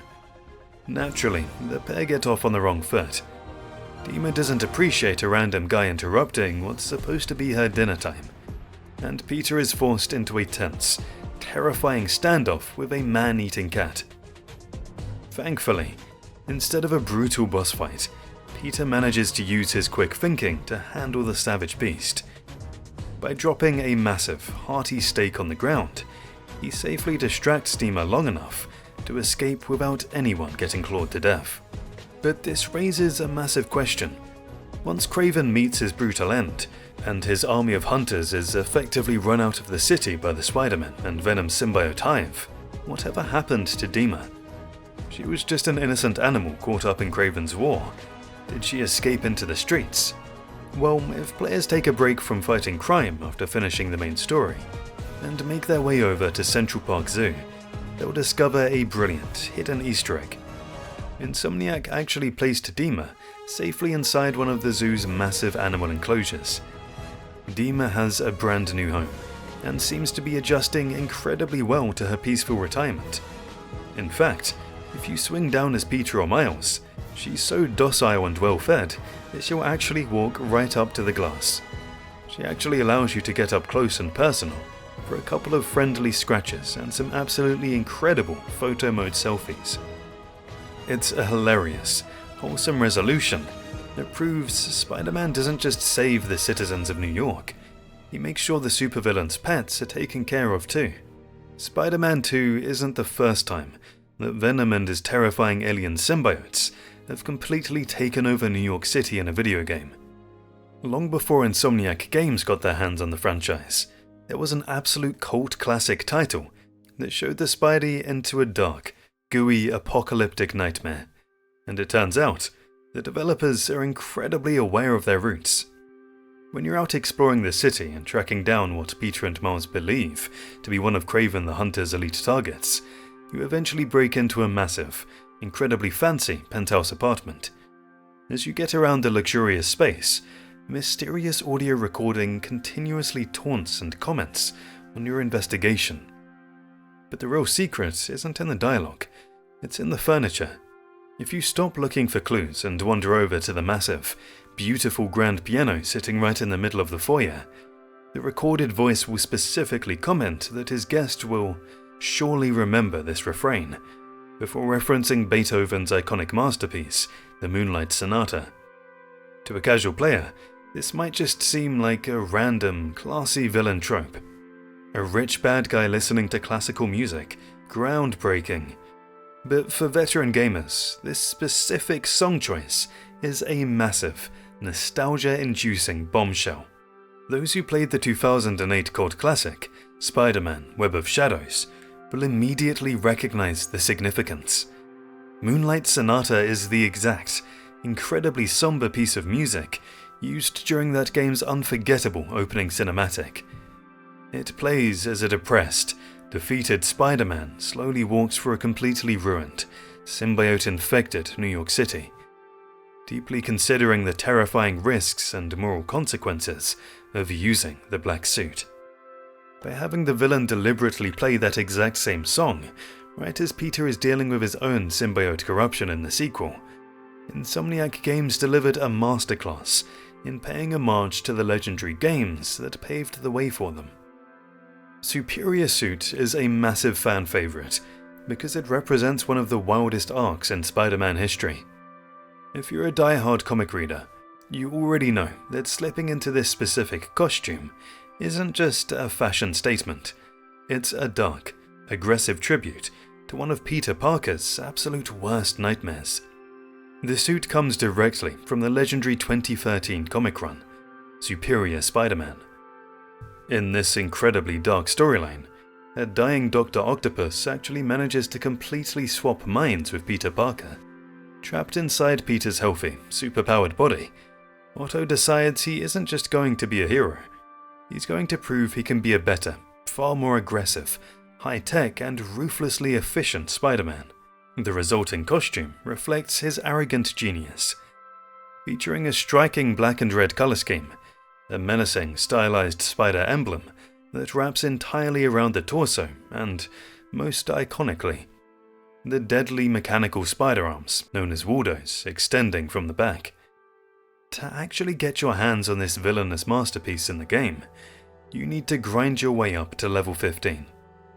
Once you hit that milestone, you can craft the base suit for 40 tech parts and 2 city tokens. But the customization doesn't stop there. By spending an additional 20 tech parts and 1 city token, you instantly unlock 3 incredible alternate color variants in paragraph form. You get the classic Superior Red and Black look from the Volume 1 comics, a reimagined classic red and blue that applies Peter's traditional colors to Otto's design, a brilliant black and green variant that serves as a direct, genius nod to Dr. Octopus's classic villain color palette, and a highly stylized, high-contrast dark blue and pink neon variant. As with all suits in Spider-Man 2, there are no unique combat perks tied exclusively to this costume. However, this suit is absolutely designed to visually pair perfectly with Peter's spider arm abilities.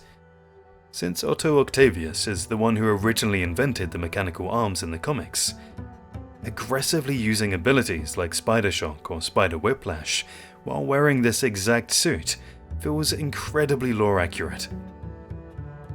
If you really want to lean into the ultimate superior playstyle, focus all of your suit tech upgrades directly on the damage and focus trees to perfectly mimic Otto's brutal, unapologetic and highly efficient combat style. Throughout the duration of Marvel's Spider-Man 2, the identity of Rio's date is kept a closely guarded secret. Insomniac Games turns Miles' personal life into an absolute, slow-burning mystery that spans the entire game. On a number of occasions, a nice family dinner has been perfectly set up for an official introduction. However, Miles' massive responsibilities as Spider-Man constantly get in the way. He repeatedly arrives late, entirely missing his mother's mysterious gentleman caller, though this surprisingly doesn't cause a great deal of friction between the incredibly understanding mother and son. Some players definitely found the constant stringing out of this mystery to be deeply frustrating. But the payoff? It's an absolute, universe-expanding lore bomb that completely reshapes the future of the franchise. The name of the man, his face, and his daughter's identity are not officially disclosed until Marvel's Spider-Man 2's very final post-credits scene. Following all of her previous, failed attempts to have them all sit down to dinner together, Rio finally manages to introduce Miles to the man she's been dating. When the door opens, Rio simply refers to him affectionately as Albert, but if you have your game subtitles turned on, the text instantly reveals a massive detail. His full name is Albert Moon. Earlier, when we were discussing the heartbreaking cancellation of the game's DLC and the chameleon cliffhanger, I briefly mentioned a massive tease for Cindy Moon. Well, this is exactly where that setup happens. While Albert Moon might be a name unfamiliar to many casual fans of the franchise, he's actually the father of a massive Marvel legend. When Albert walks through the door, he brings his daughter to the dinner table, officially introducing the Insomniac universe to Cindy Moon. While everyone thinks Kraven's Great Hunt was simply a way to showcase his immense power and authority, in reality, it was something completely different. The game does an absolutely brilliant job of subverting your expectations of the legendary villain. You spend hours believing he's just an arrogant, unstoppable apex predator looking for a trophy, but the truth hidden in the shadows is much darker and incredibly tragic. While we all know Kraven is a completely lethal, terrifying warrior who can fight Spider-Man to a standstill, his own body is actively failing him. The Great Hunt in New York isn't about claiming a prize at all. It's actually a desperate, ticking clock search for a worthy executioner. Kraven is suffering from late-stage, inoperable cancer. While many comic fans immediately guessed pancreatic cancer based on traditional tropes, the game explicitly confirms that his terminal illness has reached a point where modern medicine can no longer save him. While exploring Kraven's hidden hunter bases as Peter, you can actually scan and find powerful chemotherapy medication stashed among his personal belongings, confirming that he's been violently fighting the disease completely behind the scenes. For a man whose entire identity is built around supreme physical dominance, he views the disease as the ultimate weakness that he absolutely refuses to succumb to. During an intense boss fight, Kraven actually screams out the heartbreaking line, "Do you know what it's like to have your body betray you?" It's a rare moment of vulnerability from a man who's literally dying from the inside out. Because Kraven believes that withering away and dying in a sterile hospital bed is an absolute disgrace for an apex predator, he devises a massive, bloody strategy. He views a glorious, violent death in combat as the only acceptable way to end his life on his own terms. This is exactly why he breaks into the raft and specifically hunts down legendary supervillains like Scorpion, Vulture, and Electro. He isn't just killing them for fun, he's aggressively testing them to see if they're strong enough to kill him. When they inevitably fail, he executes them out of sheer disappointment. When Venom eventually overpowers and brutally defeats him, Kraven doesn't scream in fear or beg for his life. His final, chilling words are a genuine thank you, as he finally receives the glorious warrior's death that he spent the entire game desperately seeking. This incredible reveal creates a brilliant, dark thematic parallel between Kraven and Harry Osborn. Both characters are terminally ill, both are having their bodies betray them, and both are desperate for a permanent solution. But while Harry attempts to use the alien symbiote to try and heal the world, Kraven uses his remaining time to selfishly leave a massive path of destruction just to satisfy his own ego. It's absolute narrative perfection. Even his final wish was a warrior's death. He was a menace and didn't care about anything else. Kraven's terminal diagnosis might explain his motivations, but it absolutely does not excuse his cruelty. He wasn't just looking for someone to defeat him. He was actively, ruthlessly eliminating anyone who disappointed his impossibly high standards. After Kraven's forces violently hijack the raft transport and capture several of Spider-Man's greatest foes, Mac Gargan is thrown into a makeshift, underground gladiator arena. For years, the Scorpion has been depicted as an absolute powerhouse, a terrifying, heavily armored psychopath whose acid tail can melt through solid steel. We expect a massive, earth-shattering clash between two titans. Instead, Kraven completely and utterly embarrasses him. The hunter dodges Gargan's frantic strikes effortlessly, treating one of New York's deadliest villains like nothing more than a slow, clumsy insect. But it's the execution that truly cements Kraven as a terrifying menace. When he finally decides he's had enough of the game, Kraven doesn't just break Gargan's neck or use a hunting knife. In a display of horrifying strength, Kraven physically shatters and rips off the Scorpion's iconic mechanical stinger. But he doesn't drop it. He wields the severed tail like a weapon and violently stabs Gargan directly in the chest, physically injecting the villain with his own lethal venom. Why go to such a gruesome length? Because Kraven is testing him on a philosophical level. He injects Scorpion with his own poison, specifically to see if Gargan is actually worthy of his own terrifying reputation. He wants to know if the man inside the suit has built up a biological immunity, or the sheer willpower to survive his own sting. When Gargan immediately begins to choke and die from the venom, Kraven looks down at him in sheer disgust. MJ, in the start, works for J.J. Jameson, and how she quits her job is one of the most satisfying, relatable character arcs in the entire game. Since the very beginning of the franchise, Mary Jane Watson has been a fierce, dedicated investigative reporter, but in the sequel, she finds herself in an absolute nightmare scenario. J. Jonah Jameson has officially brought back the Daily Bugle, and he's her new boss. Throughout the first half of the game, MJ is under a massive amount of stress. Jameson doesn't care about her hard-hitting, investigative journalism. He only wants sensationalist clickbait and aggressive, anti-Spider-Man propaganda. He constantly shoots down her pitches, and demands she spins the horrifying events of Kraven's hunt to fit his own twisted narrative. The tension finally boils over, and MJ realizes she can absolutely no longer compromise her morals to write garbage for a boss who actively hates her friends. In a massively triumphant moment, she officially quits the Daily Bugle.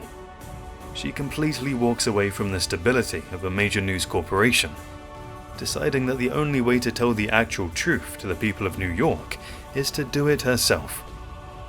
She launches her very own independent podcast called The New Normal, focusing on real stories, community healing, and actual journalistic integrity. But Insomniac Games didn't just let her start a podcast, they gave her the ultimate, undeniable victory. If you keep swinging around the city and listen to the radio broadcasts after you finish the main story, you'll discover an absolutely brilliant, hilarious detail. By the end of the game, MJ's independent podcast has actually gained more listeners and higher ratings than J. Jonah Jameson's massive, well-funded Just the Facts radio show. Because of this, JJJ is absolutely irate in the post-game. You can hear him aggressively ranting and throwing a massive on-air tantrum about amateur podcasters stealing his audience. He's furious that his former employee completely beat him at his own game, proving that the citizens of New York actually prefer MJ's empathy and truth over Jameson's endless screaming. Sometimes villains can change, and Marvel's Spider-Man 2 proves this theory really well. Remember Tombstone? In the 2018 game, Lonnie Lincoln was an absolute menace, but his transformation in the sequel is arguably the greatest, most surprising redemption arc in the entire franchise. In the first game, Tombstone was an incredibly violent, high-ranking crime boss who led a massive, heavily armed criminal biker gang right out of Harlem. He wasn't just stealing cars. His main goal was manufacturing and distributing an illegal, highly dangerous drug called grave dust, which temporarily granted its users a fraction of his own superhuman strength and invulnerability. He was completely cold and ruthless. In one terrifying cinematic scene, he brutally executes one of his own welders simply because the man failed to fix a minor imperfection on a vehicle. Because of his exposure to a volatile chemical called deox-3 during his youth, his skin was literally as hard as diamonds. He was completely immune to pain, physical trauma, and heavy gunfire. So, how did a man like that actually change? The catalyst happened at the very end of his side mission arc in the first game. Spider-Man managed to synthesize a chemical counter-serum and actively used it during their final boss battle to completely negate Tombstone's powers. For the first time in decades, Lonnie Lincoln actually felt physical pain. But instead of getting angry, he found the sensation absolutely thrilling. Unlike villains like Doc Ock or Scorpion, who grew bitter and vengeful, Tombstone genuinely respected Spider-Man for finally giving him a real challenge. He took his brutal defeat with a smile, viewed his incarceration at the raft as just another phase of life, and was eventually paroled for surprisingly good behavior. By the time the events of Spider-Man 2 roll around, Lonnie has been out of prison for nearly 2 years, and he's completely turned his life around. He successfully transitioned to a normal life as a community worker, and took a job as a mechanic and repairman at the Coney Island amusement park. Specifically, he manages the go-kart track. While Peter and Harry are exploring the park, they actually watch Lonnie spring into action to rescue a rider after a nasty go-kart crash. Not only is he accepted by the public, but the crowd actually gives the former crime boss a round of applause. When Peter and Harry approach him, instead of a boss fight, they have a completely civil, friendly conversation, where Tombstone proudly confirms he's just doing his community service and trying his best to stay clean. Unfortunately, because he's a massive, formidable former warrior, he inevitably becomes a prime target for Kraven's hunters during the Great Hunt. Despite his desperate desire to stay out of the criminal life, he's kidnapped and thrown into Kraven's arena, forcing Peter and Harry to rescue him. His arc serves as an absolutely brilliant narrative contrast to the rest of the game's villains. While characters like Scorpion, Vulture, and Electro are violently hunted and killed by Kraven because they refuse to change their ways, Tombstone represents the genuine possibility of true redemption. Another fun fact, after Peter and Harry rescue him from the hunters, Tombstone realizes he's still a massive target. He decides to temporarily go into hiding to stay completely off Kraven's radar, officially parting ways with the Spider-Man on incredibly peaceful and deeply respectful terms. Similar to Kraven, Sandman's intentions were also not pure evil. In fact, his motivations were completely heartbreaking. When you start Marvel's Spider-Man 2 for the very first time, you're immediately thrown into an absolute blockbuster spectacle, fighting a building-sized Flint Marko as he tears through the financial district in a massive, raging sandstorm. At first glance, it seems like Sandman has simply relapsed into his old criminal ways, throwing a massive temper tantrum and destroying New York just because he can. But as you explore the city later in the game, you discover the terrifying, deeply emotional truth behind his violent outburst. After the massive opening battle, Flint Marko's mind is completely fractured, and pieces of his consciousness are scattered all across New York in the form of crystallized sand. As Peter and Miles swing around collecting these memory crystals, they don't just clear the lingering sandstorms, they actively piece together Marko's recent, fragmented memories. Through these audio logs, we learn exactly what triggered the catastrophic event. Flint Marko had actually been trying his hardest to stay completely off the grid and live a peaceful life. But Kraven the Hunter had just arrived in New York. and his elite mercenary army immediately targeted Sandman as one of their primary prey.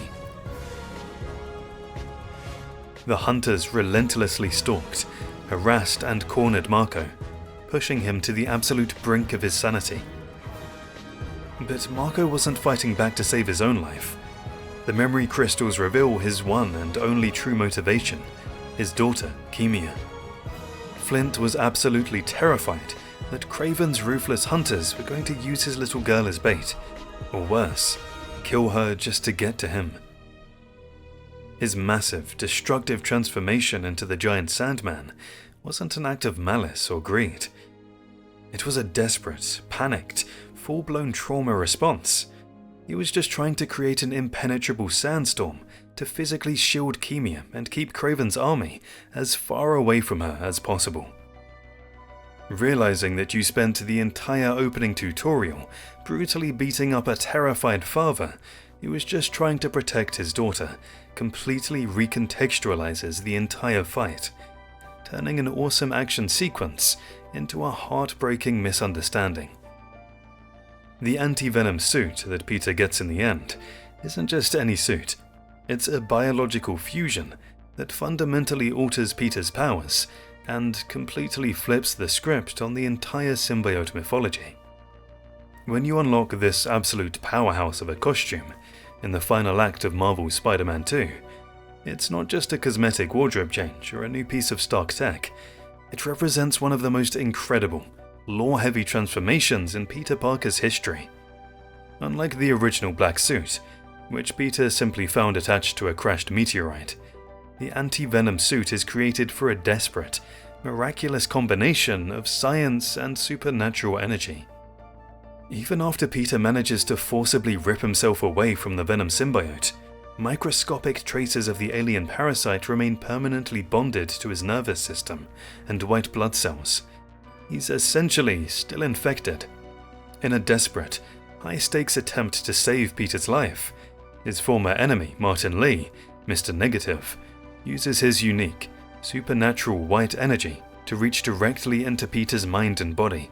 Lee's powers aggressively interacts with the remaining symbiote cells and Peter's own inner light and willpower.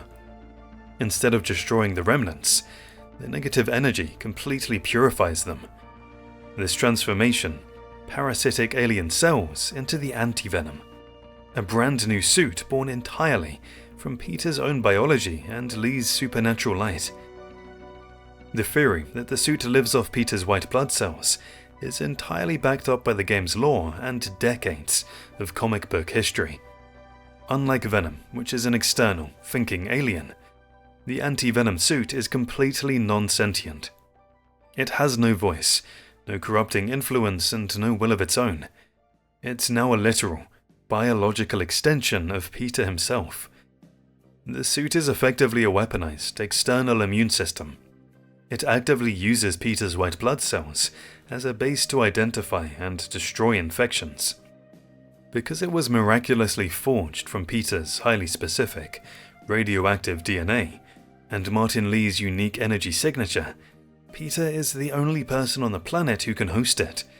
To anyone else, the suit's aggressive, purifying nature would likely be highly toxic or completely non-reactive. In the 2018 game, Peter heavily relied on mechanical gadgets and web-swinging, but with the anti-venom suit bonded to his biology, his combat style becomes deeply elemental, aggressive, and incredibly destructive.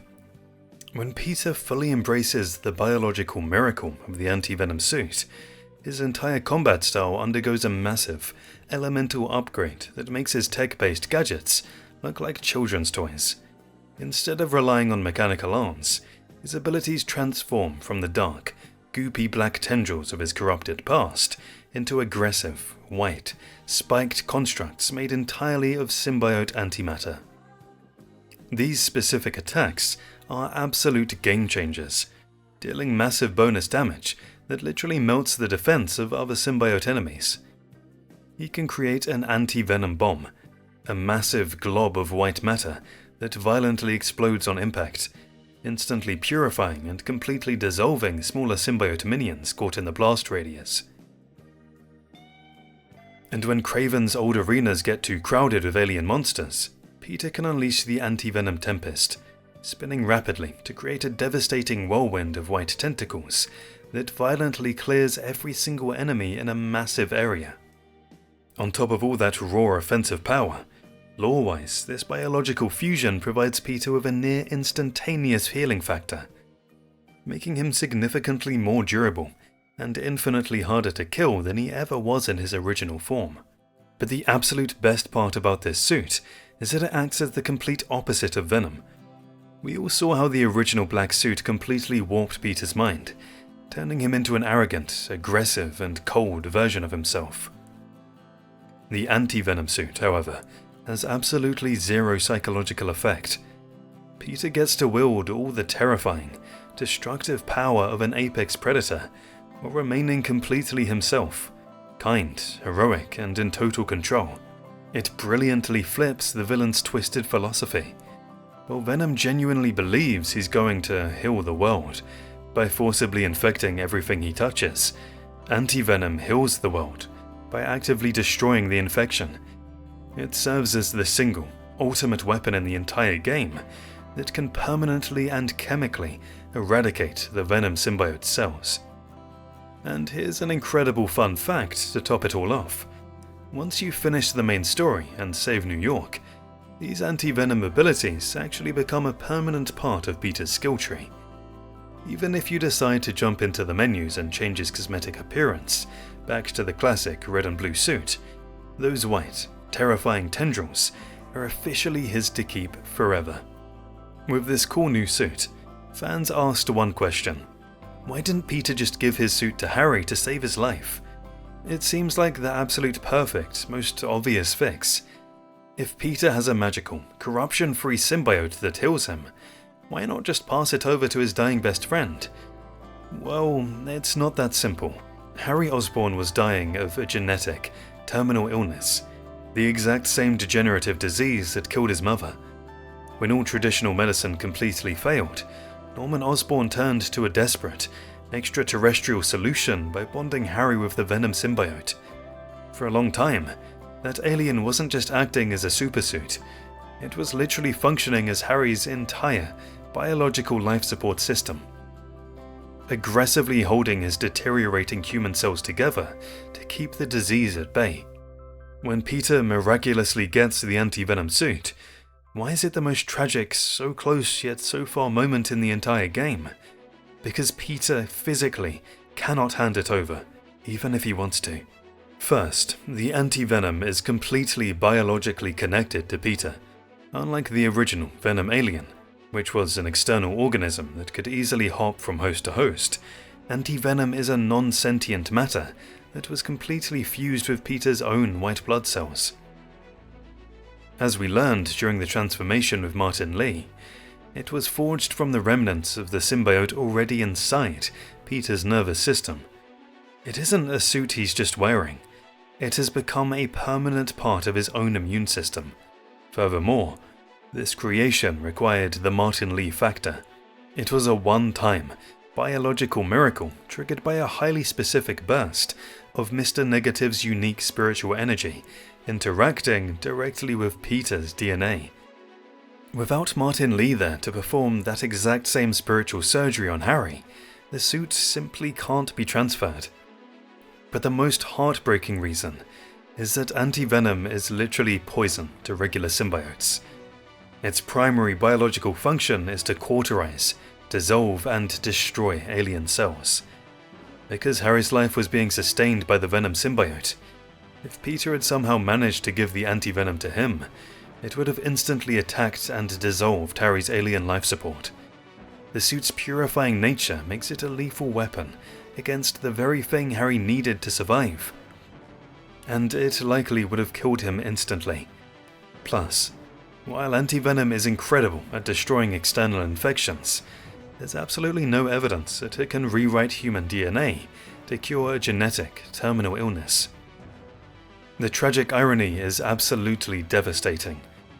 Peter spent the entire game desperately fighting to find a way to cure his best friend, only to accidentally end up biologically bonded to the one power in the universe It was guaranteed to destroy Harry's only means of survival. Insomniac Games managed to take the most wholesome, hopeful phrase in the entire game and slowly, methodically turn it into the ultimate villainous threat. It's the absolute emotional core of Spider-Man 2. But the way the Venom symbiote twists and weaponizes that exact phrase is a terrifying stroke of narrative genius. Early in the game, when Harry Osborn miraculously returns from Europe and reunites with Peter, he reveals his late mother's ultimate dream: heal the world. Harry literally built the massive, multi-million-dollar Emily May Foundation, EMF, specifically for this exact purpose. He wants to use high-end science, agriculture, and technology to fix the environment, feed the hungry, and cure terminal diseases. At this point in the story, that simple four-word phrase represents pure hope and a beautiful legacy honoring both his mother and Aunt May. But here's where the absolute horror kicks in. Once the alien symbiote fully takes over Harry's mind and body to become Venom, it doesn't just drop Harry's mission. It terrifyingly reinterprets it in a totally different way. Venom's alien version of healing is horrifyingly literal. Venom genuinely believes the world is sick because it's plagued by human conflict, emotional pain, and fragile mortality. By covering the entire planet in symbiote mass and turning every single human being into a mindless, monstrous alien, he's creating a perfect hive mind. If there is no more free will, there's no more war. If the symbiote sustains the body, there's no more sickness. Everyone is permanently healed in his eyes, because they're simply no longer human. This twisted logic is exactly why, throughout the apocalyptic final act, Venom repeatedly and aggressively roars, "We will heal the world," as he physically transforms New York City into a literal alien hellscape. This twisted irony is designed as a direct, devastating psychological attack on Peter Parker. Every single time Peter hears that massive monster roar those words, he's reminded that his best friend's purest, most innocent intention has been completely weaponized against the city he loves. It's no longer a corporate slogan for a scientific foundation. It's become a literal, unstoppable threat of global extinction, wearing his best friend's face. Insomniac actually lets you experience the lingering trauma of this twist firsthand. If you take the time to visit the remnants of the Emily May Foundation exhibits, or listen to the EMF audio logs after the main story ends, the phrase "heal the world" feels completely different. The game effectively ruined a deeply positive sentiment. Instead of inspiring you, it serves as a dark, haunting reminder of Harry's ultimate loss and the terrifying, corrupting power of the symbiote. After fighting Sandman, Kraven, a horde of symbiotes, and his own best friend, Peter Parker finally does the one thing that seemed absolutely impossible for the past decade. He takes a break. The ending of Marvel's Spider-Man 2 delivers one of the most emotional, satisfying, and deeply earned character moments in the entire franchise. But Peter handing over the reins to Miles didn't just come out of nowhere. It was the ultimate payoff to a massive, underlying tension that had been brewing since the opening tutorial. Throughout the entire story of the sequel, the ultimate villain isn't actually Kraven or Venom. It's Peter's crushing lack of work-life balance. He's drowning in Aunt May's mortgage, struggling to hold down a stable job, and constantly prioritizing the mask over his personal life. Because of this, Mary Jane is under a massive amount of stress. Throughout the narrative, MJ constantly and desperately asks Peter to take some time out for her, for them, and for his own mental health. She wants a partner she can actually build a life with, not a superhero who's constantly one bad fight away from leaving her alone. When the symbiote bonds with Peter, it violently amplifies all of this tension, turning his neglect into outright cruelty. That's exactly why the final scene in the garage is an absolute masterpiece. After the world is saved and Harry's in his coma, Peter's struggling to figure out how to rebuild his life and start the Emily May Foundation from scratch. He's terrified of letting the city down. But Miles Morales steps up and delivers the ultimate reassurance. I got this.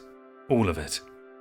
Peter finally hangs up his tights, stepping back to let Miles be the primary, full-time Spider-Man of New York. He finally listens to MJ, prioritizing his relationship, his career, and his own happiness over the endless, crushing responsibility of the mask. But let's be entirely honest, this seems way more like a well-earned Spidey hiatus than a full-on, permanent retirement. There's absolutely no way Peter sits on the sidelines when Norman Osborn inevitably suits up as the Green Goblin. Because of this break, fans are heavily predicting that we'll see a massive, significant time skip between Spider-Man 2 and Spider-Man 3. When we finally catch up with Peter, it's highly likely that he and MJ will be officially married. Even crazier, with Cindy Moon, Silk, now in the picture to help Miles, Peter might actually be a completely settled down father before a catastrophic citywide threat forces him to wear the suit one last time. Miles saying, "I got this." Could this be a hint for Miles Morales too?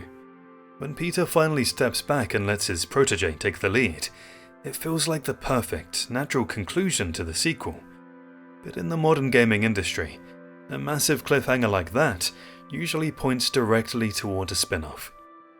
With the massive success of the first Miles Morales half-sequel in 2020, fans are heavily debating if Insomniac is gearing up to pull the exact same trick before the inevitable Spider-Man 3.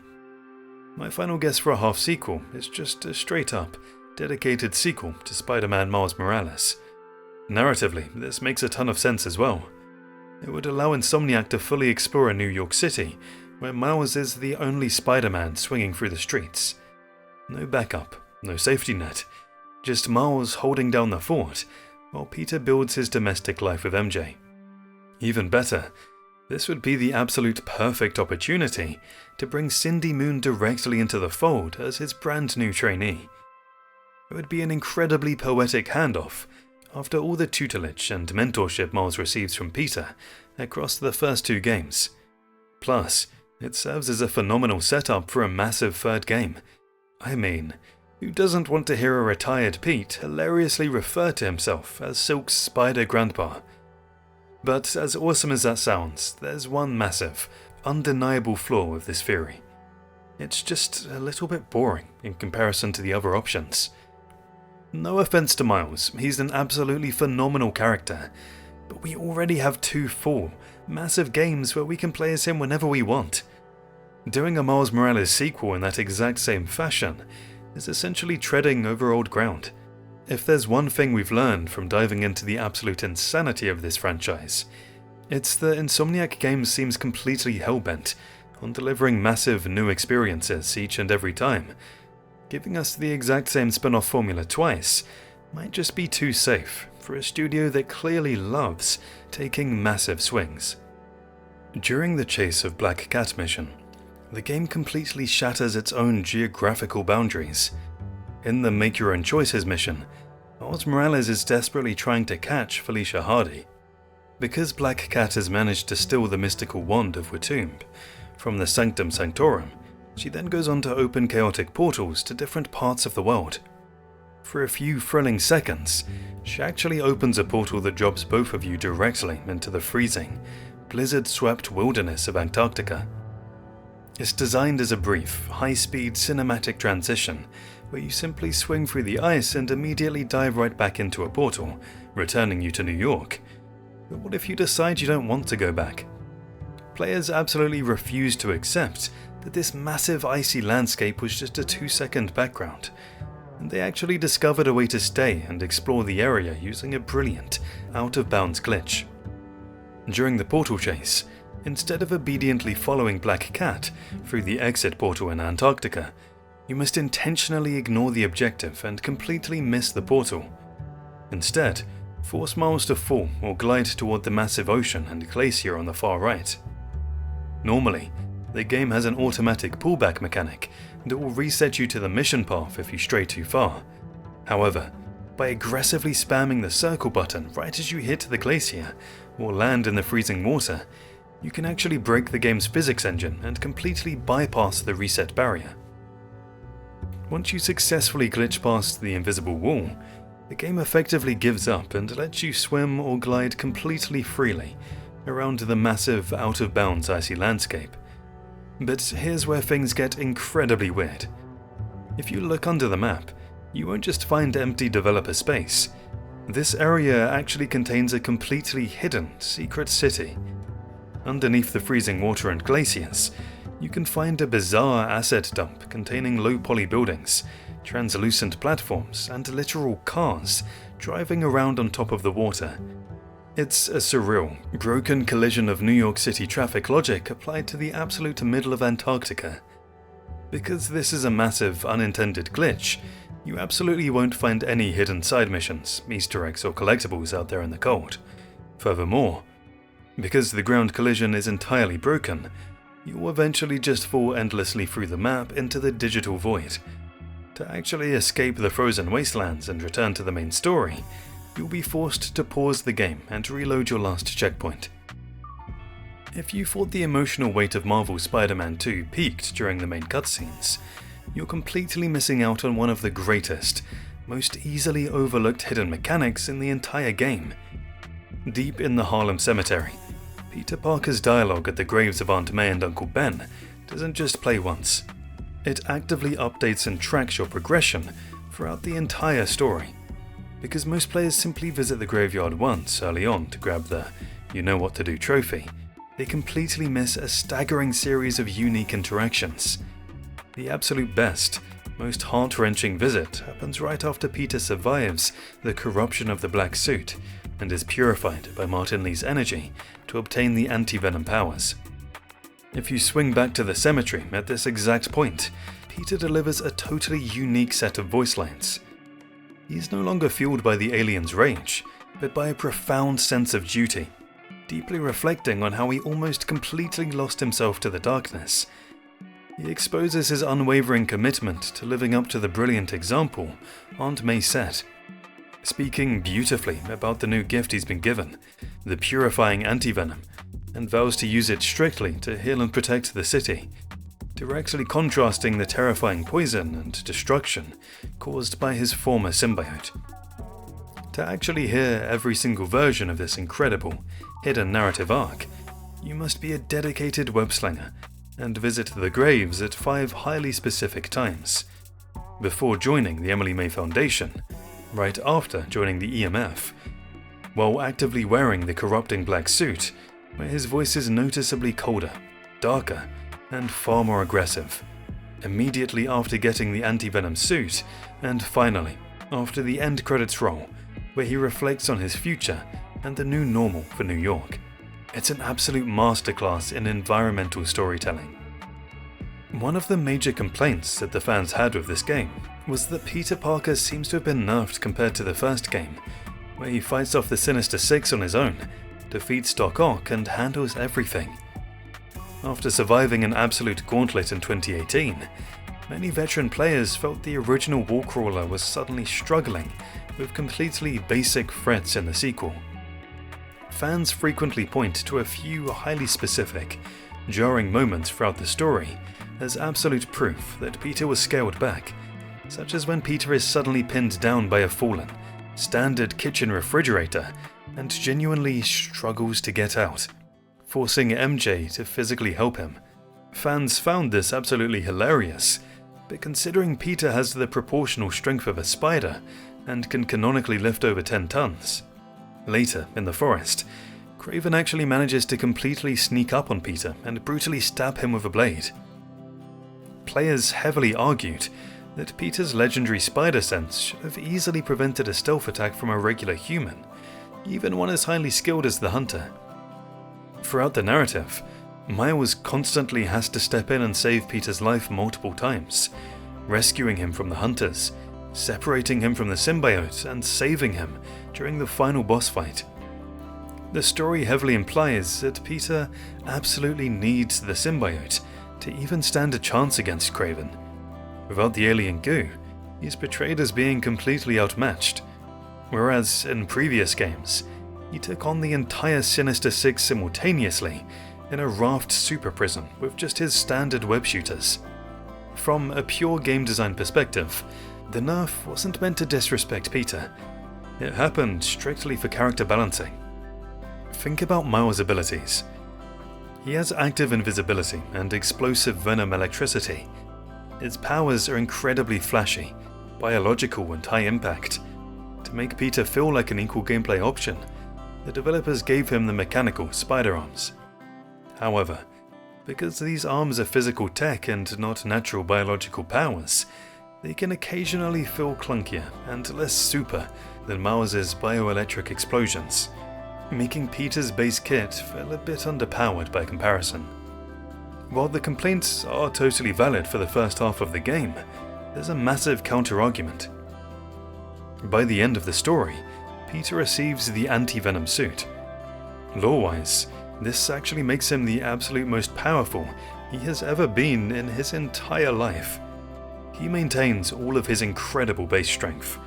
Plus, he gains the unstoppable ability to instantly dissolve symbiotes and miraculously heal himself.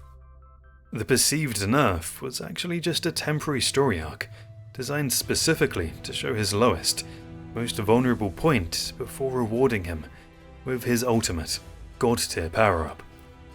Now, finally, for the last part of the video, I have some theories, especially after what Doc Ock calls the final chapter. The next one is going to be the last of the finale, but what will happen? What will Insomniac do with this massive, universe-ending setup? The post-credits scene with Norman Osborn visiting a deeply bitter Otto Octavius at the raft completely set the internet on fire. Norman demands to know who the Spider-Men are, and Otto simply smirks, revealing he's busy writing his final chapter. Well, this could go any way from here. Insomniac has explicitly stated that Marvel's Spider-Man 3 will be the epic conclusion to this specific saga. So how do you possibly top a city-wide symbiote invasion? My first theory is that Peter Parker's Spider-Man might actually become a villain in the next game. Well, we already saw him wearing the corrupting symbiote and acting like a monster, so Insomniac won't just repeat the same arc. This time, Peter's mind may not become the villain, but his body absolutely will. Think about Doc Ock's physical state. In the first game, it's explicitly established that Otto is suffering from a severe, degenerative neurological disease. His body is actively failing him, trapping his brilliant mind inside a useless, dying shell. My theory is that Doc Ock, realizing that the mind is stronger than the body, will successfully find a way to transfer his own consciousness directly into Peter Parker's peak human, superpowered body. It's actually directly inspired by the legendary Superior Spider-Man comics, which we talked about earlier when discussing the suit. In that comic run, a dying Doc Ock successfully implants his mind into Peter's body, trapping Peter's consciousness while Otto takes over his entire life.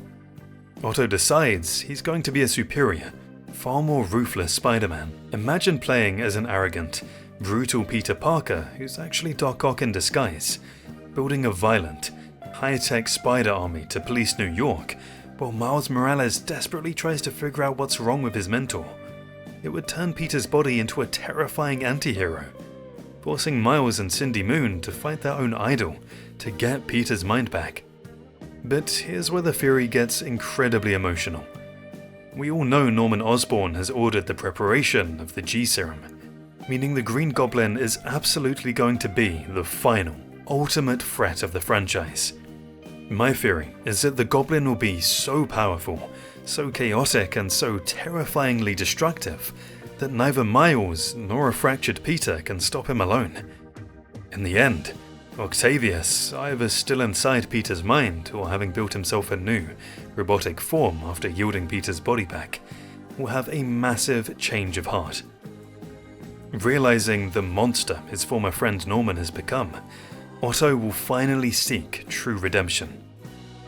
He will actively step up and help the real Spider-Man fight the Green Goblin, sacrificing himself to save the city and finally ending his final chapter as a hero. But my craziest theory isn't about Peter's body being stolen, it's about the person buried in the Harlem cemetery. Another massive theory, completely tearing up the fanbase, is regarding Aunt May and the jaw-dropping possibility that she may not actually be dead. We all cried our eyes out in the first game when she was infected by the Devil's Breath virus, and Peter was forced to make the impossible, heartbreaking decision to sacrifice the anti-serum to save the city instead of her. But what if I told you they could actually bring her back?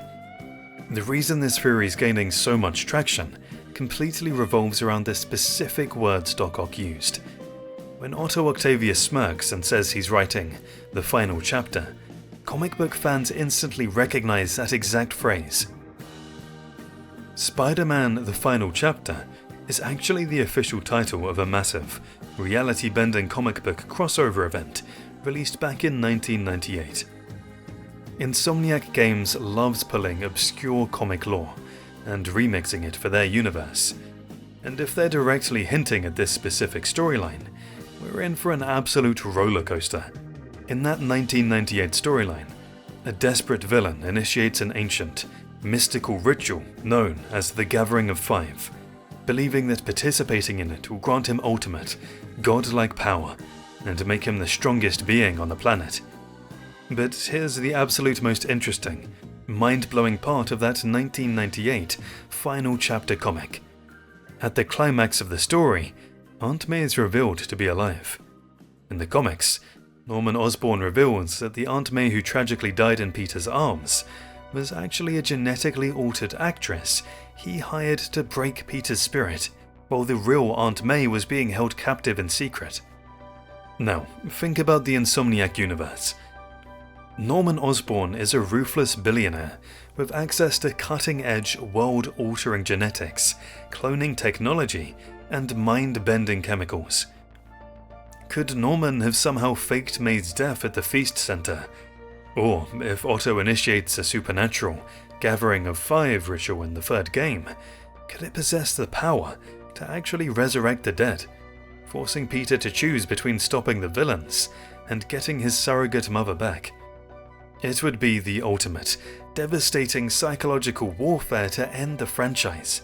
Did you know there's actually a secret cheat code that you can enter in Spider-Man 2004? Remember the time when games were simple? There used to be cheat codes to unlock secret cutscenes, messages, and progress in-game. PS2 games used to do this often. I still remember how the God of War series started this concept.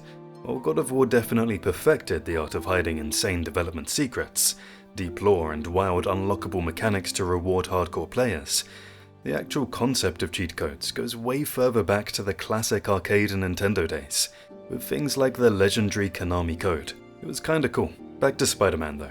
This code stops you from revisiting the game and grinding from zero, and it helps a lot. The studio behind the game was Treyarch. If you use their name and spell it backwards, you get Hkrayot. You might be asking, well, what's so special about spelling it backwards? Just wait, there's a secret. If you grab a memory card that has 0 previous Spider-Man 2 save files on it, start a brand new game and enter Hkrayot as your profile name, the real magic begins.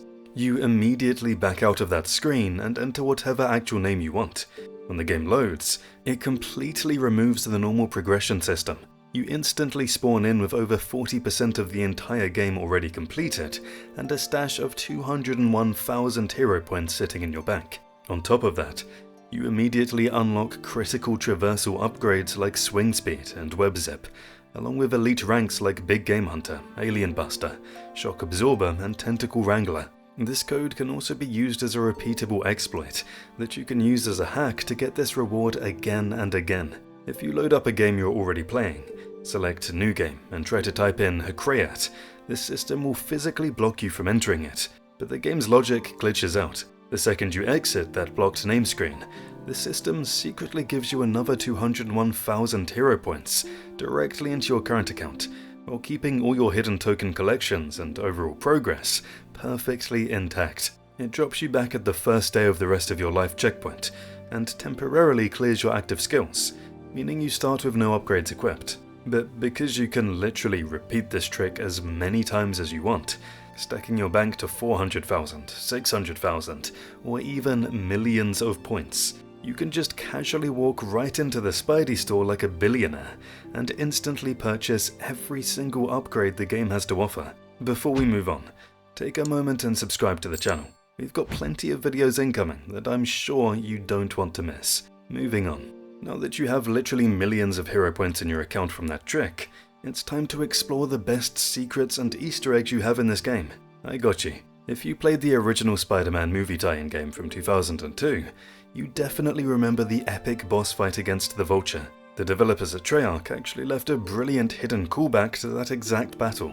Just swing all the way up to the iconic Chrysler Building, the huge skyscraper standing near the Empire State Building, and climb high enough to reach the level with the green, glowing pyramid structures on the four corners. If you carefully walk around the ledge, you'll find scattered bright green feathers left behind on the concrete. The Vulture was definitely there, connecting the universes of the two games. The next one solves the ultimate childhood playground myth. Every single kid who played this game stared out across the water and wondered, can you actually get to the Statue of Liberty? The game normally forces you back if you try to swing or swim too far out, but there's a totally ridiculous way to break the boundary. You actually have to hitchhike on a passing helicopter. If you get onto a chopper flying out toward the water and let it carry you out, you can drop down into the ocean right next to Ellis Island. If you land close enough, you can climb out of the water and stand on the island. If you want to make sure the glitch worked, just click the right analog stick to look straight up at your surroundings. If you're grinding through the endgame, you might think you maxed out your web swinging speed early on, but there's actually an elusive 8th swing speed upgrade hidden behind the final chapter. You have to play all the way to chapter 16 and successfully complete it. When the new free roam chapter starts, you get a big final mission. Collect 50,000 more hero points. Once you hit that insane milestone, swing into any Spidey shop, and swing upgrade 8 will finally appear in the menu. If you think that chapter 16 is just about swinging faster, then you're wrong. It also unlocks the coolest secret modes in the entire game.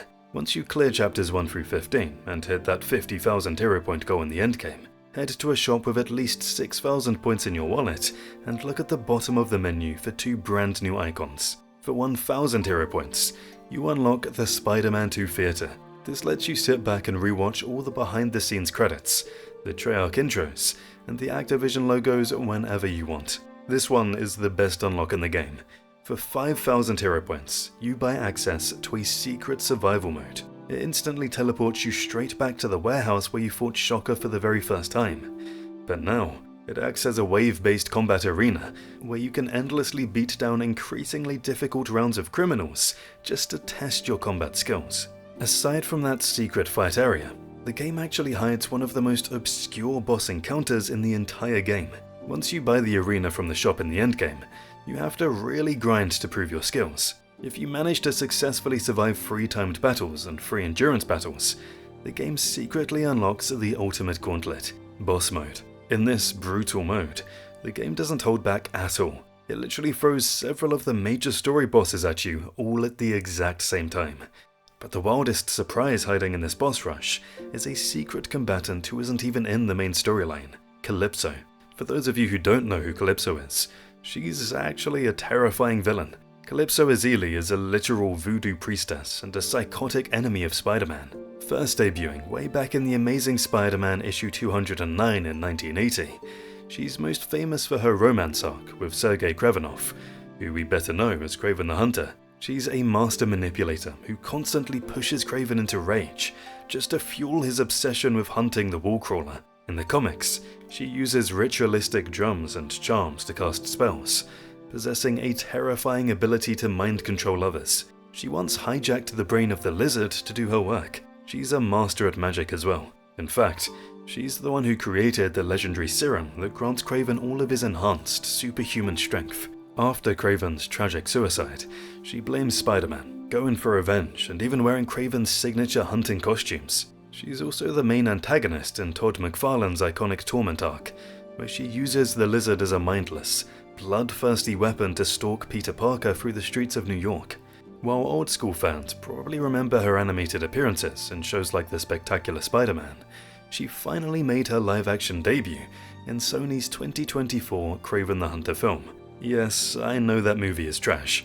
Her character was played by Ariana DeBose. The movie actually reimagines her character, shifting her away from a purely villainous manipulator and turning her into a much more heroic ally and love interest to Sergei. Kraven the Hunter's infamous magical lover makes an unannounced cameo exclusively in this arena. The developers went out of their way to build and code a ridiculously tough boss fight for a character that doesn't appear anywhere else in the open world or the main campaign. You'd better have bought all those upgrades with your millions of hero points, because she does not hold back. Finally, we can't talk about the golden era of classic PS2 gaming without highlighting when the physics engine completely shatters in the funniest way possible. Spider-Man 2 is famous for its groundbreaking web swinging. It was the game that really improved the web swinging. And honestly, without Spider-Man 2, we would have never gotten a new Marvel Spider-Man game. It also features an infamous glitch that lets you kidnap random street fucks. It's known by the community as the Taken for a Ride glitch. To pull it off, you need to engage a group of enemies and start performing the specific web tie-up combo.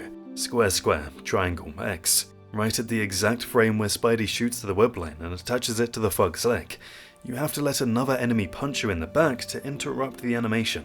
If you time the hit perfectly, the game's logic breaks. The move is interrupted, but the web line never detaches. That thug is now permanently glued to your wrist. No matter what you do, they just helplessly dangle from your arm. You can literally leap off a building and take this terrified criminal on a high-speed, web-swinging VIP tour across the entire New York City skyline. The game will just let them move around in the wind forever, until you finally trigger a cutscene or start a challenge to reset the physics. I'm a big fan of the classic Spider-Man movie trilogy, and I will die on this, that Tobey Maguire is hands down the best Spider-Man and Peter Parker. You already know that director Sam Raimi loves to add his horror roots to his superhero projects. The devs at Treyarch leaned into this, filling the game with incredible, secret tributes to Raimi's legendary Evil Dead franchise. During the chaotic boss fight against Mysterio inside the theater, there's a secret objective hidden in the chaos. While Mysterio and his flying henchmen are attacking you, you have to prioritize saving all 6 captive reporters before you destroy his minions. If you manage to pull off this specific rescue order, the game rewards you with cinematic gold. While you're fighting the remaining villains, Mysterio's dialogue will completely change, and he'll start dramatically reciting iconic lines from Sam Raimi's Evil Dead and Army of Darkness. But the horror tributes from the classic trilogy don't stop there. Later on, when you're trapped inside Mysterio's trippy funhouse, try throwing the body of one of those creepy, twisted Spider-Man clones directly into a mirror to shatter it. The twisted hero will actually say a classic dialogue from the famous Ash vs Evil Ash pre-mutation fight scene in Army of Darkness. You cannot talk about Sam Raimi or the Spider-Man games without talking about the legend himself, Bruce Campbell. He's the hilarious, sarcastic narrator for all the tutorial hint markers scattered across the city, acting as a guide. Normally, these floating markers just teach you how to swing or punch, but if you're a completionist like me who loves the grind, there's a hidden reward waiting for you. There are exactly 213 hint markers hidden throughout the entire open world of New York. If you manage to track down and activate every single one of them, the game recognizes your insane dedication. From that point on, anytime you go back and interact with any hint marker, the standard tutorial audio is completely gone. Instead, Bruce Campbell will start delivering brand new, completely unique and hilarious voice lines. He breaks character to mock your dedication, praise your free time, and deliver some of the best hidden dialogue in the entire game. But Bruce Campbell's roast starts from the moment you start the game. If you remember the opening tutorial, it's designed to be ridiculously simple and almost completely impossible to fail. But the devs actually went out of their way to record secret dialogue, just in case you somehow manage to mess it up. If the player somehow manages to repeatedly take full damage or completely fails his incredibly simple instructions, Campbell completely breaks the fourth wall to violently berate your lack of gaming skills. There's an incredibly rare voice line in the game files, literally labelled Lethal Splattage. And if the player manages to die during the tutorial, he will essentially stop the game just to ask how on earth you managed to get yourself killed when there are 0 threats around you. And if you try to be stubborn from the start, When he tells you to jump off the very first building to practice swinging, if you just stand there and refuse to leap off the edge, he eventually gets tired of waiting and aggressively mocks your intelligence, sarcastically declaring, "I guess you're smarter than you look, good for you." To truly emphasize just how little he cares about your struggles as a superhero, he actually abandons you during the tutorial. While you're busy practicing your basic punches and web zips, Campbell blatantly announces over the narration that he's bored and is going to make a sandwich. It isn't just a throwaway line either. When you finally reach your next objective, the audio literally cuts to him loudly chewing directly into the microphone, complaining to the player that he put too much mustard on his sandwich. His attitude even shows out into the open world in some brilliant ways too. If you decide to ignore your amazing traversal abilities and just lazily walk everywhere on the sidewalks like a normal pedestrian, the game actually tracks your lack of web swinging. Campbell will then ruthlessly mock your playstyle, telling you that if you aren't going to use your spider powers, you aren't playing Spider-Man 2. You're just playing a game called Man Free. He says, "What's the point of playing Spider-Man without the spider part? You'd just be playing man. Is that what you want? Man free. Go ahead, walk.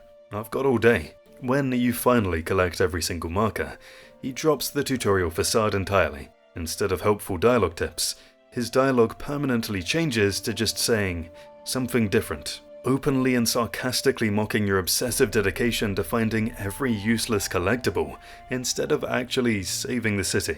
He is, without a doubt, the greatest tutorial guide in video game history.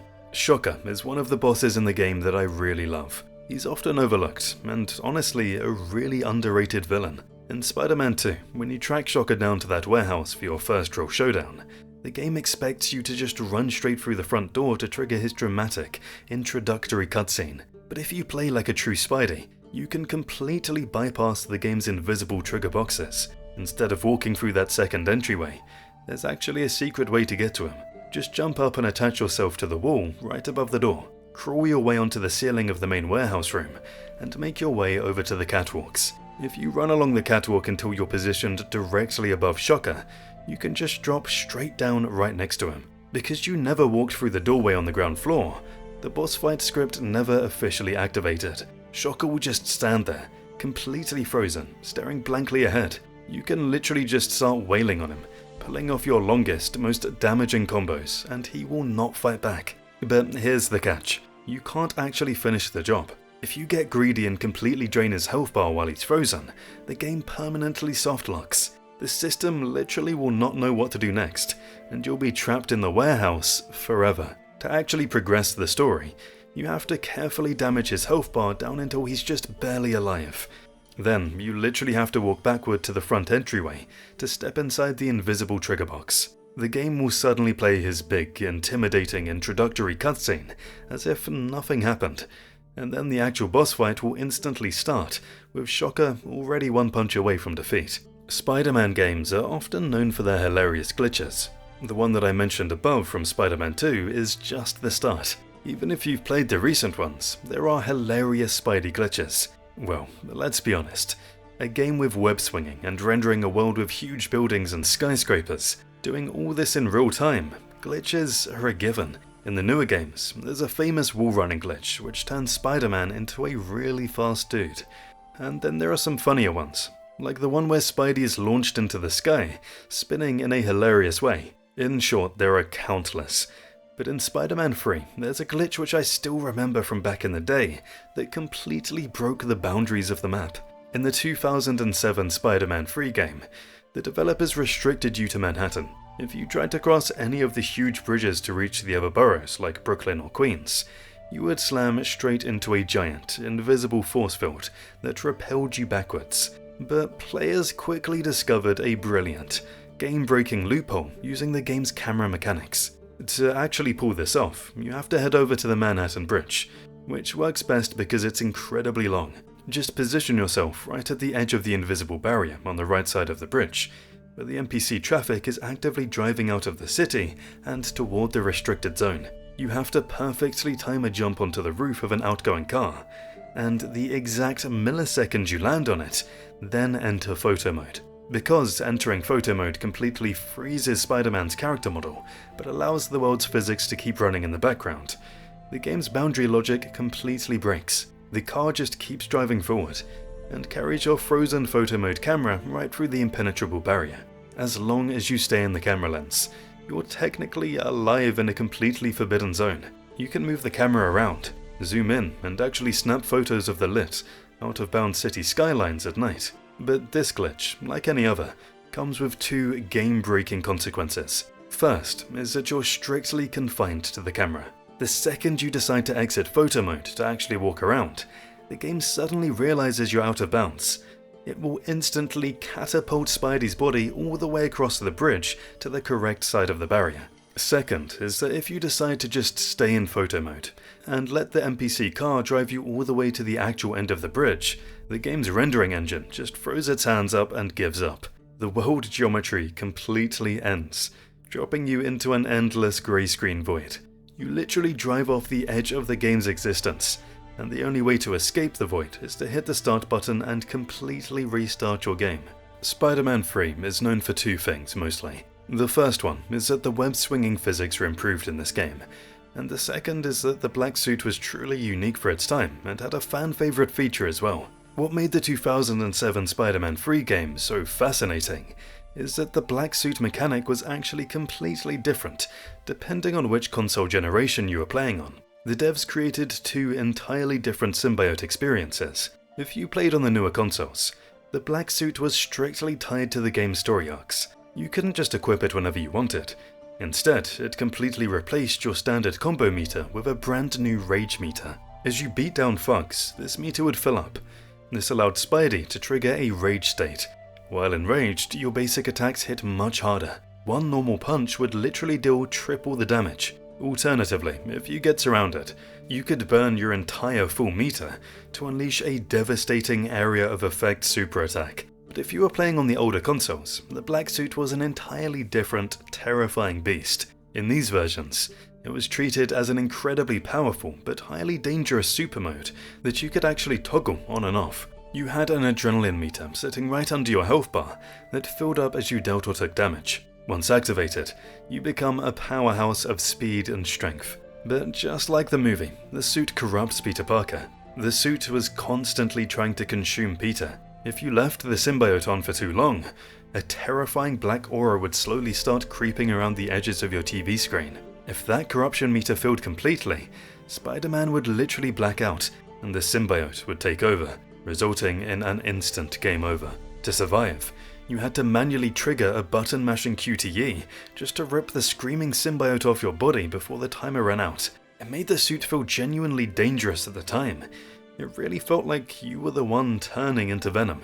But what if you wanted all that dark, destructive power without the terrifying risk of a game over? If you were playing on the PS2 or Wii, players eventually discovered a brilliant, game-breaking glitch. At a specific point in the story, right after you complete the Sandman's mission, the game expects you to trigger the next major story objective. If you simply refuse to start that next mission, the game's symbiote logic completely breaks.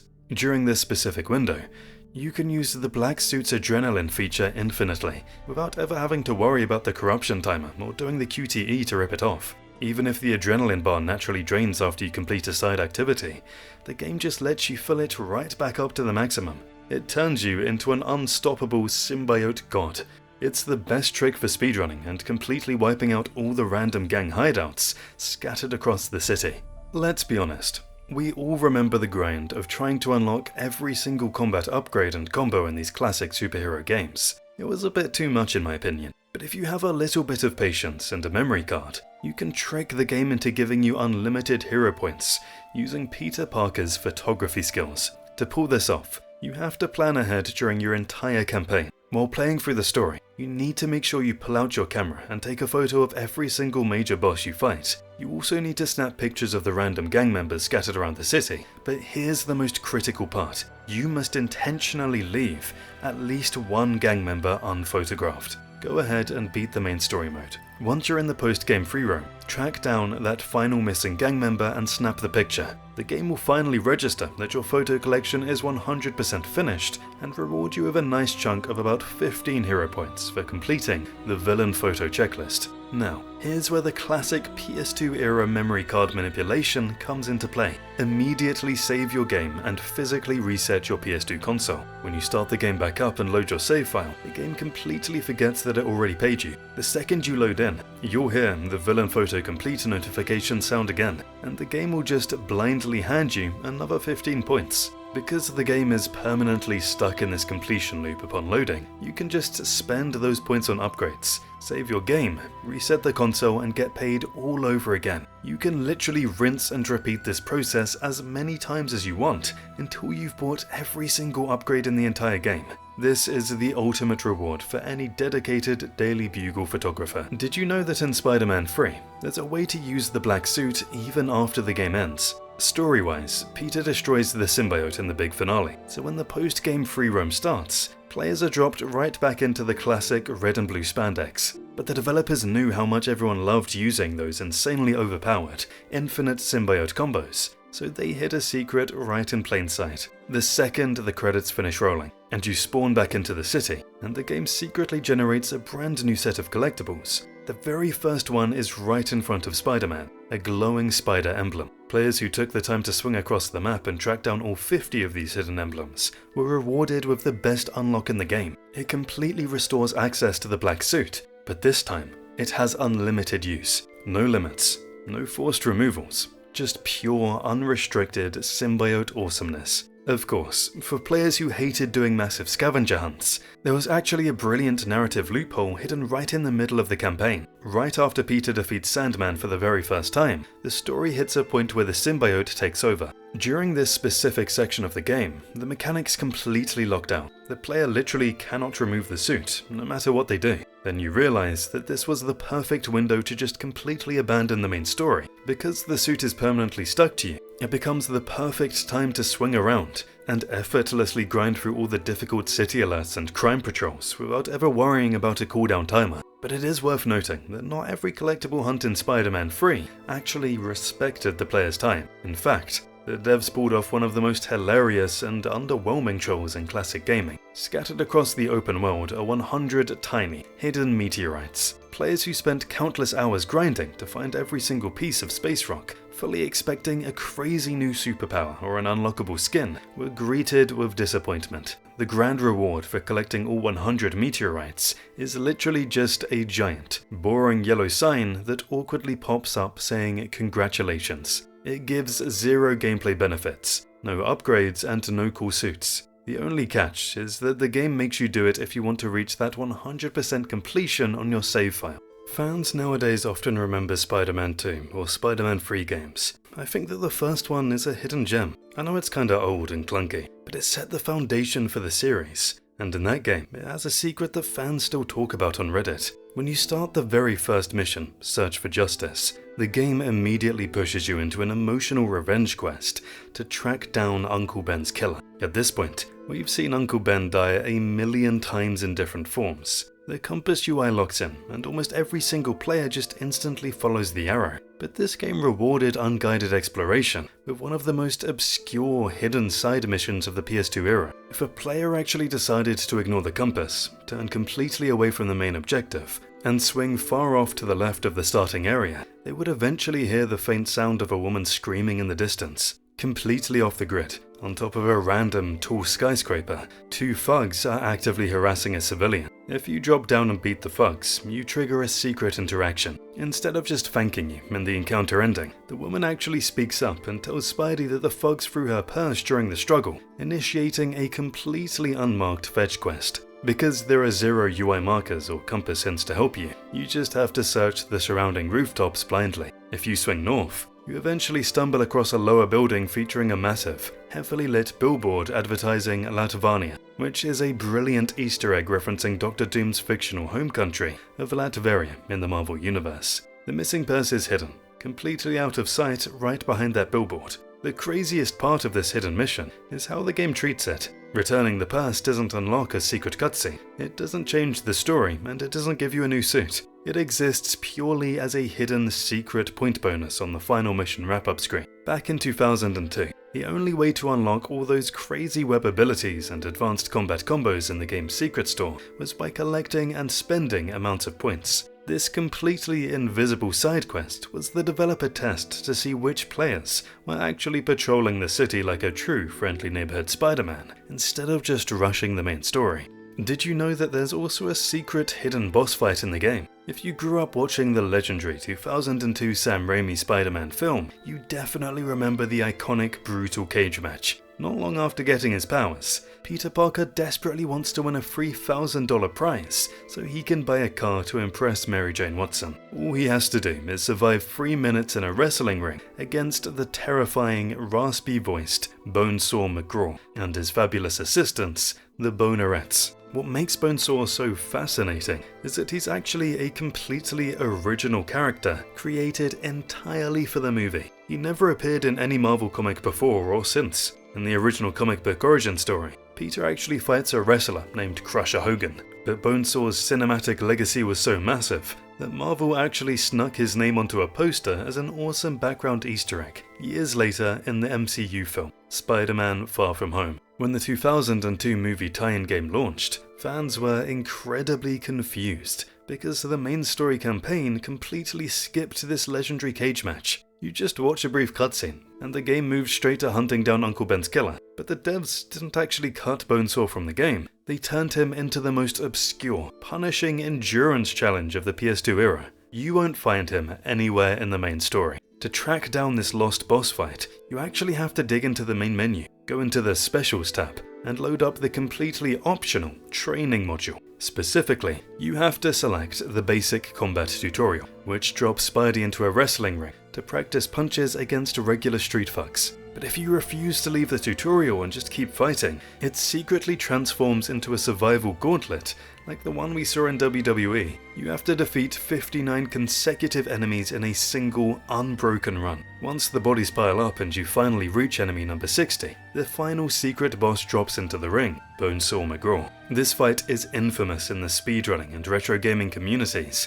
because the game completely strips away all of your safety features that are normally there in the game. Unlike the main levels, there's literally zero health or webbing regeneration during this gauntlet. You have to survive 59 fights with perfect resource management just to reach him. When Bonesaw finally arrives, he acts as an unstoppable super thug. He has ridiculously large health and incredibly tanky defensive stats for a mini-boss. Standard combos barely even hit him, and if you get too close, his heavy-hitting wrestling moves will instantly wipe out your health. It was so punishing that most players had to activate the organic webbing cheat code just to have infinite ammo to spam impact webbing from the corners of the ring. If you wanted to beat him legitimately without resorting to cheat codes, you had to completely abandon traditional combat and nail the game's mechanics. The pro strategy was to relentlessly spam the tackle move, because regular punches left Spidey wide open to devastating grapples. Constantly tackling Bonesaw allowed you to permanently keep his frame grounded on the mat. You could slowly, painfully chip away at his giant health bar while minimizing the risk of him ever getting a hit in. In my opinion, it's one of the most obscure tests of skill in classic superhero gaming. Green Goblin is my personal favorite Spidey villain. His charisma and his crazy mentality was something truly unique, and it separated him from the rest of Spider-Man's villains. Most of them were either genuinely evil, but he had his own reasons. However, in the 2002 Spider-Man, the movie game, playing as him was the ultimate flex as a kid. But at the same time, getting there legitimately was a total nightmare. What made the Green Goblin unlock so legendary wasn't just that it was a cool character you unlocked, and you could play for the rest of the game. If you unlocked him, the game actually changed as well. You played through an entirely different alternate storyline as Harry Osborn, wearing his father's armor to look into Norman's death. You can even replace Spider-Man's web swinging with flying on the Goblin glider and throwing explosive pumpkin bombs. The usual way to unlock this alternate mode was brutal. Players had to beat the entire game from start to finish on the punishing hero difficulty. But the Spider-Man community eventually discovered a brilliant, sequence-breaking exploit that completely tricked the game into handing over the suit for free. The glitch relied on exploiting the game's master cheat codes. Players realized that if they entered a universal level unlock code, like Arachnid or Emiyamas, and then simply started a brand new game on hero difficulty, the setup for the glitch was complete. Instead of actually playing the brutal campaign, they would immediately pause the game the second the first level loaded and exit straight back to the main menu. Because the cheat code unlocked the level warp feature, players could just get directly to the conclusion cinematic. The game's engine was very easy to fool. By watching the final cutscene while a hero difficulty save was technically active in the background, the game's logic got completely confused. The moment the cinematic finished, the system registered a fully completed hero playthrough. When players backed out to the secret store, the inventory was magically unlocked, including the highly coveted Green Goblin suit. From there, it was just a matter of equipping the armor, starting a fresh save, and ensuring they didn't reset their bonus points when the game prompted them. It was the result of a menu manipulation, which allowed players to instantly experience one of the best alternate game modes of the PS2 era without going through the hard route. Speaking of the Green Goblin, it's actually crazy to think that just 2 years prior to that 2002 movie tie-in, Spidey's greatest nemesis was completely missing from Spidey's first major 3D adventure. When Neversoft dropped the legendary 2000 Spider-Man game on the PS1, they totally nailed it. It was a big hit that featured some of the most notorious villains in Spider-Man's history as boss fights, like Venom, Rhino and Doc Ock. But Norman Osborn was nowhere to be found in the main story. However, the developers couldn't resist sneaking in an incredibly neat Easter egg that proved that Goblin was secretly operating behind the scenes. During the mid-game level, where Peter's getting relentlessly chased across the city rooftops by the NYPD and their attack helicopters, the game constantly pushes you to keep moving. Most players just swing for their lives to avoid the gunfire, but if you take a second to ignore the helicopters and do some exploring, you can spot a construction crane in the distance. If you get close enough, you'll notice the word bomb spray painted on the side of the crane, right next to a menacing little jack-o'-lantern face. If you drop down and actually go inside the crane's cabin, you stumble upon one of the coolest hidden stashes in the game. Not only do you find a collectible comic that unlocks an alternate costume, but right there on the floor is a literal stash of the Green Goblin's signature explosive pumpkin bombs. To make it even better, the developers threw in a brilliant voice line. When you collect the stash, Peter breaks the tension and says, "Gee, I wonder who those pumpkin bombs belong to." In my opinion, it was the perfect way to establish that the Goblin existed in this universe. It's kind of a trend now for developers to hide their own Easter eggs in the game. The best and most unique one would be in Cyberpunk 2077, where Johnny Silverhand plays guitar while the names of these developers roll like credits. Gotta give number for effort here. Then we have devs like Kojima, which literally include their own characters in-game. We've seen multiple cameos of him in games.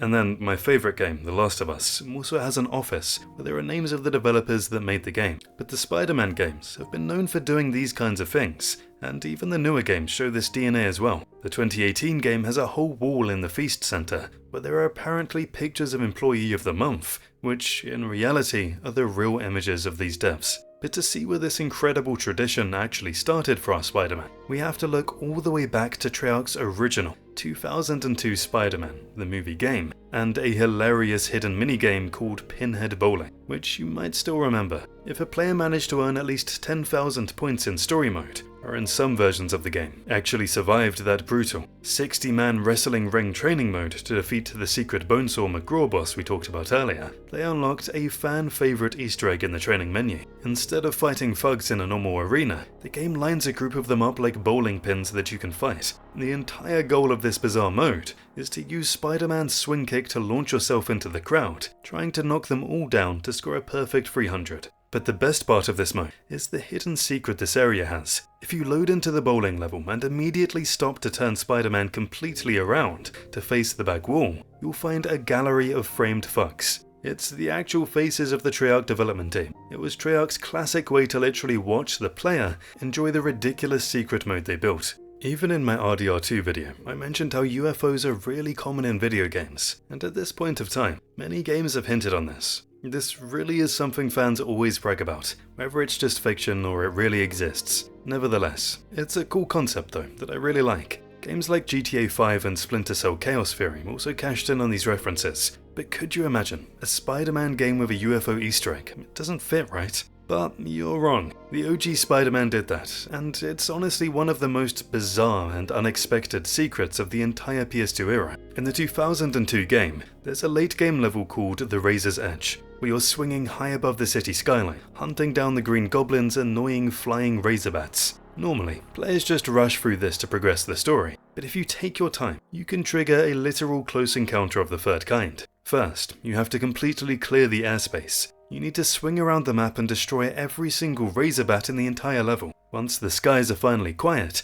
you need to climb up to the roof of one of the tallest buildings and position Spider-Man directly in the center of one of the helipads. And then, you just wait. After a few moments of standing completely still, the sky will suddenly light up, and a classic, old-school UFO will literally descend from the clouds right above you. A dream come true for us back in the day. It hovers over the helipad and fires down a glowing green beam onto Spider-Man. Now, you might think you're about to get abducted to a secret level, where they might take you in space or something crazy like that, but the tractor beam actually does nothing. The UFO just hovers there for a second, realizes it can't abduct a superpowered Spidey, and vanishes back into the sky. Back in the day, hardcore fans speculated endlessly about this. Was it an early, cryptic teaser for the alien symbiote arriving in a future sequel? Or was it just the Treyarch developers throwing in a completely random sci-fi joke because they loved hiding weird stuff in their games? Knowing Treyarch, it was probably just a joke, but it remains an incredibly cool trick to show off to your friends, and it's the perfect excuse for me to dust off that old console and play that classic game again. If you're tired of doing things the way the devs intended, there's a sequence break in the Escape from Oscorp level that speedrunners love. Normally, the game forces you to run all the way down the left hallway to hunt down a switch just to turn off an annoying laser wall, but you can completely skip this tedious puzzle. If you swing to the right hallway instead and head straight into the gun turret switch room, just stay in that room and fire an impact web directly at the glass windows. The windows completely shatter, allowing you to just jump straight down into the next area, bypassing the pain of dealing with the laser wall entirely. If you used the cheat codes to play through the game as the Green Goblin or Shocker, this skip still perfectly works. Just toss a pumpkin bomb as the Goblin, or use Shocker's blast to break the glass, and you can drop right on through. Speaking of completely breaking the game's scripting, there's a hilarious way to skip a big headache in the Chemical Chaos level as well. At one point, the game forces you to wait for Dr. Wu to grab the keycard for Lab D. Usually what happens is that he spots you,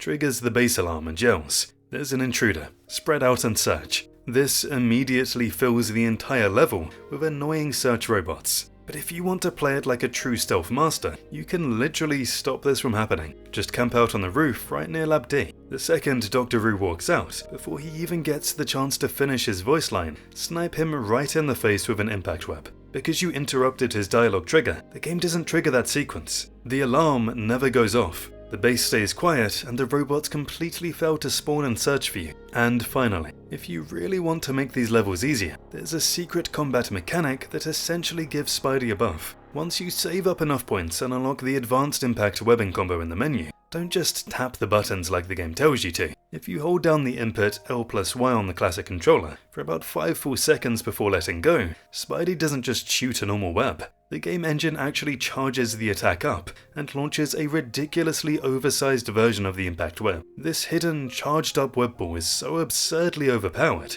that it can practically one-shot anyone and anything in its path, completely neutralizing almost every single enemy encounter in the game. If you thought the sequence breaks on the home consoles were crazy, the handheld era had just as many game-breaking physics exploits. In the Nintendo DS version, Ultimate Spider-Man, in the symbiote suit, had a physics bug that completely broke the game's Metroidvania-style progression system. The game was designed around exploration, where certain areas were strictly blocked off until specific traversal abilities were unlocked later in the story. However, players discovered an incredible movement glitch that granted the symbiote the ability to fly. The glitch originated from a downward attack called the Hammer Slam. The devs failed to properly code the momentum cancellation for this specific move. When a mid-air dash jump was immediately followed by rapidly alternating between initiating the Hammer Slam and cancelling it with a standard web swing, the conflicting animations caused the forward momentum to glitch out. But the exploit reached its peak when paired with the unlockable air dodge skill. By swapping out the web swing and instead rapidly alternating between the Hammer Slam and the air dodge, the game's gravity engine breaks. This combination resulted in an infinite distance jump, allowing the player model to endlessly glide across the map without ever losing altitude or touching the ground, which was kinda cool to be honest. Because this allowed the symbiote to just fly over any obstacle or gap, it destroyed the intended sequence of the game. Speedrunners and completionists used this exact physics break to effortlessly glide straight into late game, high-level areas like the sewer and the pier. This lets players grab major power-ups and health upgrades way earlier than intended, making the game much easier and turning the symbiote into a speed-running monster. The combat system in Shattered Dimension also had one of the most hilariously overpowered exploits in the franchise's handheld device history. In most combo-heavy action games, the engine eventually forces an enemy to drop to the ground to prevent infinite stun locks. But in this specific DS entry, the hit stun logic had a big oversight when it came to airborne enemies trapped in the corners of the screen. Players quickly figured out that if they used a heavy launcher attack, like the ground bounce move, to move an enemy up against the edge of the screen, the game's gravity engine simply didn't know how to let them fall back down. By repeatedly using Spider-Man's crouching punch, the fast hitboxes could trap an enemy in the air against an invisible wall indefinitely. It created a completely inescapable, infinite loop of damage that bypassed the normal combat mechanics. What makes this exploit so fascinating is how the game's own progression system works against it. If players spent their hard-earned points on the speed upgrades for the classic red Spider-Man suit, his attack animations actually became too fast, completely ruining the precise juggling rhythm and allowing enemies to drop out of the combo. Because of this, the community realized the best way to exploit the infinite loop was to exclusively use the black symbiote suit. The black suit retained the unmodified default attack speed required to keep the hit stun permanently locked in. This broken crouching punch loop worked on every single boss in the game. Even the insanely difficult final boss could be completely melted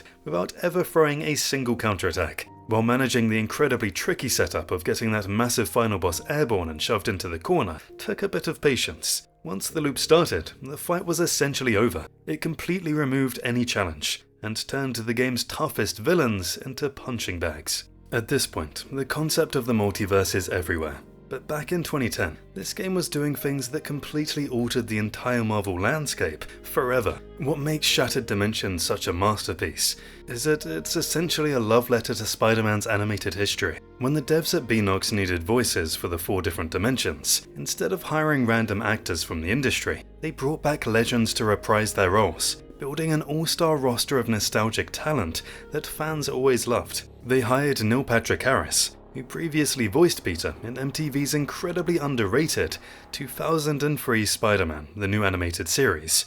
To voice the Amazing Spider-Man for the Spider-Man Noir, they brought in Christopher Daniel Barnes, the legend from the fan-favourite 1994 Spider-Man, the animated series. Swinging all the way back to the classic 1980s cartoon Spider-Man and his amazing friends, Dan Gilvezan returned to voice the futuristic Spider-Man 2099. Finally, they cast Josh Keaton, the critically acclaimed voice of Peter from the 2008 masterpiece, The Spectacular Spider-Man, to perfectly bring the Ultimate Spider-Man to life. So, the cast was stacked, and fans loved the casting for this game, and this is one of the reasons this game is still widely known among fans. And finally, to add to the cast, guess who they brought back? They brought in the legendary Stan Lee himself to serve as the game's narrator, guiding the player through the multiversal chaos. While Stan the Man is universally beloved and incredibly famous for his hilarious cameos, scattered throughout the entire cinematic Marvel universe, having his iconic voice narrate this specific video game was a brilliant nod to his unforgettable narration in the original 2000 PS1 game, because we all know how much Stan Lee, the GOAT, loved adding his little cameos in Marvel movies. He almost appeared in every blockbuster movie and show. He even appeared in the 2018 game. And then sadly, he passed away sometime later. He will always be remembered in the hearts of Marvel fans for his legendary work. The game features some of the most iconic boss fights, such as Kraven the Hunter or the Sandman. But the most surprising for me was fighting Deadpool. Well, everyone must be surprised. What does a Spider-Man game have to do with Deadpool? But this game was exactly this weird. I really love Deadpool personally. He's cocky, funny, but one thing for sure, he is hella strong. He has those insane regenerative abilities that make him superior to almost every other dude in Marvel. This boss fight was definitely one of my favourites, split across 3 separate, chaotic phases. But what is incredibly interesting to note here is the madness of the final phase, and how you can completely nail it. During that final showdown with the Ultimate Universe version of Deadpool, you're trapped inside a massive metal cage arena. Once you dish out a certain amount of damage to him and his clones, Deadpool triggers one of the most annoying attacks in the entire game. He literally makes it rain explosive Deadpool bop bags all over the arena floor in these massive random waves. They drop down, sit there for a few seconds ticking,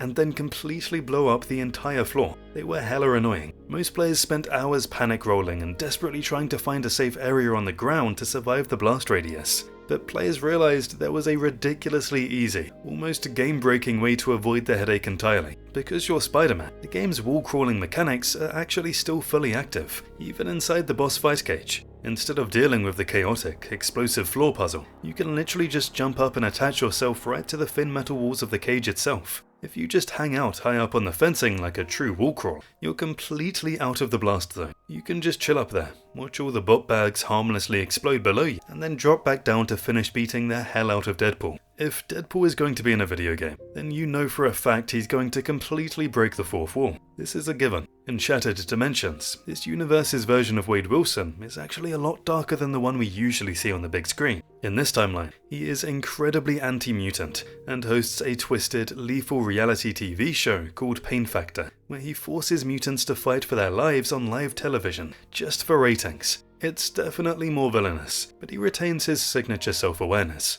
The devs knew they had to do something special with him, so they programmed one of the greatest Easter eggs right into the game's UI. If things get a little too chaotic during the fight, and you decide to hit the start button to pause the game, maybe to grab a snack or take a breather, you're in for a hilarious surprise. Deadpool literally realizes you paused the game. If you leave the game on the pause screen for too long, Wade will get incredibly impatient and start aggressively talking to you, the player. He'll launch into these completely unhinged rants, mocking you for taking a break, complaining about how long he's been standing frozen, and relentlessly roasting you for chickening out of the fight. It's pure gold, and proves that even when you think you're safe in the menus, Deadpool is still coming for you. Speaking of that iconic Sandman boss fight, the final phase of his level is easily one of the most insane moments in the entire game. You're literally fighting a giant sand monster inside a chaotic tornado, with debris flying everywhere. Well, from Sandman, this was kind of expected. But inside this storm is one of the coolest Easter eggs, and at the same time, one of the most annoying challenges in the game. If you check your Web of Destiny tracker, there's a specific challenge for the amazing Sandman level called Lost and Found. To complete it, you have to somehow spot the Juggernaut's actual helmet flying around in the high-speed tornado debris, grab it with your webs, and throw it directly into one of Sandman's giant faces. Trying to do this legitimately is a total nightmare. The screen is blurry from flying rocks, wood and sand, making it almost impossible to actually track a tiny metal helmet zipping through the air. You can spend way too long just desperately rotating your camera, trying to find the stupid thing before Sandman knocks you out of the sky. But players quickly realized they could completely cheese the game's auto-aim system to beat the challenge without even looking for the helmet. Because the game is incredibly generous with its targeting logic, you don't actually need to see the object to grab it. If you just jump into midair and spam the web grab command, whether that means mashing the circle button on PS3, the B button on Xbox 360, hitting Q on your PC keyboard, or just aggressively shaking the Wii nunchuck,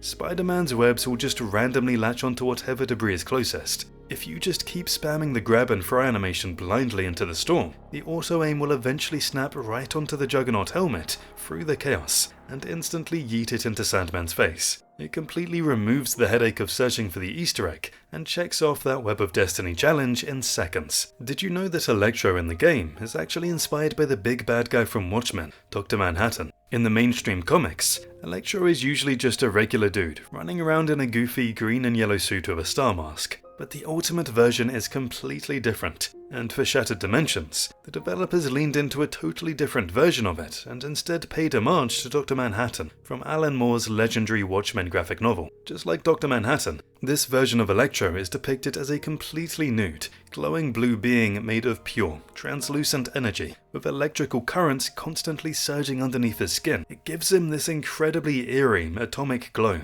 that perfectly matches the Watchmen aesthetic. What makes this so interesting is how the game scales his power. Once Electro gets his hands on a fragment of the Tablet of Order and Chaos, he instantly evolves from a basic criminal into a very powerful entity. He explicitly states his desire to become a literal god, mirroring Manhattan's untouchable status and his desires. Because of this overwhelming new power, Electro develops that classic Dr. Manhattan indifference to humanity. He stops caring about regular people, viewing Spider-Man and the rest of the world as completely insignificant beings, or ants. The homage hits its peak during the final phase of his boss fight. Electro absorbs the entire energy grid of a hydroelectric dam and physically grows to a colossal, skyscraping size, looming over the entire environment, which is the exact signature move Dr. Manhattan uses to intimidate his enemies. But because this is still a Spider-Man game, the developers couldn't resist making fun of the mature Watchmen reference. During the fight, Ultimate Spider-Man, voiced by Josh Keaton,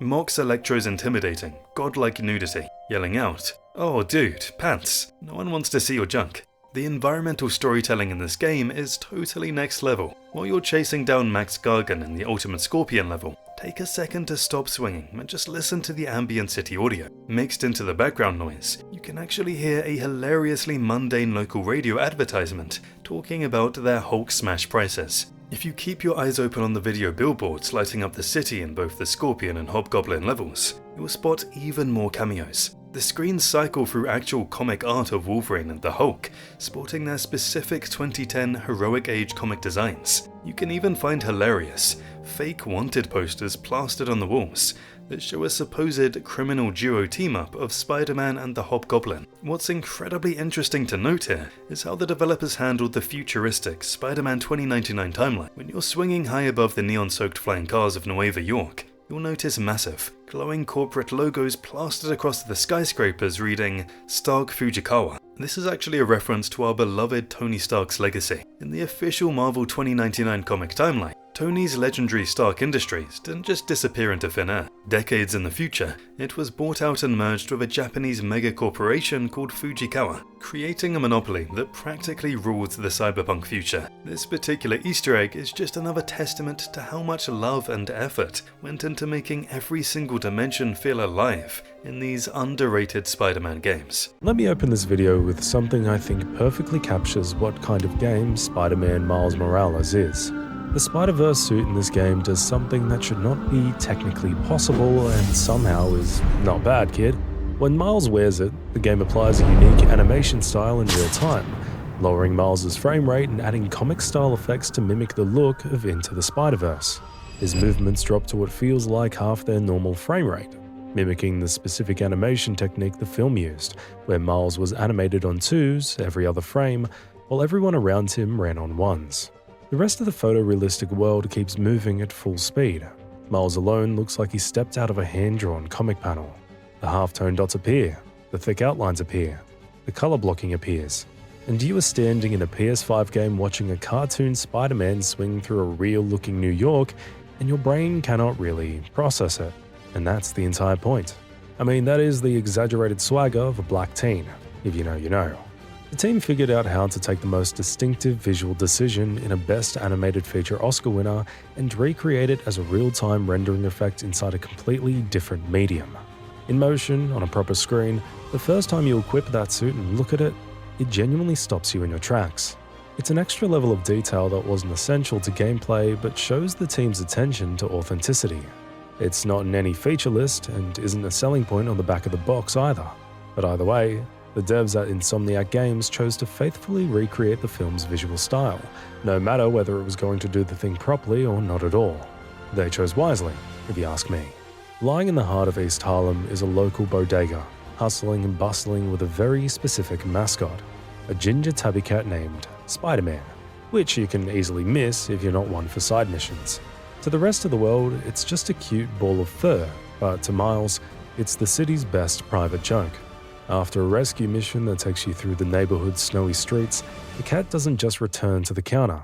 He joins the team, riding shotgun in Miles' backpack in the bodega cat suit. As you can see in this clip, it rides in our backpack calmly while we're swinging through New York. Being able to stop and have it as a sidekick at any time is just a simple game mechanic, but it's also such a treat of a tribute to the community Insomniac spent hours building. It's a small, perfect detail that proves the developers knew exactly how to make Harlem feel like home, and I love them for this. Scattered across walls and alleyways and building sites throughout Harlem are murals and graffiti referencing real-world civil rights issues, with the Black Lives Matter movement visible in the visual language of the environmental art.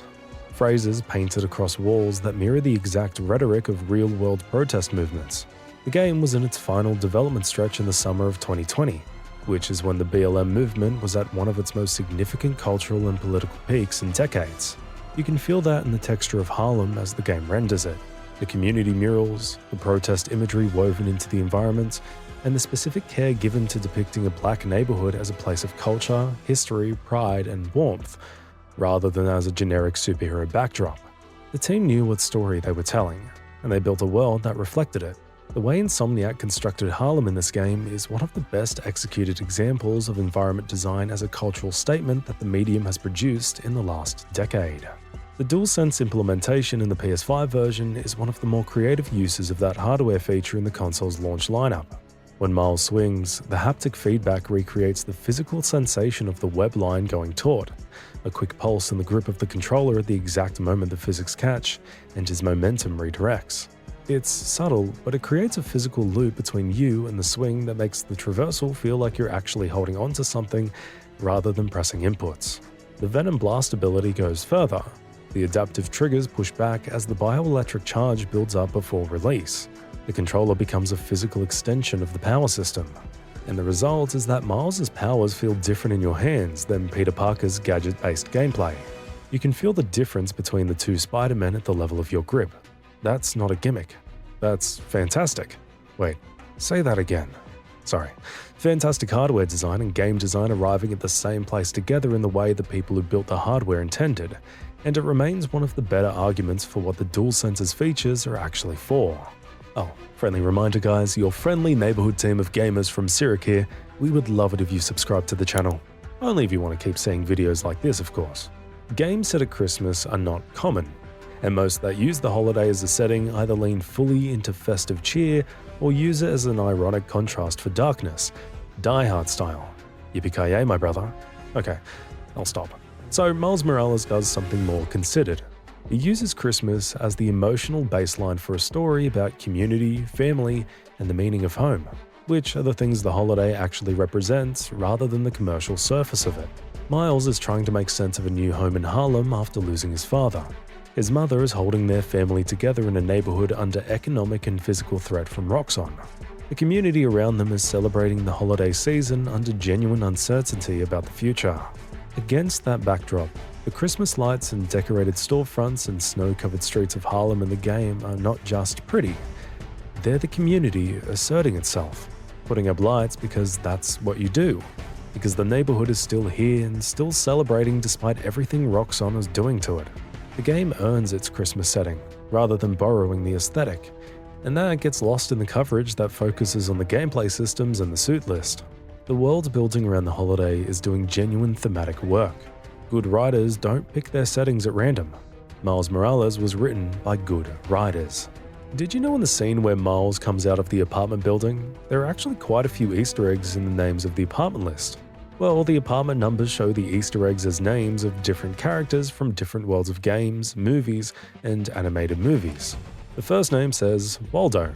That's a reference to Where's Waldo, which is an old iconic book series, and I mean, you have to know what that is if you were ever a child who lived on Earth. Then there's the name Andy and Buzz. Well, it's a nod towards the main character of Toy Story and the kid who had all the toys, such as Woody or Buzz. Then a Call of Cthulhu reference with a sketch as well, for all the H.P. Lovecraft fans out there. Last but not least, the last nameplate reads as Fred and Jason, which is an Easter egg of the horrifying Freddy Krueger from the Nightmare on Elm Street movies and Jason Voorhees, the Killer in the Mask from the Friday the 13th movies. I mean, the devs were really cooking here in just this simple little apartment nameplate, and they showed their immense love for other pop culture stuff that was their favorites along with us. By the end of the game, Peter Parker has returned from Symkaria, reinvigorated, ready to be Spider-Man again. And frankly, Miles needed to back up. But the real gut punch comes in the post-credit scene, which builds directly on the bombshell the 2018 Spider-Man game dropped in its own ending. In that original game's post-credits, Norman Osborn walks into a secret lab hidden behind a portrait in his penthouse apartment, places his hand on a massive tank of green liquid, and you see the tank contains Harry Osborn, suspended and wrapped in black tendrils that pulse like they're alive.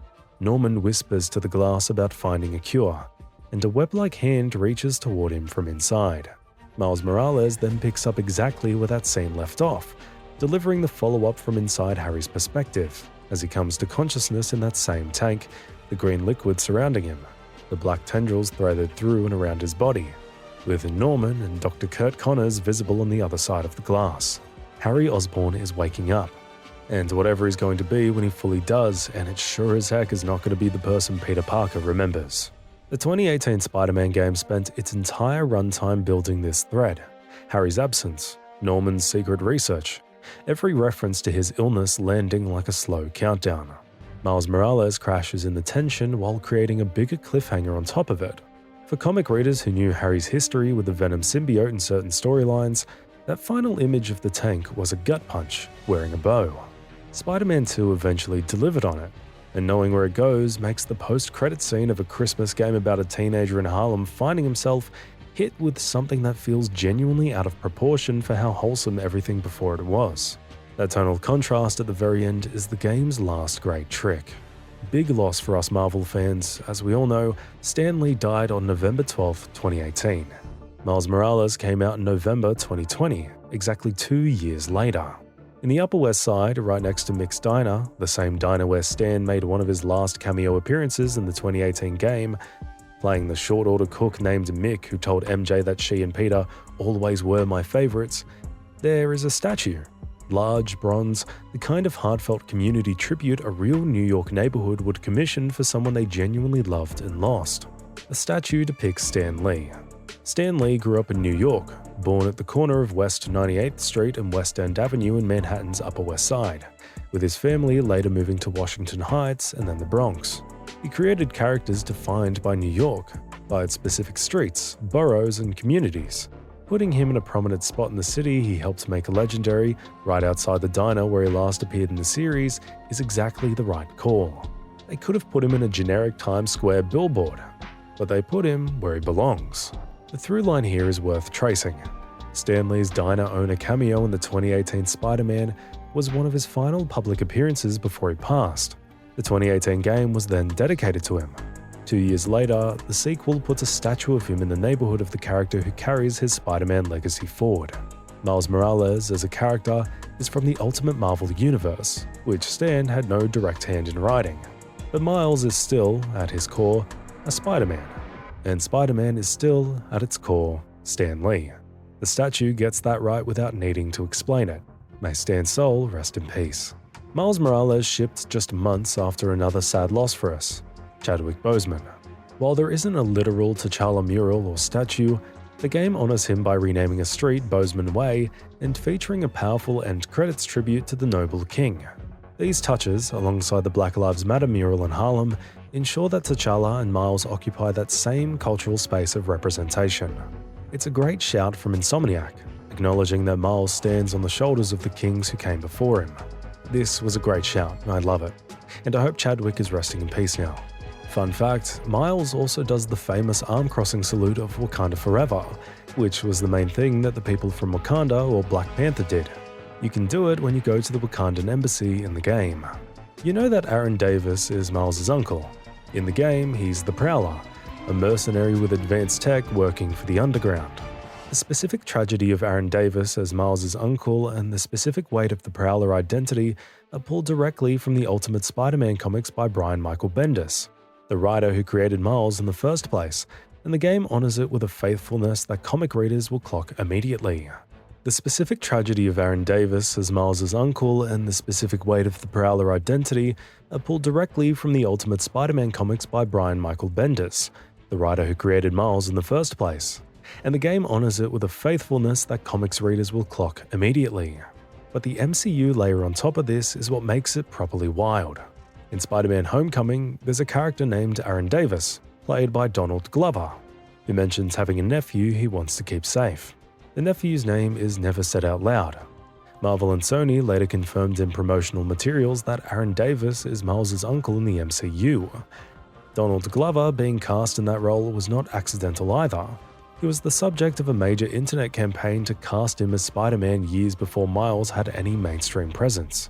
So, the game's Aaron Davis, the MCU's Aaron Davis, and the comics' Aaron Davis are three versions of the same character across three different media, and in every version, the relationship between him and Miles is defined by love, betrayal, and choices that can't be taken back. Miles was built on the tragedy of his uncle. The game understands that and treats it accordingly. Scattered across Harlem are postcards that Jefferson Davis put as clues for a scavenger hunt that he made before his death, and were put all across Harlem with the help of his wife and Miles's mum, Rio Morales. Jefferson Davis, Miles's father, was a cop who loved his neighborhood the way only someone who grew up in it can love it, and he spent years tucking away small boxes in the corners of the city he was trying to protect. Finding them is optional. Nothing in the main story points you toward them or requires them. But if you do find them, Miles opens each one and hears his father's voice through what Jefferson left behind. Handwritten notes, photographs, personal objects that meant something to him. Each postcard is placed in a location Jefferson chose for a reason. A spot where something good happened, or somewhere he wanted to remember, or a corner of Harlem he believed was worth holding on to. These collectibles are the game's most devastating piece of optional content. The main story gives you Jefferson as a loss, as a before and after in Miles's life that defines everything that follows. The postcards give you Jefferson as a person. They let you hear his specific way of thinking about the city and about his son, and about what he was trying to do with his life. And Miles is processing all of this while wearing his Spider-Man suit in the middle of the neighborhood his father loved, finding boxes that were buried for a future Jefferson never got to see. If you want to understand why the emotional register of this game works as well as it does, find every postcard. Nothing in the main story hits the same specific note as hearing a late father talk to his son about the city he believed in and the family he cherished so dearly. The Prowler boss fight does something very few superhero game encounters manage to pull off, which is making the combat itself an expression of the emotional situation rather than just a set of attacks to dodge. Miles is fighting his uncle. He doesn't want to hurt him.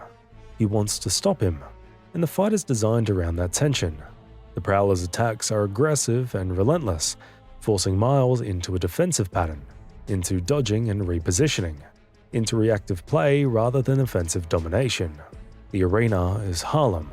The streets Miles has been protecting the entire game are now the backdrop for a fight he never wanted. When Miles lands hits, the camera frames the impacts as losses rather than victories. There is no combat high here, no empowerment loop. The feeling the fight produces is specifically one of desperation and grief, of doing something you don't want to do because you've run out of other options. In my opinion, it isn't the hardest fight in the game, but it sure is the saddest one. The fact that it feels different from every other combat encounter is proof that the design team built the mechanics to serve the story rather than defaulting to the other way around. And that discipline is so rare in game design. Spread throughout the game as collectibles are Roxxon's internal communications, audio recordings, digital files, the kind of thing you find if you're the player who reads everything rather than sprinting past it. And the stuff in those files is bleak. The new form energy technology that Roxxon is marketing across Harlem as a clean, green alternative to fossil fuels is, according to the internal documents Miles uncovers, not safe. The fuel cells are unstable. Roxxon scientists knew they were unstable. The executives knew the scientists knew. The rollout decision was made at the highest level, with full knowledge of the risk to the communities living near the plant's new form infrastructure. The Harlem community is ground zero for all of it. The people most at risk from the technology are the same people Roxxon is publicly claiming to help. And the game makes you find this out the way you actually find out about corporate wrongdoing in real life, through leaked documents, through internal communications that someone tried to suppress, through the gap between the public messaging and the private reality. Miles Morales has more to say about environmental racism and corporate exploitation than most games explicitly designed to talk about those things. The fact that it delivers this through Spider-Man at Christmas makes the contrast between the festive decorations and the Roxxon files genuinely unsettling once you know what you're reading. Miles Morales was created by Brian Michael Bendis and artist Sarah Pichelli and first appeared in Ultimate Fallout No. 4 in August 2011, following the death of the Ultimate Universe's Peter Parker. Context matters here, as Miles was not created to replace Peter Parker in the main Marvel Comics continuity. He was created in the Ultimate Marvel Universe, a separate continuity that launched in 2000 and was explicitly designed to retell and reinvent Marvel's classic characters for a contemporary audience without decades of baggage. Miles inherited the Spider-Man mantle after Peter's death in that universe, and his stories dealt with whether he deserved the name, what it meant for a black Puerto Rican teenager from Brooklyn to carry the most iconic superhero identity in Marvel's lineup. The game's version of Miles, navigating his relationship to Peter Parker's legacy while defining his own identity as Spider-Man, is directly faithful to the emotional and thematic core of the Bendis and Pichelli creation. Insomniac adjusted the specifics, relocated Miles to Harlem from Brooklyn, changed certain character details, and adjusted the supporting cast. But the essential emotional truth, a boy trying to live up to an identity while figuring out who he is without it, is the same one Bendis established on page 1 of Ultimate Fallout. That faithfulness is the mark of a team that actually read the source material before they started building. The Rhino's role in Miles Morales is more carefully written than the tutorial positioning suggests. Yes, the opening sequence uses Alexei Sitsevich as a manageable threat for Miles to handle while Peter is still in the picture, a demonstration of where Miles is at in the beginning of the story. But the game doesn't drop him there. A side mission chain runs through the game that gives Rhino an actual arc. The relationship between him and Miles becomes one of surprising mutual respect, and the way that arc resolves is one of the more unexpectedly humane moments in the game's optional content. Alexei is a man in a situation he can't change, being given a reason to try to behave better than his circumstances encourage. Miles is the one who gives him that reason.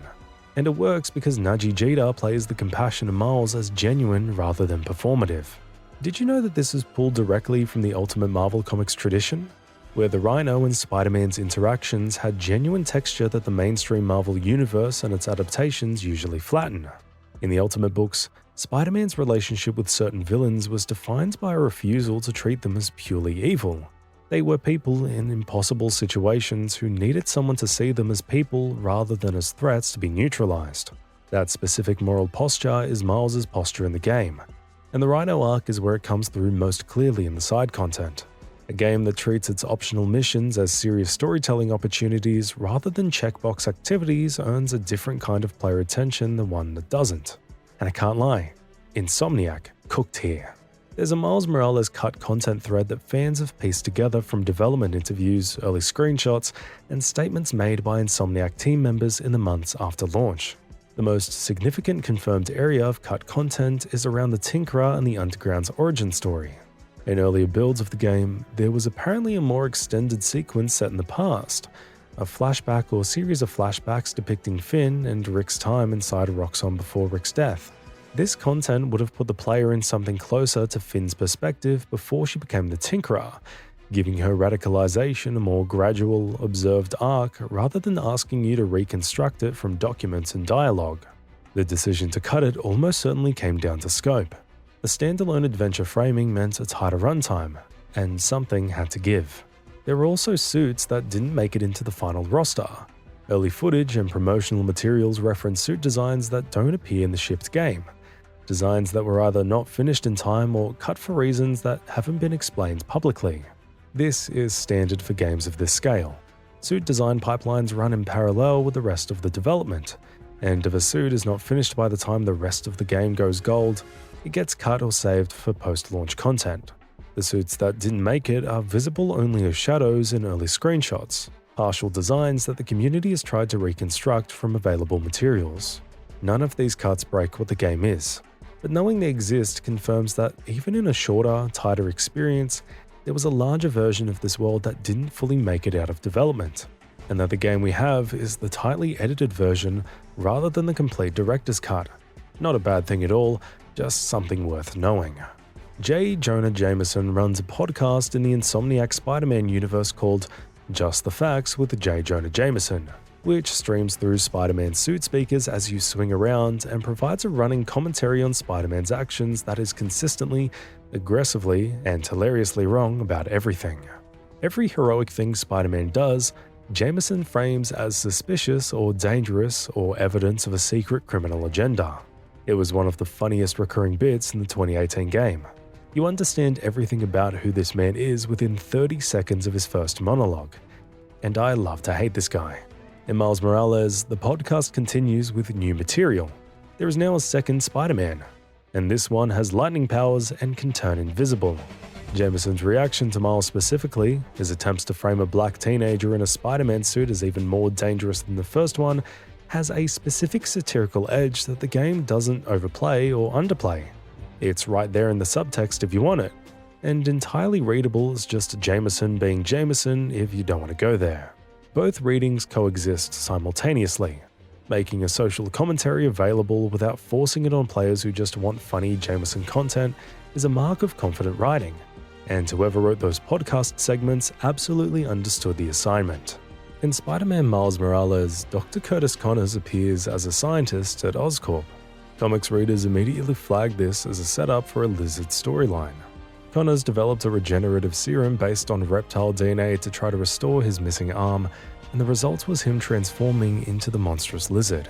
The game introduced Connors as a planted seed. In Miles Morales, research logs and files in certain scientific facilities reference Connors' ongoing work in regenerative biology. Nothing overt, nothing that constitutes a reveal, just the thread continuing across two games. Insomniac is patient with their world building in a way that is actually kind of rare. They plant seeds and let them sit. The Connors thread has now been sitting across two games, waiting for the right moment. Spider-Man 2 eventually gave it that moment. But in Miles Morales, standing alone, the Connors references are the game signaling that this universe has ongoing threads and that the people building it know where they lead, even when you don't. That kind of long-term confidence is something the best cinematic universes have and that most games struggle to hold on to. Fans have spotted tiny spiders tucked into corners of rooms, on window ledges, and spinning webs between pipes and alleyways all over the city. Once you start noticing them, you see them everywhere. Some players have interpreted the hidden spiders as a visual motif for Miles' presence in the city, and that's pretty neat. There's a second layer to it for people who know Miles' origin story in the comics. Miles was bitten by a genetically modified spider that escaped from Oscorp, a spider that was supposed to have been destroyed. The source of his power was something that shouldn't have existed, slipping out into the world. And now spiders are showing up everywhere in the world he inhabits, as if the biological logic of his origin is expressing itself in the environment around him. Whether or not that was the intended reading, it's the most resonant one. A game that puts enough detail in the world for players to construct readings like that trusts its audience to bring something to the experience. Spider-Man Miles Morales does this consistently. Miles' camouflage ability, the one that lets him turn completely invisible, does not appear in every version of the Miles Morales character across Marvel's various media and continuities. In his earliest Ultimate Comics appearance, the camouflage was part of his power set alongside the Venom Blast, but subsequent retellings and adaptations have treated it inconsistently, sometimes including it, sometimes not, depending on the story requirements. The game chooses to include it, but makes it a specific creative decision about how it works. The camouflage is imperfect. Sustained movement while invisible causes a visible disruption in the effect. The longer Miles holds the power active, the more visually unstable the invisibility becomes. It shimmers, it distorts. It looks like something that's fighting its own limits. That limitation is a storytelling decision wearing the clothes of a game mechanic. Miles is new. His control over his abilities is not absolute.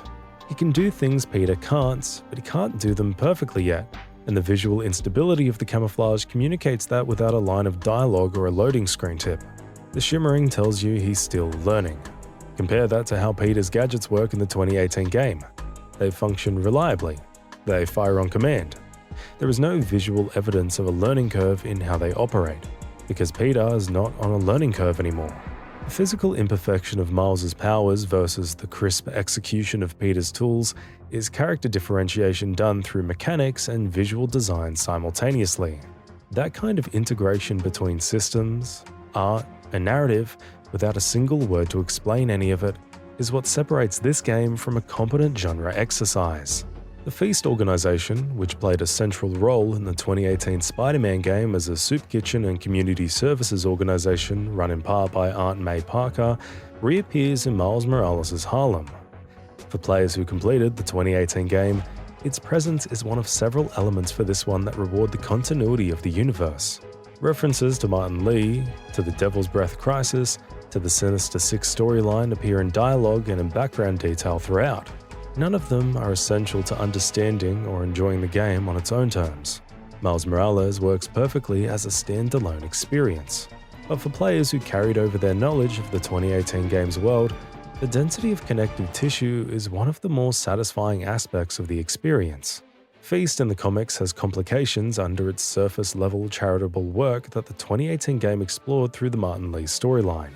The appearance in Miles Morales does not pick that thread back up, but its presence signals that the web of connections is intentional and ongoing. Insomniac is building a universe with real internal continuity, and that continuity lives in the details. Finn Mason's story is, at its root, about what happens when a brilliant person who deserves opportunity is instead exploited and discarded by the corporate system she's trying to work within. Her brother Rick worked for Roxxon. Rick died because of Roxxon's negligence. Finn's response was to build an army and burn the corporation down. It's clear that her methods are wrong. The plan she's following would harm the very community she says she's fighting for. But her grievance is completely legitimate. Roxxon killed her brother, covered it up, and got away with it. The character was written with significant involvement from Evan Narcisse, a black writer and journalist who had previously co-written the Rise of the Black Panther comic series for Marvel alongside Ta-Nehisi Coates, and who was brought onto the game specifically as a narrative consultant to give Miles and his world an authentic voice. Finn's trajectory from gifted student to bereaved activist to someone who has decided that no legitimate channel for justice exists carries a tragic logic that makes her one of the most genuinely complex antagonists in recent superhero gaming. She's not a villain who wants power for its own sake, because she's a person who wanted something reasonable and found no way to get it. The game gives her the full weight of that, even as Miles has to stop her. And that is what makes the final confrontation genuinely painful rather than triumphant. Rio Morales is one of the best written parental figures in recent gaming, and that does not get said enough. She's a nurse and community organizer, running for city council in the game's story, managing her son's visible but unnamed heaviness without knowing what it actually is. And Gabriela Soto gives her a warmth and a steel that are simultaneously present in every scene. The warmth of a mother who loves her son completely. The steel of a woman who has survived a loss and held her family together through it. She's just a wholesome rock of a person. In the scene where Rhea was giving a campaign speech in Harlem while Miles is with Genki and some thugs come in and ruin the show, Miles is there as a son.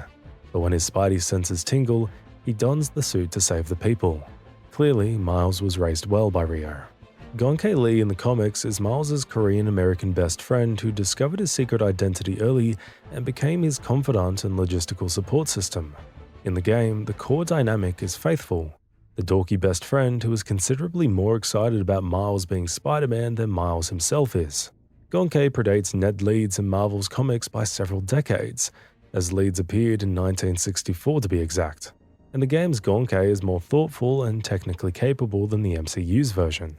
The character of Gonke, voiced by Griffin Puatu, brings a warmth to the dorky best friend role that manages to feel genuine rather than grating. The Miles and Gonke dynamic is specifically about Miles having one person he doesn't have to be responsible for. Miles has his mother, his uncle, the memory of his father, and the city to protect. And then he has Gonke, who is the one person in his life processing all of this with barely contained enthusiasm because his best friend is Spider-Man. The person you don't have to perform for. The person who thinks everything about your situation is genuinely cool, even when you're too exhausted and scared to agree. Every teenager needs that one person, and the game understands exactly how much weight that relationship carries as a counterbalance to everything else Miles is carrying. Miles' swinging animation is different from Peter's, and the difference was deliberate and painstakingly crafted. Peter Parker's swinging in the 2018 game is the product of 15 years of practice and hard-earned muscle memory. He lands precisely, he repositions cleanly, he knows where his weight is going before the web fires. The swinging was built to feel like mastery in motion. Miles' swinging was built to feel like someone who is very good but still figuring it out. He overshoots landing slightly. He sometimes rotates when he doesn't mean to. His poses in mid-air have a quality of improvisation that Peter's don't. a sense of adapting to the swing in real time rather than executing a memorized sequence. Naji Jeter spoke about this in post-launch interviews. The motion capture session specifically included work on the physical quality of Miles's movement as a person who has been doing this for a year rather than for a decade. The animation team then took that captured performance and built a swinging system that expressed the same quality. The technical side of achieving this, building a physics-driven traversal system and then deliberately introducing a level of organic imprecision that reads as inexperience rather than as a bug, is considerably harder than it sounds. Your brain as a player registers the difference immediately, even if you can't articulate what it is you're registering. Miles feels younger in the air than Peter does. That feeling is the product of a team that thought carefully about what the character needed to feel like from the inside, and then figured out how to make the controls express that. Exceptional craft all around. The Underground's technology, their weapons, armor, vehicles, and base have a specific design language throughout. It's improvised and fairly repurposed, built from components clearly not designed to serve the purposes they're being made to serve. The Underground didn't order custom military hardware as they built what they needed from what they had, and the look of their tech reflects a resourcefulness that comes specifically from exclusion, from being shut out of systems that would normally provide the tools you need. Finn is a brilliant engineer who wasn't given institutional resources proportionate to her talent. She was exploited by a corporation that took her work. Her response was to build something the corporations could never co-opt, because it was made from parts they threw away. The Underground's tech is a physical statement about Finn's specific grievance. The system failed her, so she built outside the system. There is something genuinely admirable in the ingenuity, and the game wants you to feel that, even as it makes clear the plan is catastrophic. The design of the faction communicates all of this without a word of exposition, and that shows the game at its most intelligent. What's Up Danger by Blackway and Black Caviar is the track that plays in Into the Spider-Verse when Miles leaps off a skyscraper for the first time in his full suit, arms out, heart hammering, finally accepting what he is. It's one of the most emotionally loaded moments in recent animated film history, and the song became permanently welded to Miles Morales after it. In the game, at certain heights and certain angles, the music and presentation evoke a similar feeling to iconic moments from Spider-Man Into the Spider-Verse, though not as a direct reference, not a licensed recreation or a direct sample. An atmosphere and just a feeling that the people who made this game understood what that scene meant to people, and wanted to give you a version of it that you could actually fall into yourself, not watch from a seat. Beyond the audio, there's a story beat that structurally mirrors the leap of faith sequence so precisely that it couldn't have been anything other than intentional. Miles, up against something impossible, no guarantee anything works, jumps, and the game breathes. It lets you feel the city below him, the uncertainty, the air. A film gave us that moment in animation. The game gave it to you interactively, which means the weight of it belongs to you in a way that watching it never actually can. These things are connected, and the people who made this game understood the responsibility that came with the connection. Miles Morales in the comics is half black, half Puerto Rican. His father, Jefferson Davis, is black, and his mother, Rio Morales, is Puerto Rican. In the game, this dual cultural identity is present in every scene where the family is together. The food, the music, the Spanish phrases Rio uses, and the way the Morales household exists at the intersection of two rich cultural traditions rather than flattening them into a single generic category. The game is deliberate about treating Miles' African-American swag and his Puerto Rican heritage as additive, not competing or confusing. A double richness that expands who he is. The Spanish Rio speaks, and the way she moves between English and Spanish in the way that actually bilingual people do, rather than the way film and television often portray it as a deliberate linguistic gesture, that naturalness comes from someone in the writing room or in consultation who lived that experience. Jacqueline Piñol, who voices Rio, is herself a Latina actress, and her delivery of the Spanish dialogue carries the warmth and rhythm of actual bilingual speech. These things matter as they're the difference between representation that feels like a box being checked and representation that feels like recognition. Miles Morales almost always lands on the right side of that line. Before Spider-Man Miles Morales was in production, Evan Narcisse had already made a name for himself at Marvel by co-writing the Rise of the Black Panther comic series in 2018 alongside acclaimed writer Ta-Nehisi Coates, a limited series that established a black writer's specific vision for T'Challa's early years. Narcisse, both a black writer and a long-time games journalist who had covered the industry for outlets like Kotaku and IO9, was brought into the game's writing team as a narrative consultant to help shape Miles' world from the inside out. His involvement was not just a credential on a press release, it was a meaningful creative contribution to a story that benefits from being written by someone with a personal relationship to it. The scene most clearly carrying Narcisse's voice, in my reading, is the conversation between Miles and his mother after a particularly difficult stretch of the story.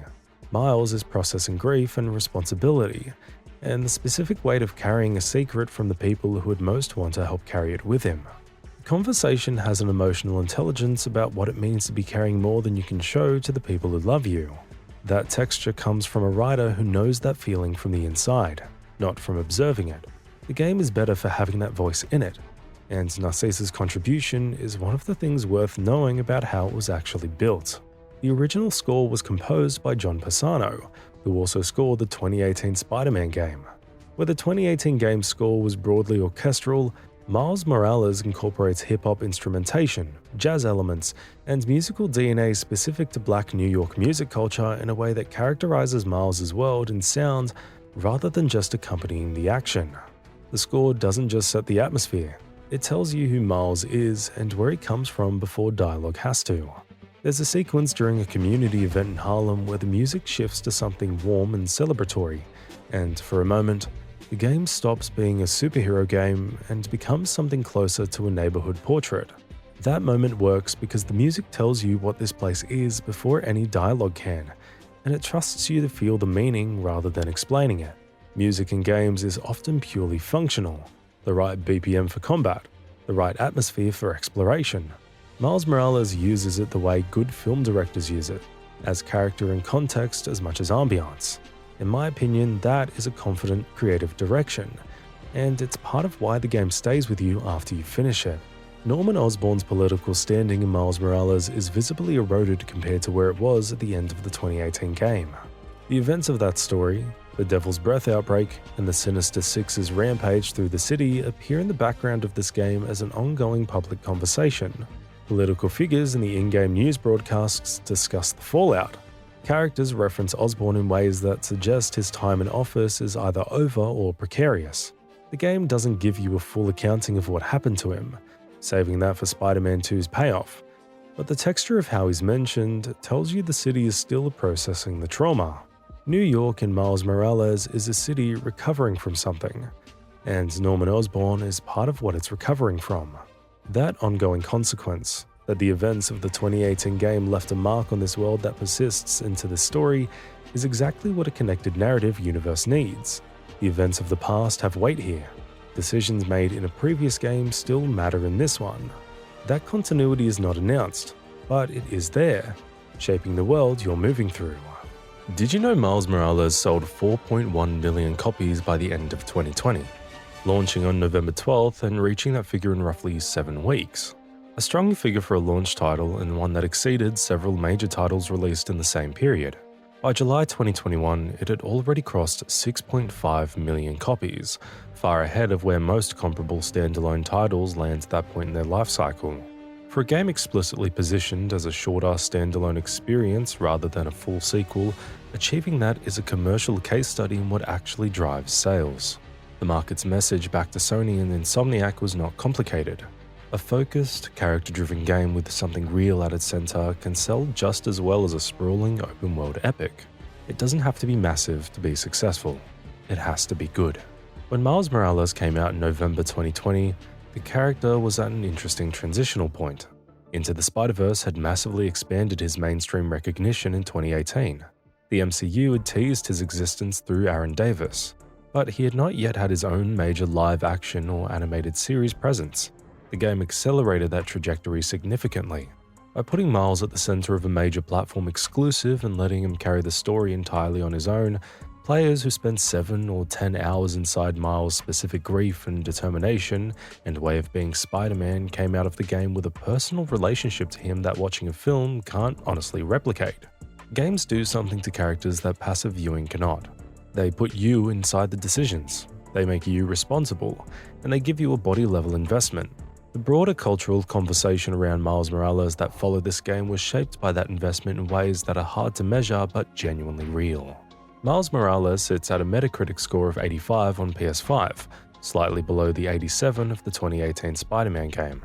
Most of the critics who gave it a lower score cited the same thing. It's shorter, and the scope is more contained, which is a strange criticism for a game that worked specifically because of its contained scope. The critics who gave it perfect or near-perfect scores engaged with it on its own terms rather than measuring it against its predecessor. They talked about the emotional specificity of Miles as a character, about Harlem as a setting that felt inhabited, and about how the shorter runtime served the story by keeping it focused and cutting the padding that open-world games typically accumulate. The game got nominated for multiple end-of-year awards, including Best Action Adventure from several outlets, and received particular recognition for its character writing, its representation, and its visual presentation. Any creative project that knows exactly what it is and executes that thing at the highest level has done something right. Miles Morales knew what it was. Not a bigger game, a better focused one. And it executed that at a level the people evaluating it could recognize. The slightly reduced Metacritic score relative to the original reflects the one dimension in which Miles Morales chose not to compete: sheer size. In every dimension it chose to prioritize, it won. Miles Morales was first announced at the PlayStation 5 reveal event in June 2020 as a launch title for the PS5, and nobody at Sony or Insomniac was being fully clear about whether it was a standalone game, a full sequel, an expansion, or something else. The comparisons that circulated at the time were to Uncharted: The Lost Legacy and The Last of Us: Left Behind, both shorter, standalone experiences set in existing game worlds rather than full sequels. Miles Morales was positioned similarly, and the internet spent several months trying to figure out what, exactly, they were paying for. The answer that eventually settled was roughly shorter than the original Spider-Man, roughly 7 to 10 hours for the main story versus the original's 15 to 20, but built with the same level of care, same production value, and a brand new story rather than extended DLC. Insomniac called it a standalone adventure. Some outlets called it an expanded standalone experience. Sony's marketing called it a launch title companion. None of these are technically wrong, and all of them created a different impression. Looking back, I think the ambiguity was partly deliberate. Calling it a full sequel would have invited direct-length comparisons. Calling it DLC would have undersold it. Standalone adventure was the right landing zone, and it just took a while for everyone to agree. Spider-Man Miles Morales was developed almost entirely during the COVID-19 pandemic. Announced June 2020, released November 2020, with Insomniac's team working from home for the entirety of the final stretch, the crunch period, the certification process, and the Gold Master. And I sure remember those lockdown days, those COVID days, and how this game helped me, well, all of us survive through those rough times. For a game of this production quality, with this level of visual fidelity, detailed environment art, motion capture work, and voice performance integration, getting to the finish line under those conditions is a serious production achievement. Brian Horton, the creative director of Miles Morales, came to Insomniac from Crystal Dynamics, where his credits included art director on Tomb Raider and game director of Rise of the Tomb Raider, two of the most acclaimed action-adventure games of that era. He brought to the game a specific vision for Miles and Harlem that he articulated in pre-launch interviews. The story should feel grounded in something real, an actual community, in a family that is specific and cultural rather than abstract and generic. He wanted Harlem to feel like a specific place with a specific history and present rather than a generic New York neighborhood draped in superhero aesthetics. The Christmas setting was part of this vision, a deliberate choice to put the story during the time of year most associated with family, home, and belonging to a community. Miles is trying to figure out what home means to him after losing his father, after moving to Harlem, after becoming Spider-Man. Horton wanted the physical environment to reflect that emotional searching, and the warmth and detail of Harlem in winter is the result of that vision being executed by a team that understood what they were building and why. That clarity of creative intent from a director who came from one of the most emotionally sophisticated studios in the business is visible throughout the final product.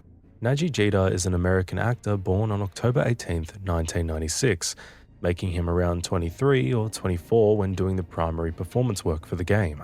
Miles Morales represented his most extensive work in the role by a significant margin. He spoke in interviews about the specific preparation he did, conversations with the creative team about what it means for a black teenager from Brooklyn to become a superhero, about the cultural and family context Miles carries, and about the importance of getting the emotional authenticity of grief and determination right. The performance range the game demands of him is considerable. Miles can be funny in that specific teenage way where the joke is partly about being slightly too cool to acknowledge how nervous you actually are. He can be devastated. He can be angry in the way teenagers are angry, which is a full-body thing that exceeds the capacity of vocabulary. He can be genuinely awed by the scale of what he's carrying. Jeter walks all of those registers across 7 to 10 hours without any of them feeling forced, which is harder than it sounds. Miles has to feel young without feeling childish, earnest without feeling naive. Jeter understood those distinctions and delivered them consistently. Jeter, in multiple interviews, talked about growing up without seeing himself represented as a superhero in the media he consumed. He talked about what it would have meant to him as a child to have a character like Miles, a young black teenager who becomes one of the most powerful heroes in his world. Miles Morales, as the first black Spider-Man, the character who opened up the question of who gets to be a hero of a Spider-Man story, meant something specific and personal to the actor given the job of bringing him to life in a major platform game. The context changes how you hear certain moments in his performance. When Miles is talking to his mother about his father, when he's processing grief and responsibility and the pressure of the Spider-Man identity, the rawness in Jeter's delivery isn't just craft. It's also the genuine emotional investment of a young man who understands, personally, why this story matters and why it deserves full integrity rather than genre mechanics. The best performances in any medium come from actors who are not just doing the work, but feeling the meaning of it. Jeter felt the meaning of Miles Morales deeply, and the game is better for it at every moment his voice is present. Miles Morales was released simultaneously on PlayStation 5 and PlayStation 4 on November 12, 2020. The PS5 version supports ray tracing, 4K in fidelity mode, 60 FPS in performance mode, and near-instant SSD loading. The PS4 version lacks ray tracing, runs at a lower resolution, and has standard loading times. But the game itself, the story, the world, the characters, and the systems are identical between the two versions. This was explicitly a Sony corporate decision rather than an Insomniac creative one, made to avoid leaving the enormous PS4 installed base without access to a major exclusive at PS5 launch. The consequence was that Insomniac had to develop for two meaningfully different hardware targets simultaneously, pushing the PS5 to its limits in ways the PS4 would not support, while ensuring the PS4 version ran within much tighter performance constraints. Both versions exist, and neither is dramatically inferior in terms of the actual experience. Getting a game to do that across a hardware generation gap is a technical feat, and the team pulled it off. The PC port arrived in November 2022 and included ray-traced reflections and shadows at a fidelity level that exceeded what PS5 hardware could sustain. NVIDIA DLSS and AMD FSR support unlocked frame rates for high refresh rate monitors and ultra-wide 21:9 support. What the port confirmed is that Miles Morales had more visual potential built into its assets and rendering pipeline than any single hardware platform could fully express at launch. The PC version letting that potential out was the expected result of porting to more powerful and varied hardware, but the specific quality of the ray tracing at native 4K, Manhattan's glass towers reflecting each other in the sky, and Miles himself as he swings past, is something that has to be seen on a proper display to fully appreciate. It was perfect right down to the last minute detail. At full settings on high-end hardware, the sunset swing through New York that Insomniac used to sell the PS5 capabilities looks like a painting that moves. The fact that a game about a teenager from Harlem protecting his neighborhood at Christmas can simultaneously be that visually extreme is part of why people keep returning to it years after its initial release. The game's original development scope reportedly included more story content around Finn Mason, Specifically, a more extended arc that would have deepened the backstory of the Underground and the history of Finn's relationship with her brother Rick. In earlier versions, there was apparently more gameplay content surrounding the Underground's formation, more missions that would have placed the player closer to Finn's perspective and clarified her radicalization. The decision to cut this was almost certainly driven by the standalone adventure framing, which meant a tighter runtime than a full sequel would have allowed, and something had to give. What's notable about the choice to reduce Finn's backstory rather than other content is that it puts the weight of the final confrontation almost entirely on Nadji Jeter and Jasmine Savoy Brown, the actress voicing Finn, rather than an accumulated narrative weight. They pull it off smoothly, but the seams of the cut content are visible in the final act in a way that a more extended build-up might have smoothed over. The emotional payoff is there.